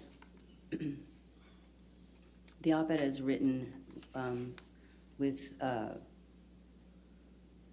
the way it was written, the wordings within the op-ed make it very clear of a time frame. Get the director to answer that question again. Maybe you should ask it again. How has the publication of Ms. Heard's op-ed, putting aside for a moment its relationship to your brother, its references to your brother, how has it affected his career? I believe there's a negative effect on anyone's career when there's accusations, as there have been. How has it affected him personally? Objection, foundation. She's his sister, Your Honor. I'll allow it. Go ahead.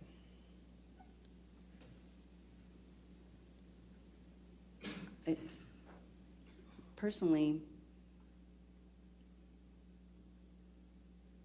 I know he doesn't want people to feel that that he could ever be that type of person, which he isn't.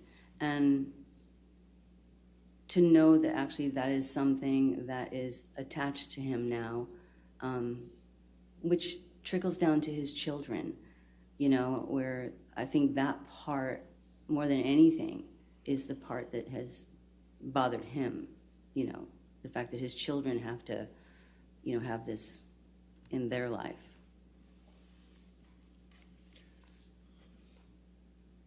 Ms. Dombrowski, do you believe that your brother physically abused Ms. Heard? Objection, Your Honor. Relevance, foundation. I'll sustain the objection.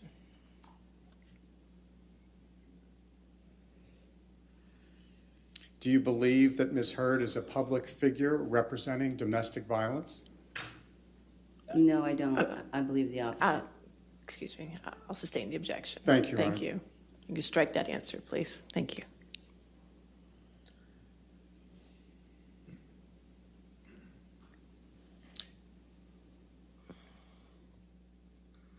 As his sister and as his personal manager for decades, are you aware of any occasion on which any woman other than Ms. Heard has ever accused your brother of any type of physical abuse? Objection, foundation, hearsay, leading. I'll allow the answer. No.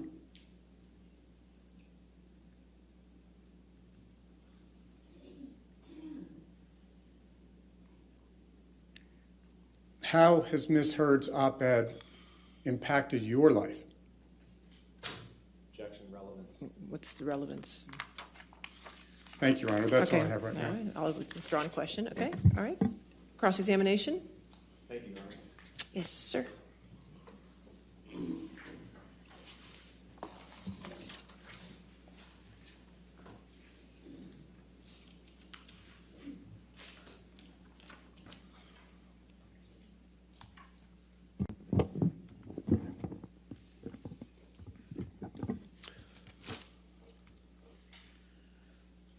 Good afternoon, Ms. Dombrowski. Good afternoon. So I believe we covered some of this, but just want to make sure. So you're employed at a company your brother owns, right? Yes. It's called Infinitum Nile? Yes. Is that right? And it's Mr. Depp's production company? Yes. And you're the president of that company, right? Yes. And that is your only source of income, correct? I have other projects that I work on the side. It's your only job, right? It's my full-time job, yes. Right. And job-wise, you don't have any other sources of income other than Infinitum Nile, right? Other projects, I have the opportunity with other projects to make more money. Okay. All right.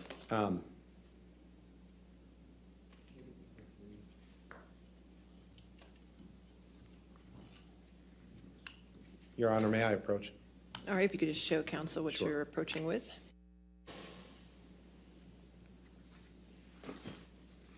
It's just a copy of your deposition.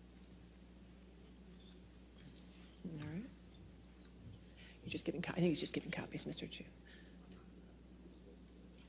Oh, I would assume it wouldn't be. Okay. Thank you. Yes, please.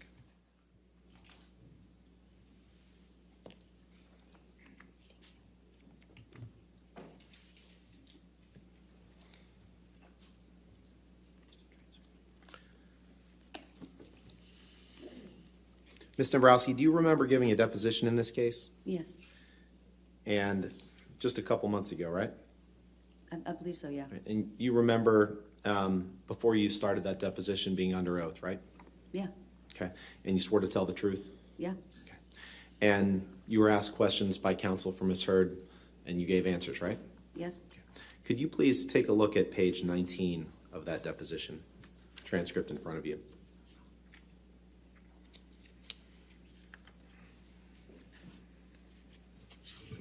I'm sorry. Okay.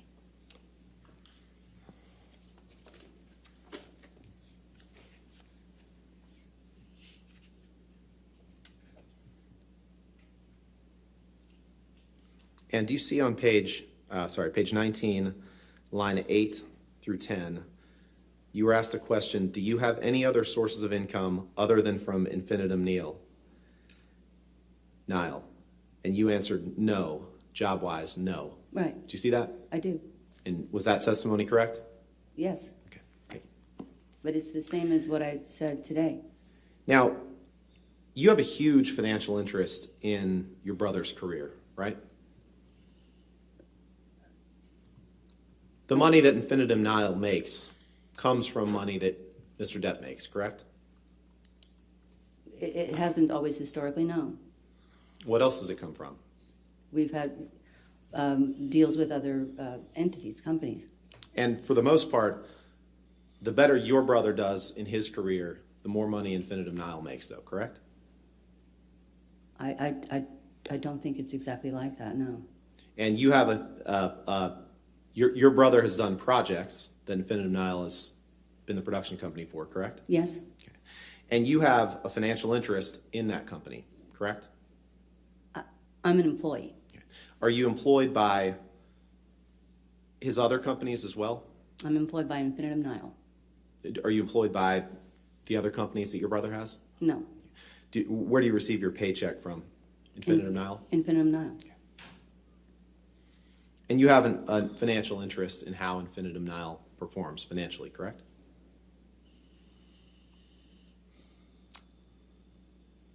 I have a salary that I get, so that's not a financial interest if you're asking if I get a piece of the pie. No. You wouldn't consider salary financial interest? Is that your testimony? I consider it a salary, yes, but it sounds like you're asking something different. I'm sorry, maybe I misunderstood. Yeah, so the bottom line is you draw a salary from Infinitum Nile, Yes, and that's your brother's production company, correct? yes, Now, you feel protective of your younger brother, always have, right? yes. And you testified earlier today about Mr. Depp's reactions to some of your mother's anger growing up. Mm-hmm. How old was Mr. Depp during the periods you were talking about? Like when he was a kid? Is that basically what you were talking about? The reactions to Mom's anger began as when we were children, and we had the same reaction always, was to leave. Right, and when you were testifying earlier about Mr. Depp's reaction being to leave, you were referring to when he was, before you left the house, when he was a kid, right? Yes, but we left the house not too far apart from each other, but yes. Okay. When Mr. Depp would leave as a child during the times when your mother was angry at him, was he addicted to drugs back then? No, Was he addicted to alcohol? no. You testified a little bit about Mr. Depp's former partner, Vanessa Paradis. You were friends with Vanessa, right? It was a family, so. Right. You considered her family. Yeah, Right. she was part of the family, yes. Right. And you were friendly with her? Yes, You liked her? yes. You were happy that your brother was with her? I was happy that my brother was happy. Yeah. And you didn't want to see him split up from Vanessa, did you? You know what, I wanted both of them to be happy. It didn't matter to me if they split up or not. You were devastated when they split up, weren't you? I don't think I was devastated. Were you happy about it? no, I wanted my family to be okay. What were your emotions when you learned that your brother was splitting from Vanessa? If I had to say, I was probably, you know, a little sad for both of them, but that, I mean, beyond that, I don't really recall big emotions. And you were sad because you were losing her as part of what you just testified was your family, right? No, You weren't sad about that? no, Now, on May 21st, 2016, you were asked some questions about that, and I know your mother's passing must have been very tough, so I'm not going to ask specific questions about that. I'm going to ask questions about the next day just to make sure that I had your testimony right. Can you remind me, you said you saw your brother the morning of May 21st? I stopped by there at some point in the daytime, in the early part of the day. Approximately what time? I honestly don't remember. Was it before lunch? I don't remember the timing. It was just daytime. It was daytime. And you testified that when you stopped by there for the first time that day that you were upset because it seemed like he and Amber had been fighting. Is that what you said? I said that they had been arguing. And I've said that I didn't love that they were arguing on. It was a horrible day to argue on. And that was, your testimony was that you were upset that they had been arguing when you stopped by that during the daytime, right? Okay.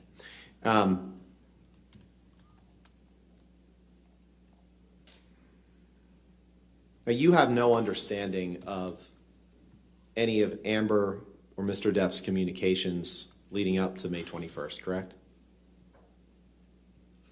I don't know that I have a lot of that, no. Okay. But your testimony is that when you stopped by during the daytime on May 21st, that they had been fighting and that made you upset. Is that right? I'm just trying to understand what you testified to. It's not that it made me upset. I found it upsetting.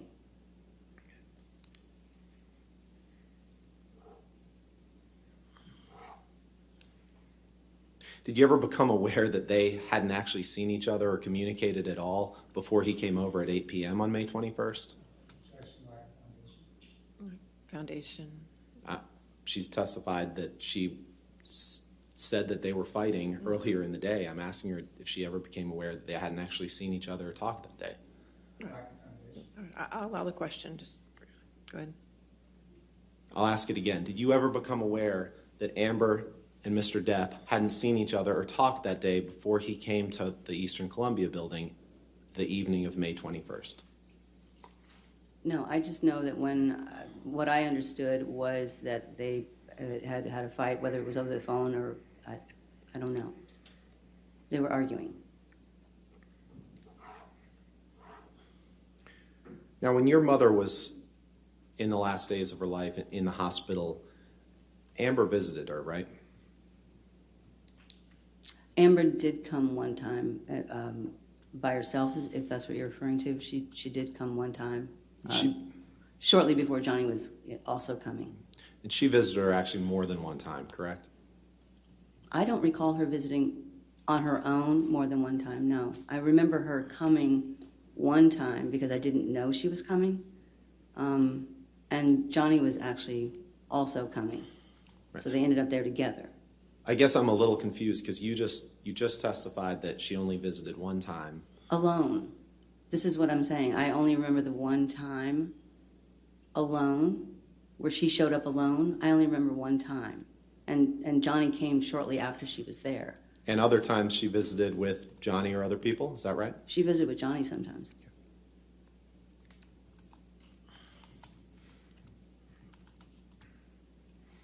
During the time that Amber and Johnny were together, you became aware that he was using drugs and alcohol excessively, correct?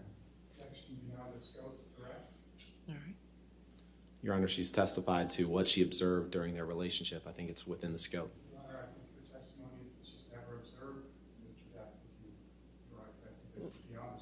No, I'll overrule the objection. You can ask the question. Go ahead.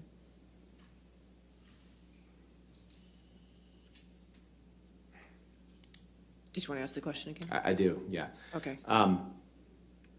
During the time that Amber and Johnny were dating, did you become aware that he was using drugs or alcohol excessively?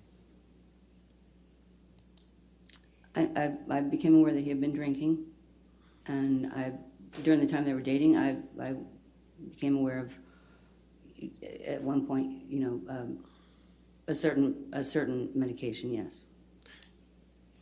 And you formed the opinion that not only had he been drinking, but that he was drinking excessively, correct? I don't know that I formed excessively, but he was drinking. You became aware that he was using booze, right? I knew he was drinking. And you knew he was using cocaine, right? I never saw him do that, so. You became aware that he was using cocaine, correct? I never saw him use anything like that. I became aware of people saying that. And you became so concerned about that that you told your brother to stop using cocaine, correct?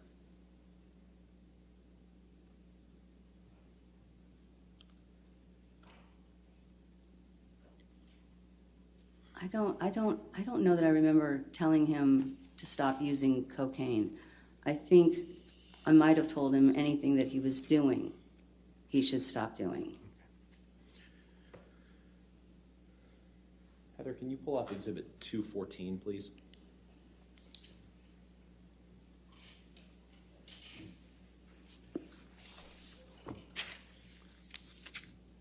Your Honor, I'll obviously move for admission before it's published to the jury. That's fine. Just wanted to make sure it wasn't going to be on their screen.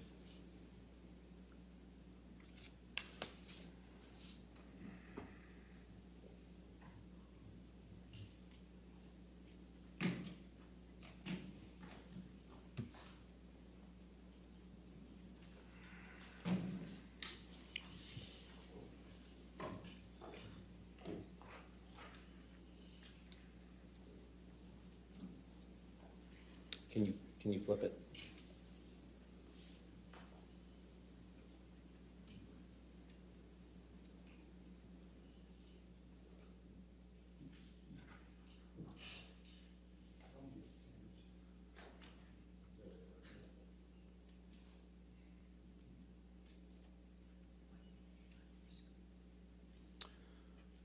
Just trying to figure out how to rotate this, Your Honor. If it's coming from her computer screen, you have to rotate it on there. I mean, I figured. all this is poking doing at is the mirroring screen. whatever was on the computer screen. There's nothing we can.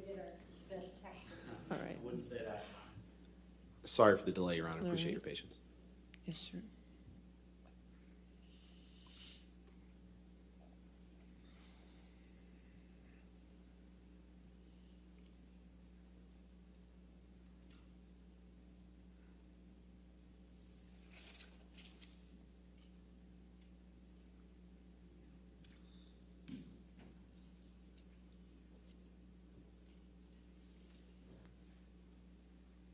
If I may, Your Honor, the issue is what's on the screens, Okay. not on All the right. laptop, so that's the difficulty. Okay. I don't know. Do you want to unplug it and plug it back in just to see? To the system?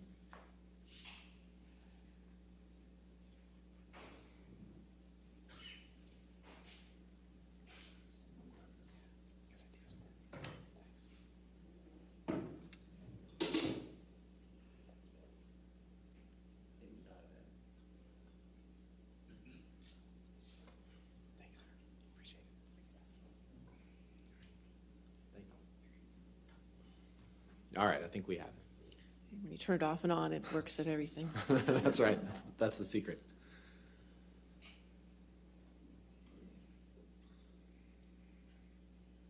Okay.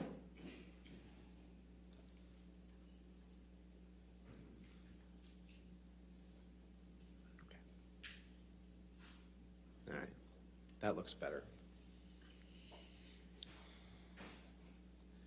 Ms. Dombrowski, I'd like to direct your attention to the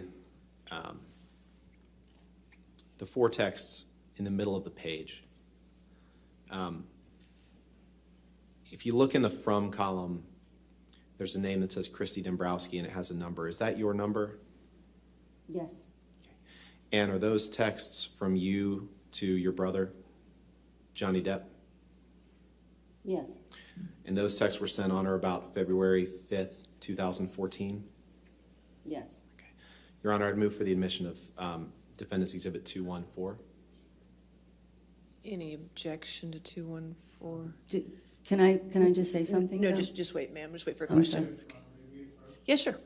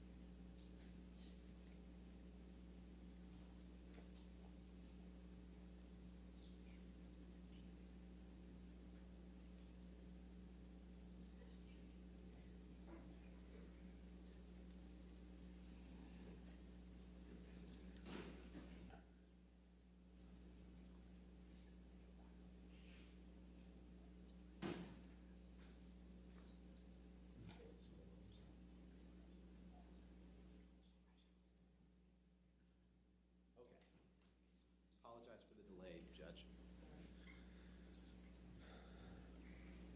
All right, so you're moving in 214, we'll receive it redacted? That's Yes, Your Honor. correct? Okay. Over objection, that's fine.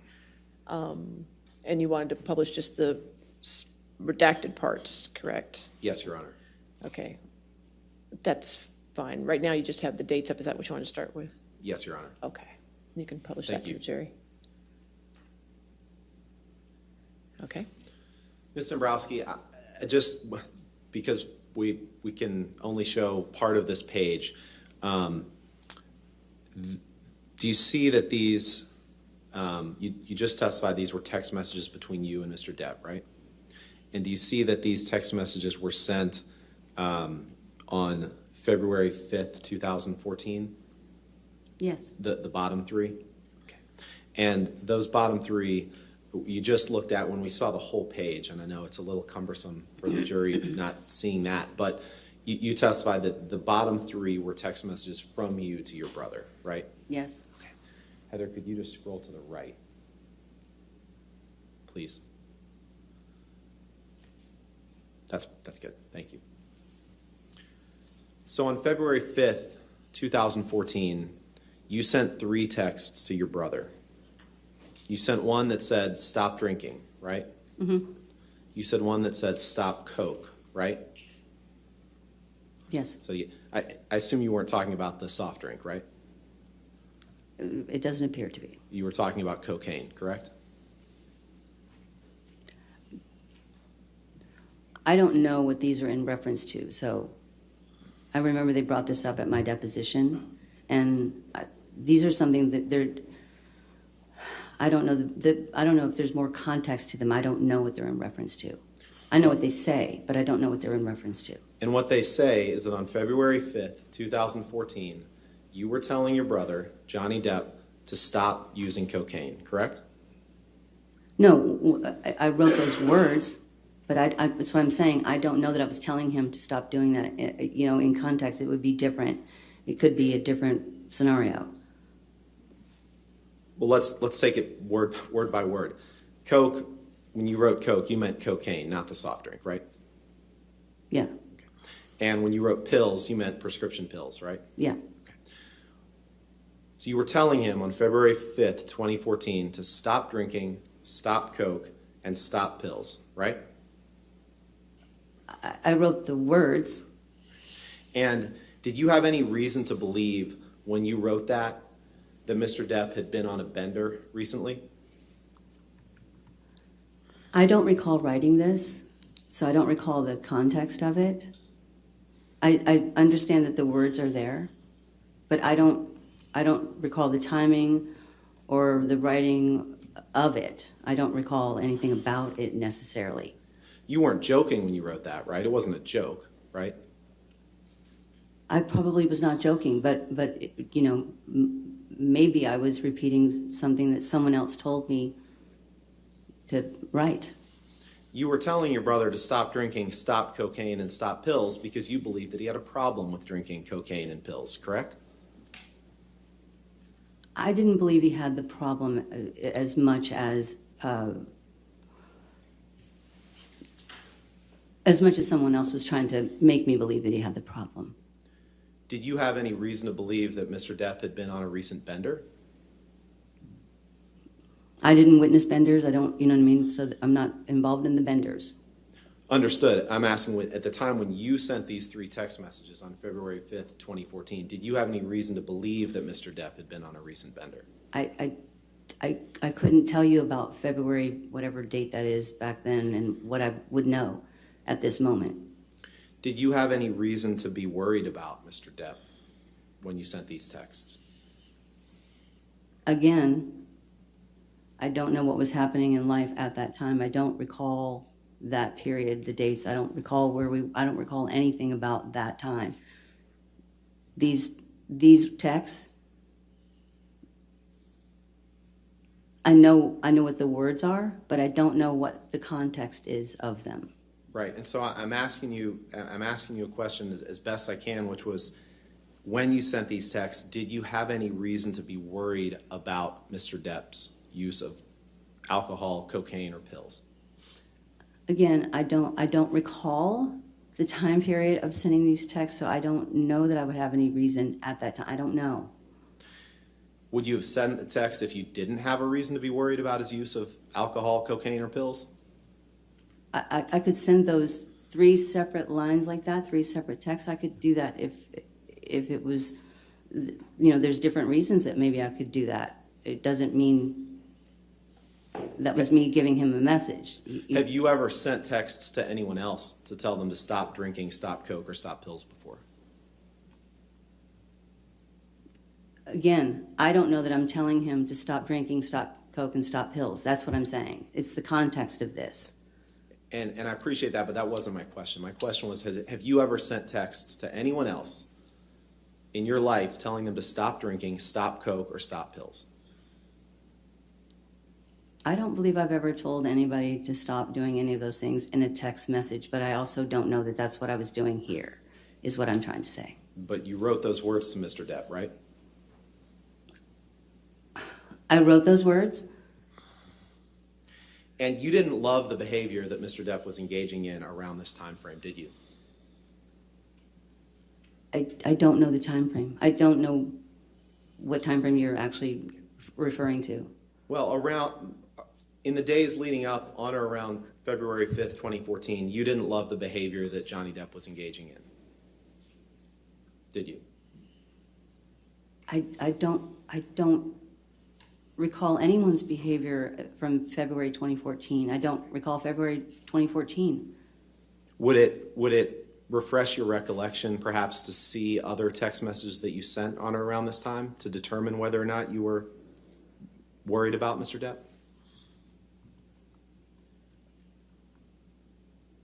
If there's other context, I guess. I don't know. Why don't we do this? Heather, can you please pull up Exhibit 210?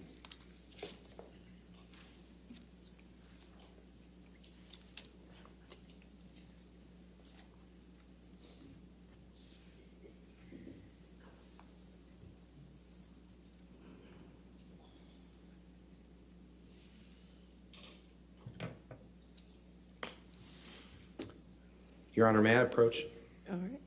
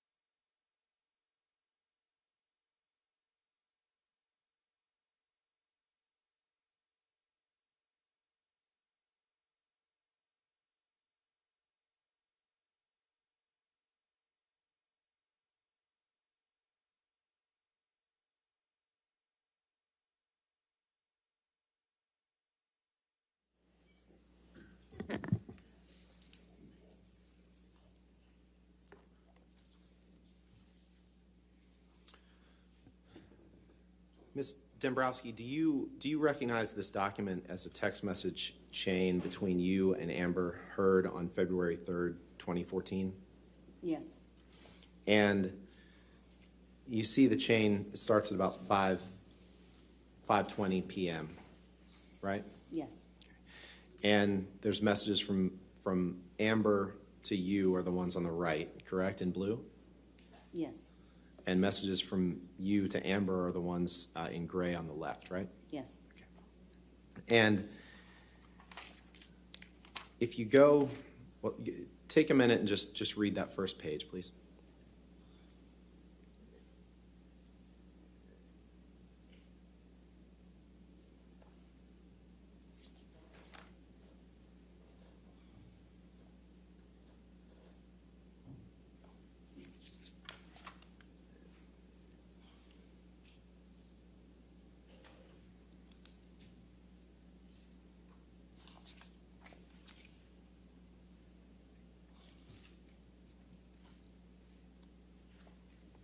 Does this refresh your recollection about a text conversation you had with Amber on or about February 3rd, 2014? Well, I can see this as our text exchange. Okay. And does this refresh your recollection about concern that you may have had about the behavior that Mr. Depp was engaged in on or around that time?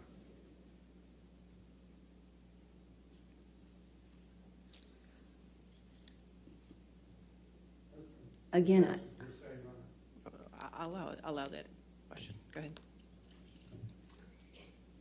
I'll ask it again, does this refresh your recollection about behavior that Mr. Depp may have been engaging in around that time? I remember this period and what Amber was believing that he was doing, yes, at this period. Okay. But does this refresh your recollection about your worry and concern for your brother Johnny Depp around this time? Still don't recall having a severe worry around this time. Okay. Well, before you didn't recall having any worry. So does this at least refresh your recollection that you had some worry? Honestly, I don't recall having a worry. I've had worries in the years, but I don't recall having a worry at this time. I don't recall it. Okay. So did you have any reason to doubt what you were reading from Ms. Heard in these texts? To be honest, she would write things quite often or explain things quite often, and was a bit more dramatic, maybe, than what we understood it to be, or maybe even sometimes the instances were different than what she was describing. So, But in any event, this conversation that you had with Ms. Heard gave you concern enough to tell your brother, stop coke, stop pills, stop booze, right? No, I don't think it did. It didn't. And I've asked this before, but we'll take a look at this. Is it true you didn't love the behavior he was engaging in around this time, right?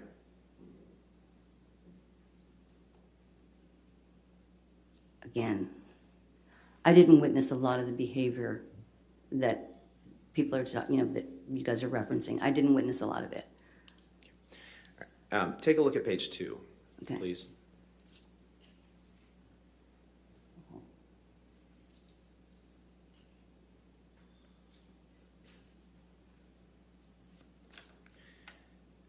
And just take a minute to read that, and then I'll have some questions about both of the pages. Mm-hmm.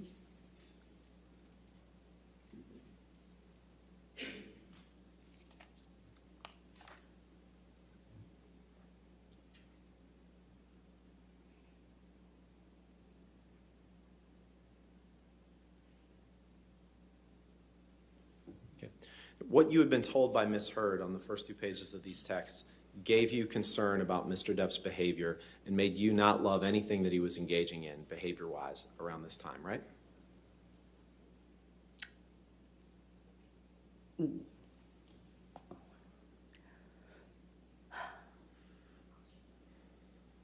What I had heard from her in these texts, I didn't really love where life was at the time. Your Honor, I'd move for the admission of these 2 pages in their entirety for the reasons that we discussed, both as impeachment of the witness. All right, there are other statements in here that I do find as hearsay, so we can work with it. I'll reserve on that for this time, maybe, and we'll have other issues with it outside the presence of the jury, and we'll work on redactions, okay? That sounds good. Can I ask her questions just about her language? Okay. And then we can work on redactions? Yeah, yes, sir. Okay, yes, sir.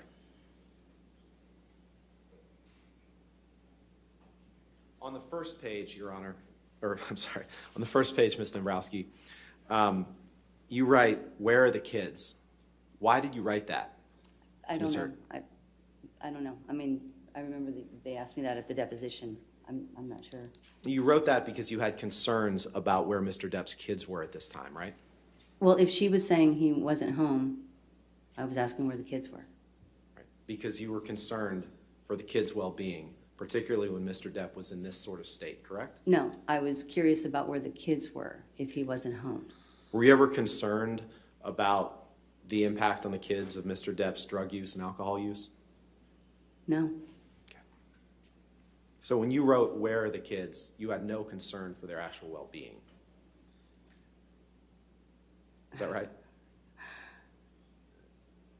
The concern, it's not that kind of concern. She's saying he's not home. I was wondering where the kids were so that they weren't alone. When you wrote her on page 2, "Do you want to come to office to talk?" you wrote that because you were concerned about what was going on with Mr. Depp at that point, right? No, actually, I wrote that so that she could come to the office so that we could talk Right. about all of it, All of what? of her text. Your Honor, I'd ask for permission to publish the bottom text on page 2 that I think, It's not up here. You just mean her text. sorry. And I guess while she's pulling that up, I'd move for partial admission of Exhibit 210 with redactions to be. I'm gonna reserve on that. Okay. All right, that's. All right, I'm still gonna reserve on the admission of it, so I'm not gonna show it to the jury at this time, okay? Okay. Thank Okay. you. But you can ask her questions about it. Okay. Thank you, Your Honor. When you wrote Ms. Hurd on February 3rd, 2014 at 5:42 p.m., Ms. Dombrowski, "Worry about everything," you were telling her to worry about everything and all the types of behavior that Mr. Depp was engaging in at that time, right? I was not telling her to worry about anything. That's the way I wrote that. Sounds like I say, I worry about everything. You're saying that you're worrying about everything?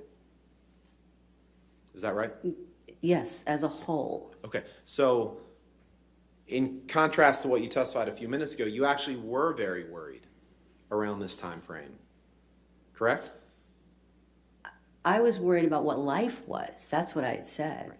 And the life that you were referring to here, what was going on in life was Mr. Depp's drug and alcohol abuse, correct? What was going on in life was someone who constantly wanted to point out some sort of drug and alcohol abuse. Is that unfair for a spouse not to want their husband to abuse drugs and alcohol? It's not unfair at all. So was that a negative to you that Ms. Hurd didn't love that? I'm sorry? Was that a negative to you that Ms. Hurd didn't love Mr. Depp's drug and alcohol abuse? Was that unreasonable of her? To me, it was exaggerated is the problem, so. It was exaggerated. But you testified that you personally have no personal knowledge of your brother doing cocaine. I never saw him do it, no. Okay. But you had enough concern to text him, stop doing coke, stop the pills, and stop the drinking, correct? No, I really don't think that's what I was doing with him. And what were you telling? You weren't talking about the Super Bowl, right? You were talking about drinking. I understand. Coke and I understand. pills. But the way it's written, and I know my writing, the way it's written, I don't feel like what I was doing was me giving him an order to do that. I wouldn't typically do that. So You're recommending- there's other context somewhere that, for that. Right, and that's what we're trying to explore is what is that context? Because you're very direct in those texts that the jury just looked at. Stop the booze, stop the pills, stop the coke. So if you weren't telling him to stop the booze, stop the pills, and stop the coke, what were you telling him?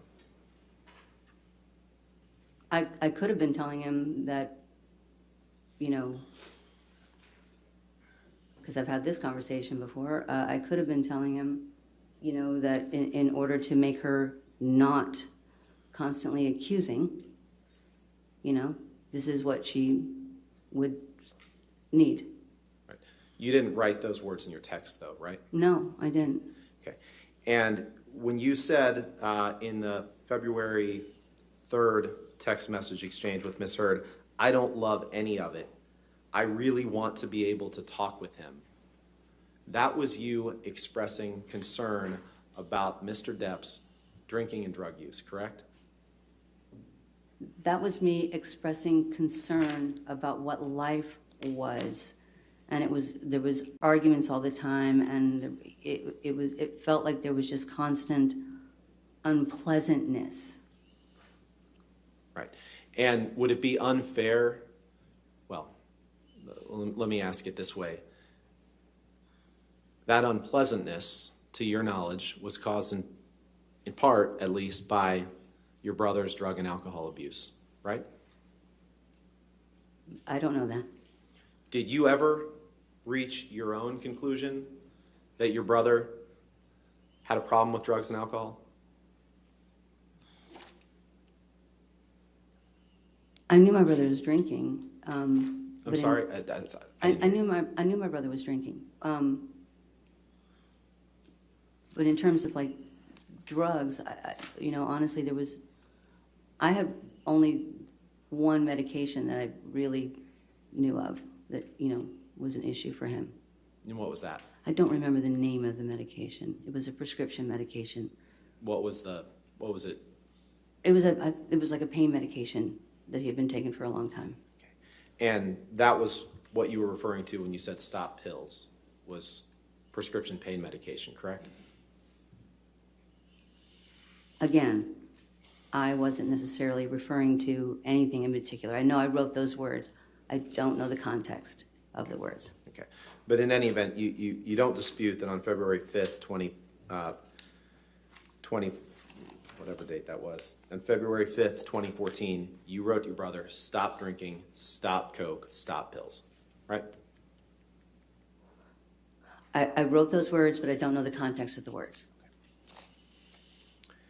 Now, February 2014 wasn't the first time that you had communications with Ms. Heard relating to concerns about drug and alcohol abuse, right? By Mr. Depp, correct?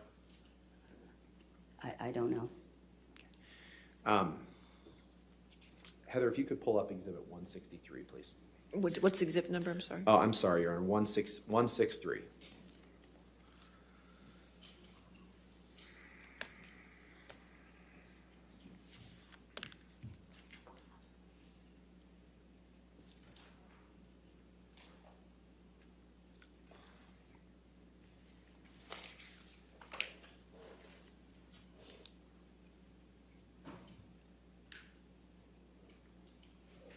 While she's pulling that up, Ms. Dombrowski, let me ask you this.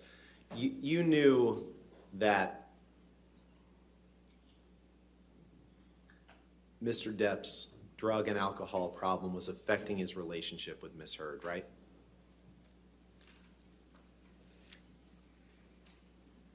I knew that she would say that. I mean, I knew that she would say that she had issues with, him with drugs and alcohol. And you knew from those communications that it was negatively impacting their relationship, right?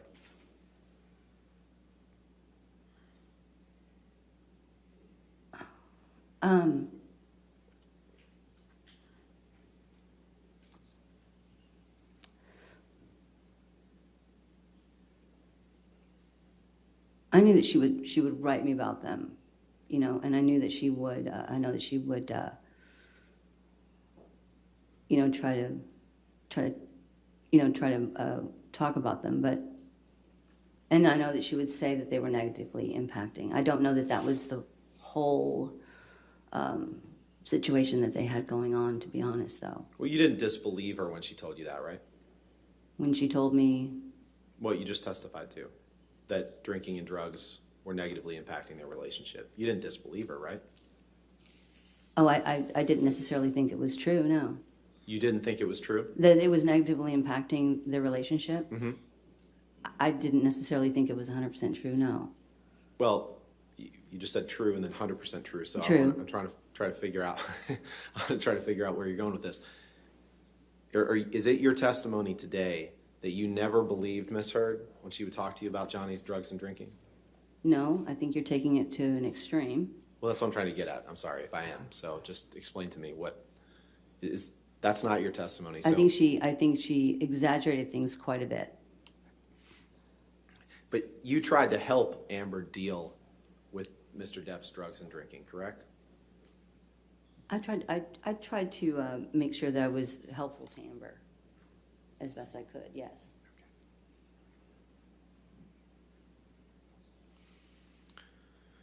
If you can look at the document in front of you, Exhibit 163, please.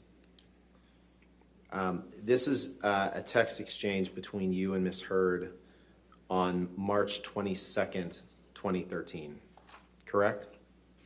Yes. Yes. And do you remember earlier you testified about being present during the filming of a documentary about Keith Richards? Yes. This was right around that time frame, correct? I don't know. Do you recall when that was? I don't recall the dates. And actually, one thing I wanted to ask you about that while we're at it is you testified earlier about not seeing cuts or bruises on her face. You remember that? Or do you have no knowledge whether she was wearing makeup or not that night, right? I don't recall if she was wearing makeup or not. She typically did not. Okay. And you weren't specifically looking for cuts or bruises because you suspected that Mr. Depp had abused her, right? I would have no reason to look for cuts or bruises, but I would think if they were there, I would see them. Okay.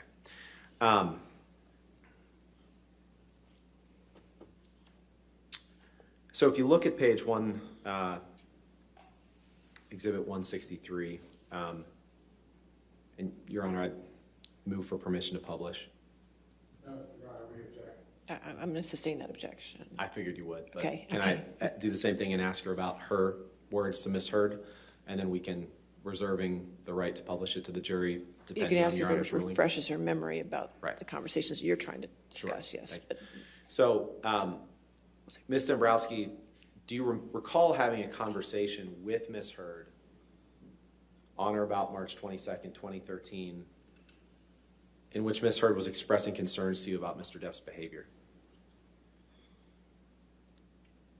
No, I don't recall dates, so no. Okay. Why don't you go ahead and take a look at this document, please? And let's start with, just tell me when you're done with page 1, please. Mm-hmm.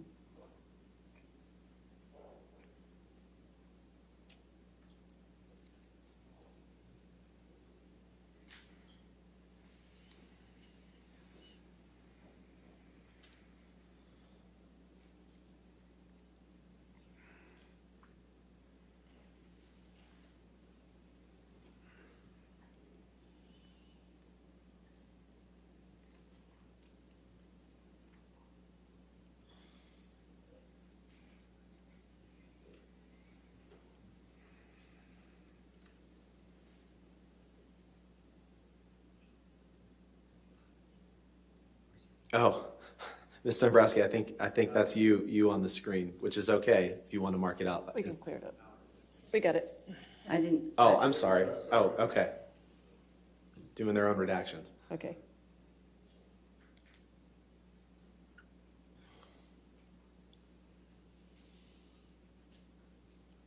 Okay, I've read it. Okay, so When you texted Miss Heard, well, first of all, does this refresh your recollection about a conversation that you and Miss Heard had on March 22nd, 2013, relating to Miss Heard's concerns about Mr. Depp's behavior?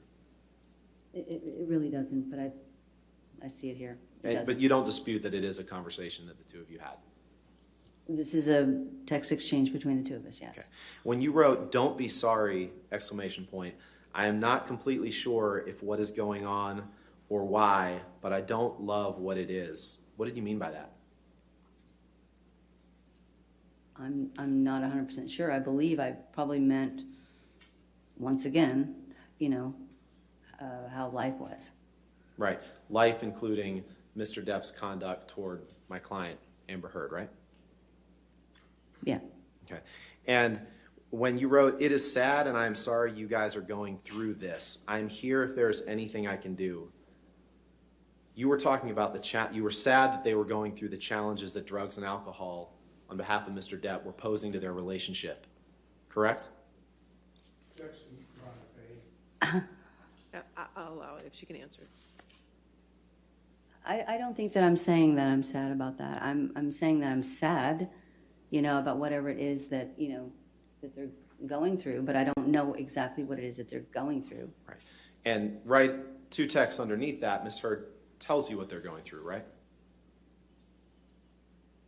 She does go into about, what Okay. they have going on.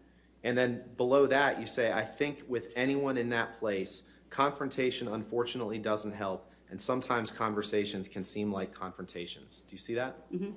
Were you suggesting to Ms. Heard that she shouldn't have a conversation with Mr. Depp about what drugs and alcohol did to him because it could seem like a confrontation? No, I was not suggesting that at all. What did you mean by it? Honestly, what I was trying to do is trying to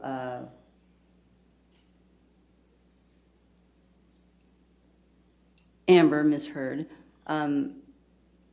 she could be very, very vocal. And so what I was trying to do was, if they were having a conversation, if it wasn't going well, I was trying to tell her that, maybe, sometimes conversations, if you're vocal, really loud, they're more confrontational. Like, whatever it is, just have a nice, easy conversation. Okay, well, let's just go to I just want to look at one more text on the top of the next page, Heather, please.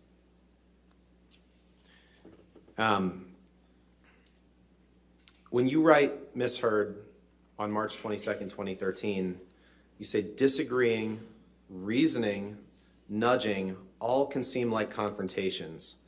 I am not sure of the volume or when some is likely to wear off?" Question mark. Mm-hmm. First of all, when you were talking about volume or when some is likely to wear off, you're talking about drugs or alcohol, correct? She said in the text prior, right? Yeah. I'm asking what, No, I understand. I'll sustain the objection. and I'm asking what you're referring to, without referring to Ms. Heard's text prior, when you say, "I'm not sure of the volume or when some is likely to wear off." What are you referring to? I don't know. I mean, that's what I'm trying to say is, she had all kinds of things that she said in the text prior. I'm referring to like volume of, even just voices, that even you can see where I say like, the nudging and all of that. There was a certain way that you learned to try to talk with Amber to keep things calm. And when you said I thought she was. All right, finish your, Mr. Chu, that's fine. Thank you, I appreciate it. I understand, I'll let her finish her answer. That's fine, Mr. Chu. Go ahead. Thank you. There was a certain way that, ultimately you learn to talk to Amber, to sort of keep things calm. So you would pacify her. You would sort of, just go along with all of her conversations, whatever, so that we would placate her all the time to keep things calm. That's what we did. And so when you said disagreeing, reasoning, nudging, all can seem like confrontations, were you telling Ms. Heard that she shouldn't voice any concerns about her significant other's drug or alcohol abuse? Voice any concerns to who? To him. That she shouldn't nudge him about it or try to reason with him about drug and alcohol abuse or his behavior? Is that what you were saying, that she shouldn't do that because it might seem like a confrontation? No, she was more confrontational. She was much more confrontational, always confrontational. And I was trying to say that all of these things can be confrontational and maybe take it down a notch. Okay, so you shouldn't disagree or reason or nudge. Is that what you were saying? No, in the way that I know that it would be done. She was much more. She wasn't there wasn't a comforting conversation. I'm sorry for interrupting. Were you done with your answer? I think so. Okay. Or do you believe that disagreeing with someone or trying to reason with them or nudging them justifies them getting abused? All right. As to foundation, I'll sustain as to foundation if you want. Okay. Do you have any have you ever disagreed with or reasoned with or nudged anyone in anything in your life? This is hypothetical. All right. I mean, these are the words that she wrote. It's late in the day, but I know. These are the words that she wrote to my client. Disagreeing, reasoning, nudging, all can seem like confrontations. I'll allow the question. Thank you. I'm sorry. Have you ever disagreed or reasoned or nudged with someone in your life? Yes. Okay. Do you believe that doing any of those three things would justify your being abused? Your Honor, this is. I'll sustain the Withdraw. Okay, thank you. All right. How much more do you have? Probably A little bit. A little bit. Yeah, Okay. Since it's probably 5 an hour. o'clock. All right, about an hour. Okay. All right, ladies and gentlemen, since it's 5 o'clock, we're going to go ahead and release you for the day. Okay. Just a reminder, as always, please don't do any outside research. Don't talk to anybody about this case. Don't look at the news. Don't watch anything on TV. Don't read the papers. And and just have a good, calm, peaceful night. Okay. And we'll see you tomorrow bright and early. Okay. Thank you.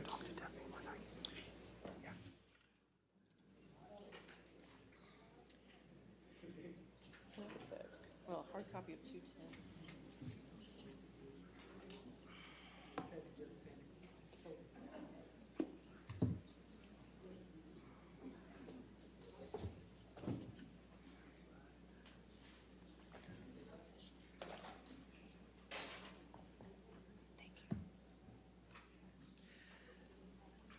All right, Ms. Dombrowski, just a reminder that you are still under oath and you're still testifying. So since you're still testifying, you can't have any discussions with anybody to include Mr. Depp's attorneys or his legal team, okay? All right, and we'll see you tomorrow morning. All right, if you could leave the courtroom, I just have a few And housekeeping matters I that need to take includes care of. Mr. Depp as well, correct? Correct, and Mr. Depp, yes, anybody, okay? you. Just don't talk about your testimony to anybody, okay? All right, that's fine. If you can have a seat outside the courtroom, I just have a few housekeeping matters I want to take care of.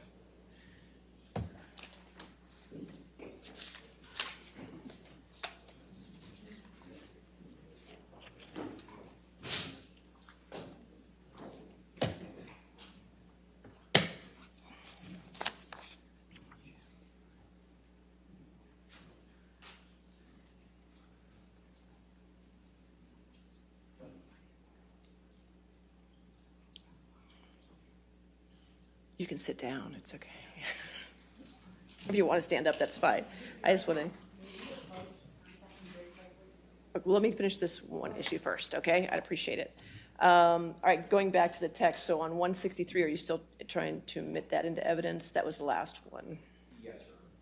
All right, there's an objection to that. Okay, good. All right. Yes, sir. Anything further to say on 163? Well, I think, yes, two things. At a minimum, Ms. Dombrowski's text should be able to come in because those aren't hearsay, even if we have to redact out Right. all of Ms. Hurd's text, which if that's what your Honor's ruling is, we can. The problem is, and the reason I think it's not hearsay, is that it's impeachment under 607A7. I understand your impeachment issue, and I understand that, and that we'll go back to 210, and I think there's an issue with impeachment there.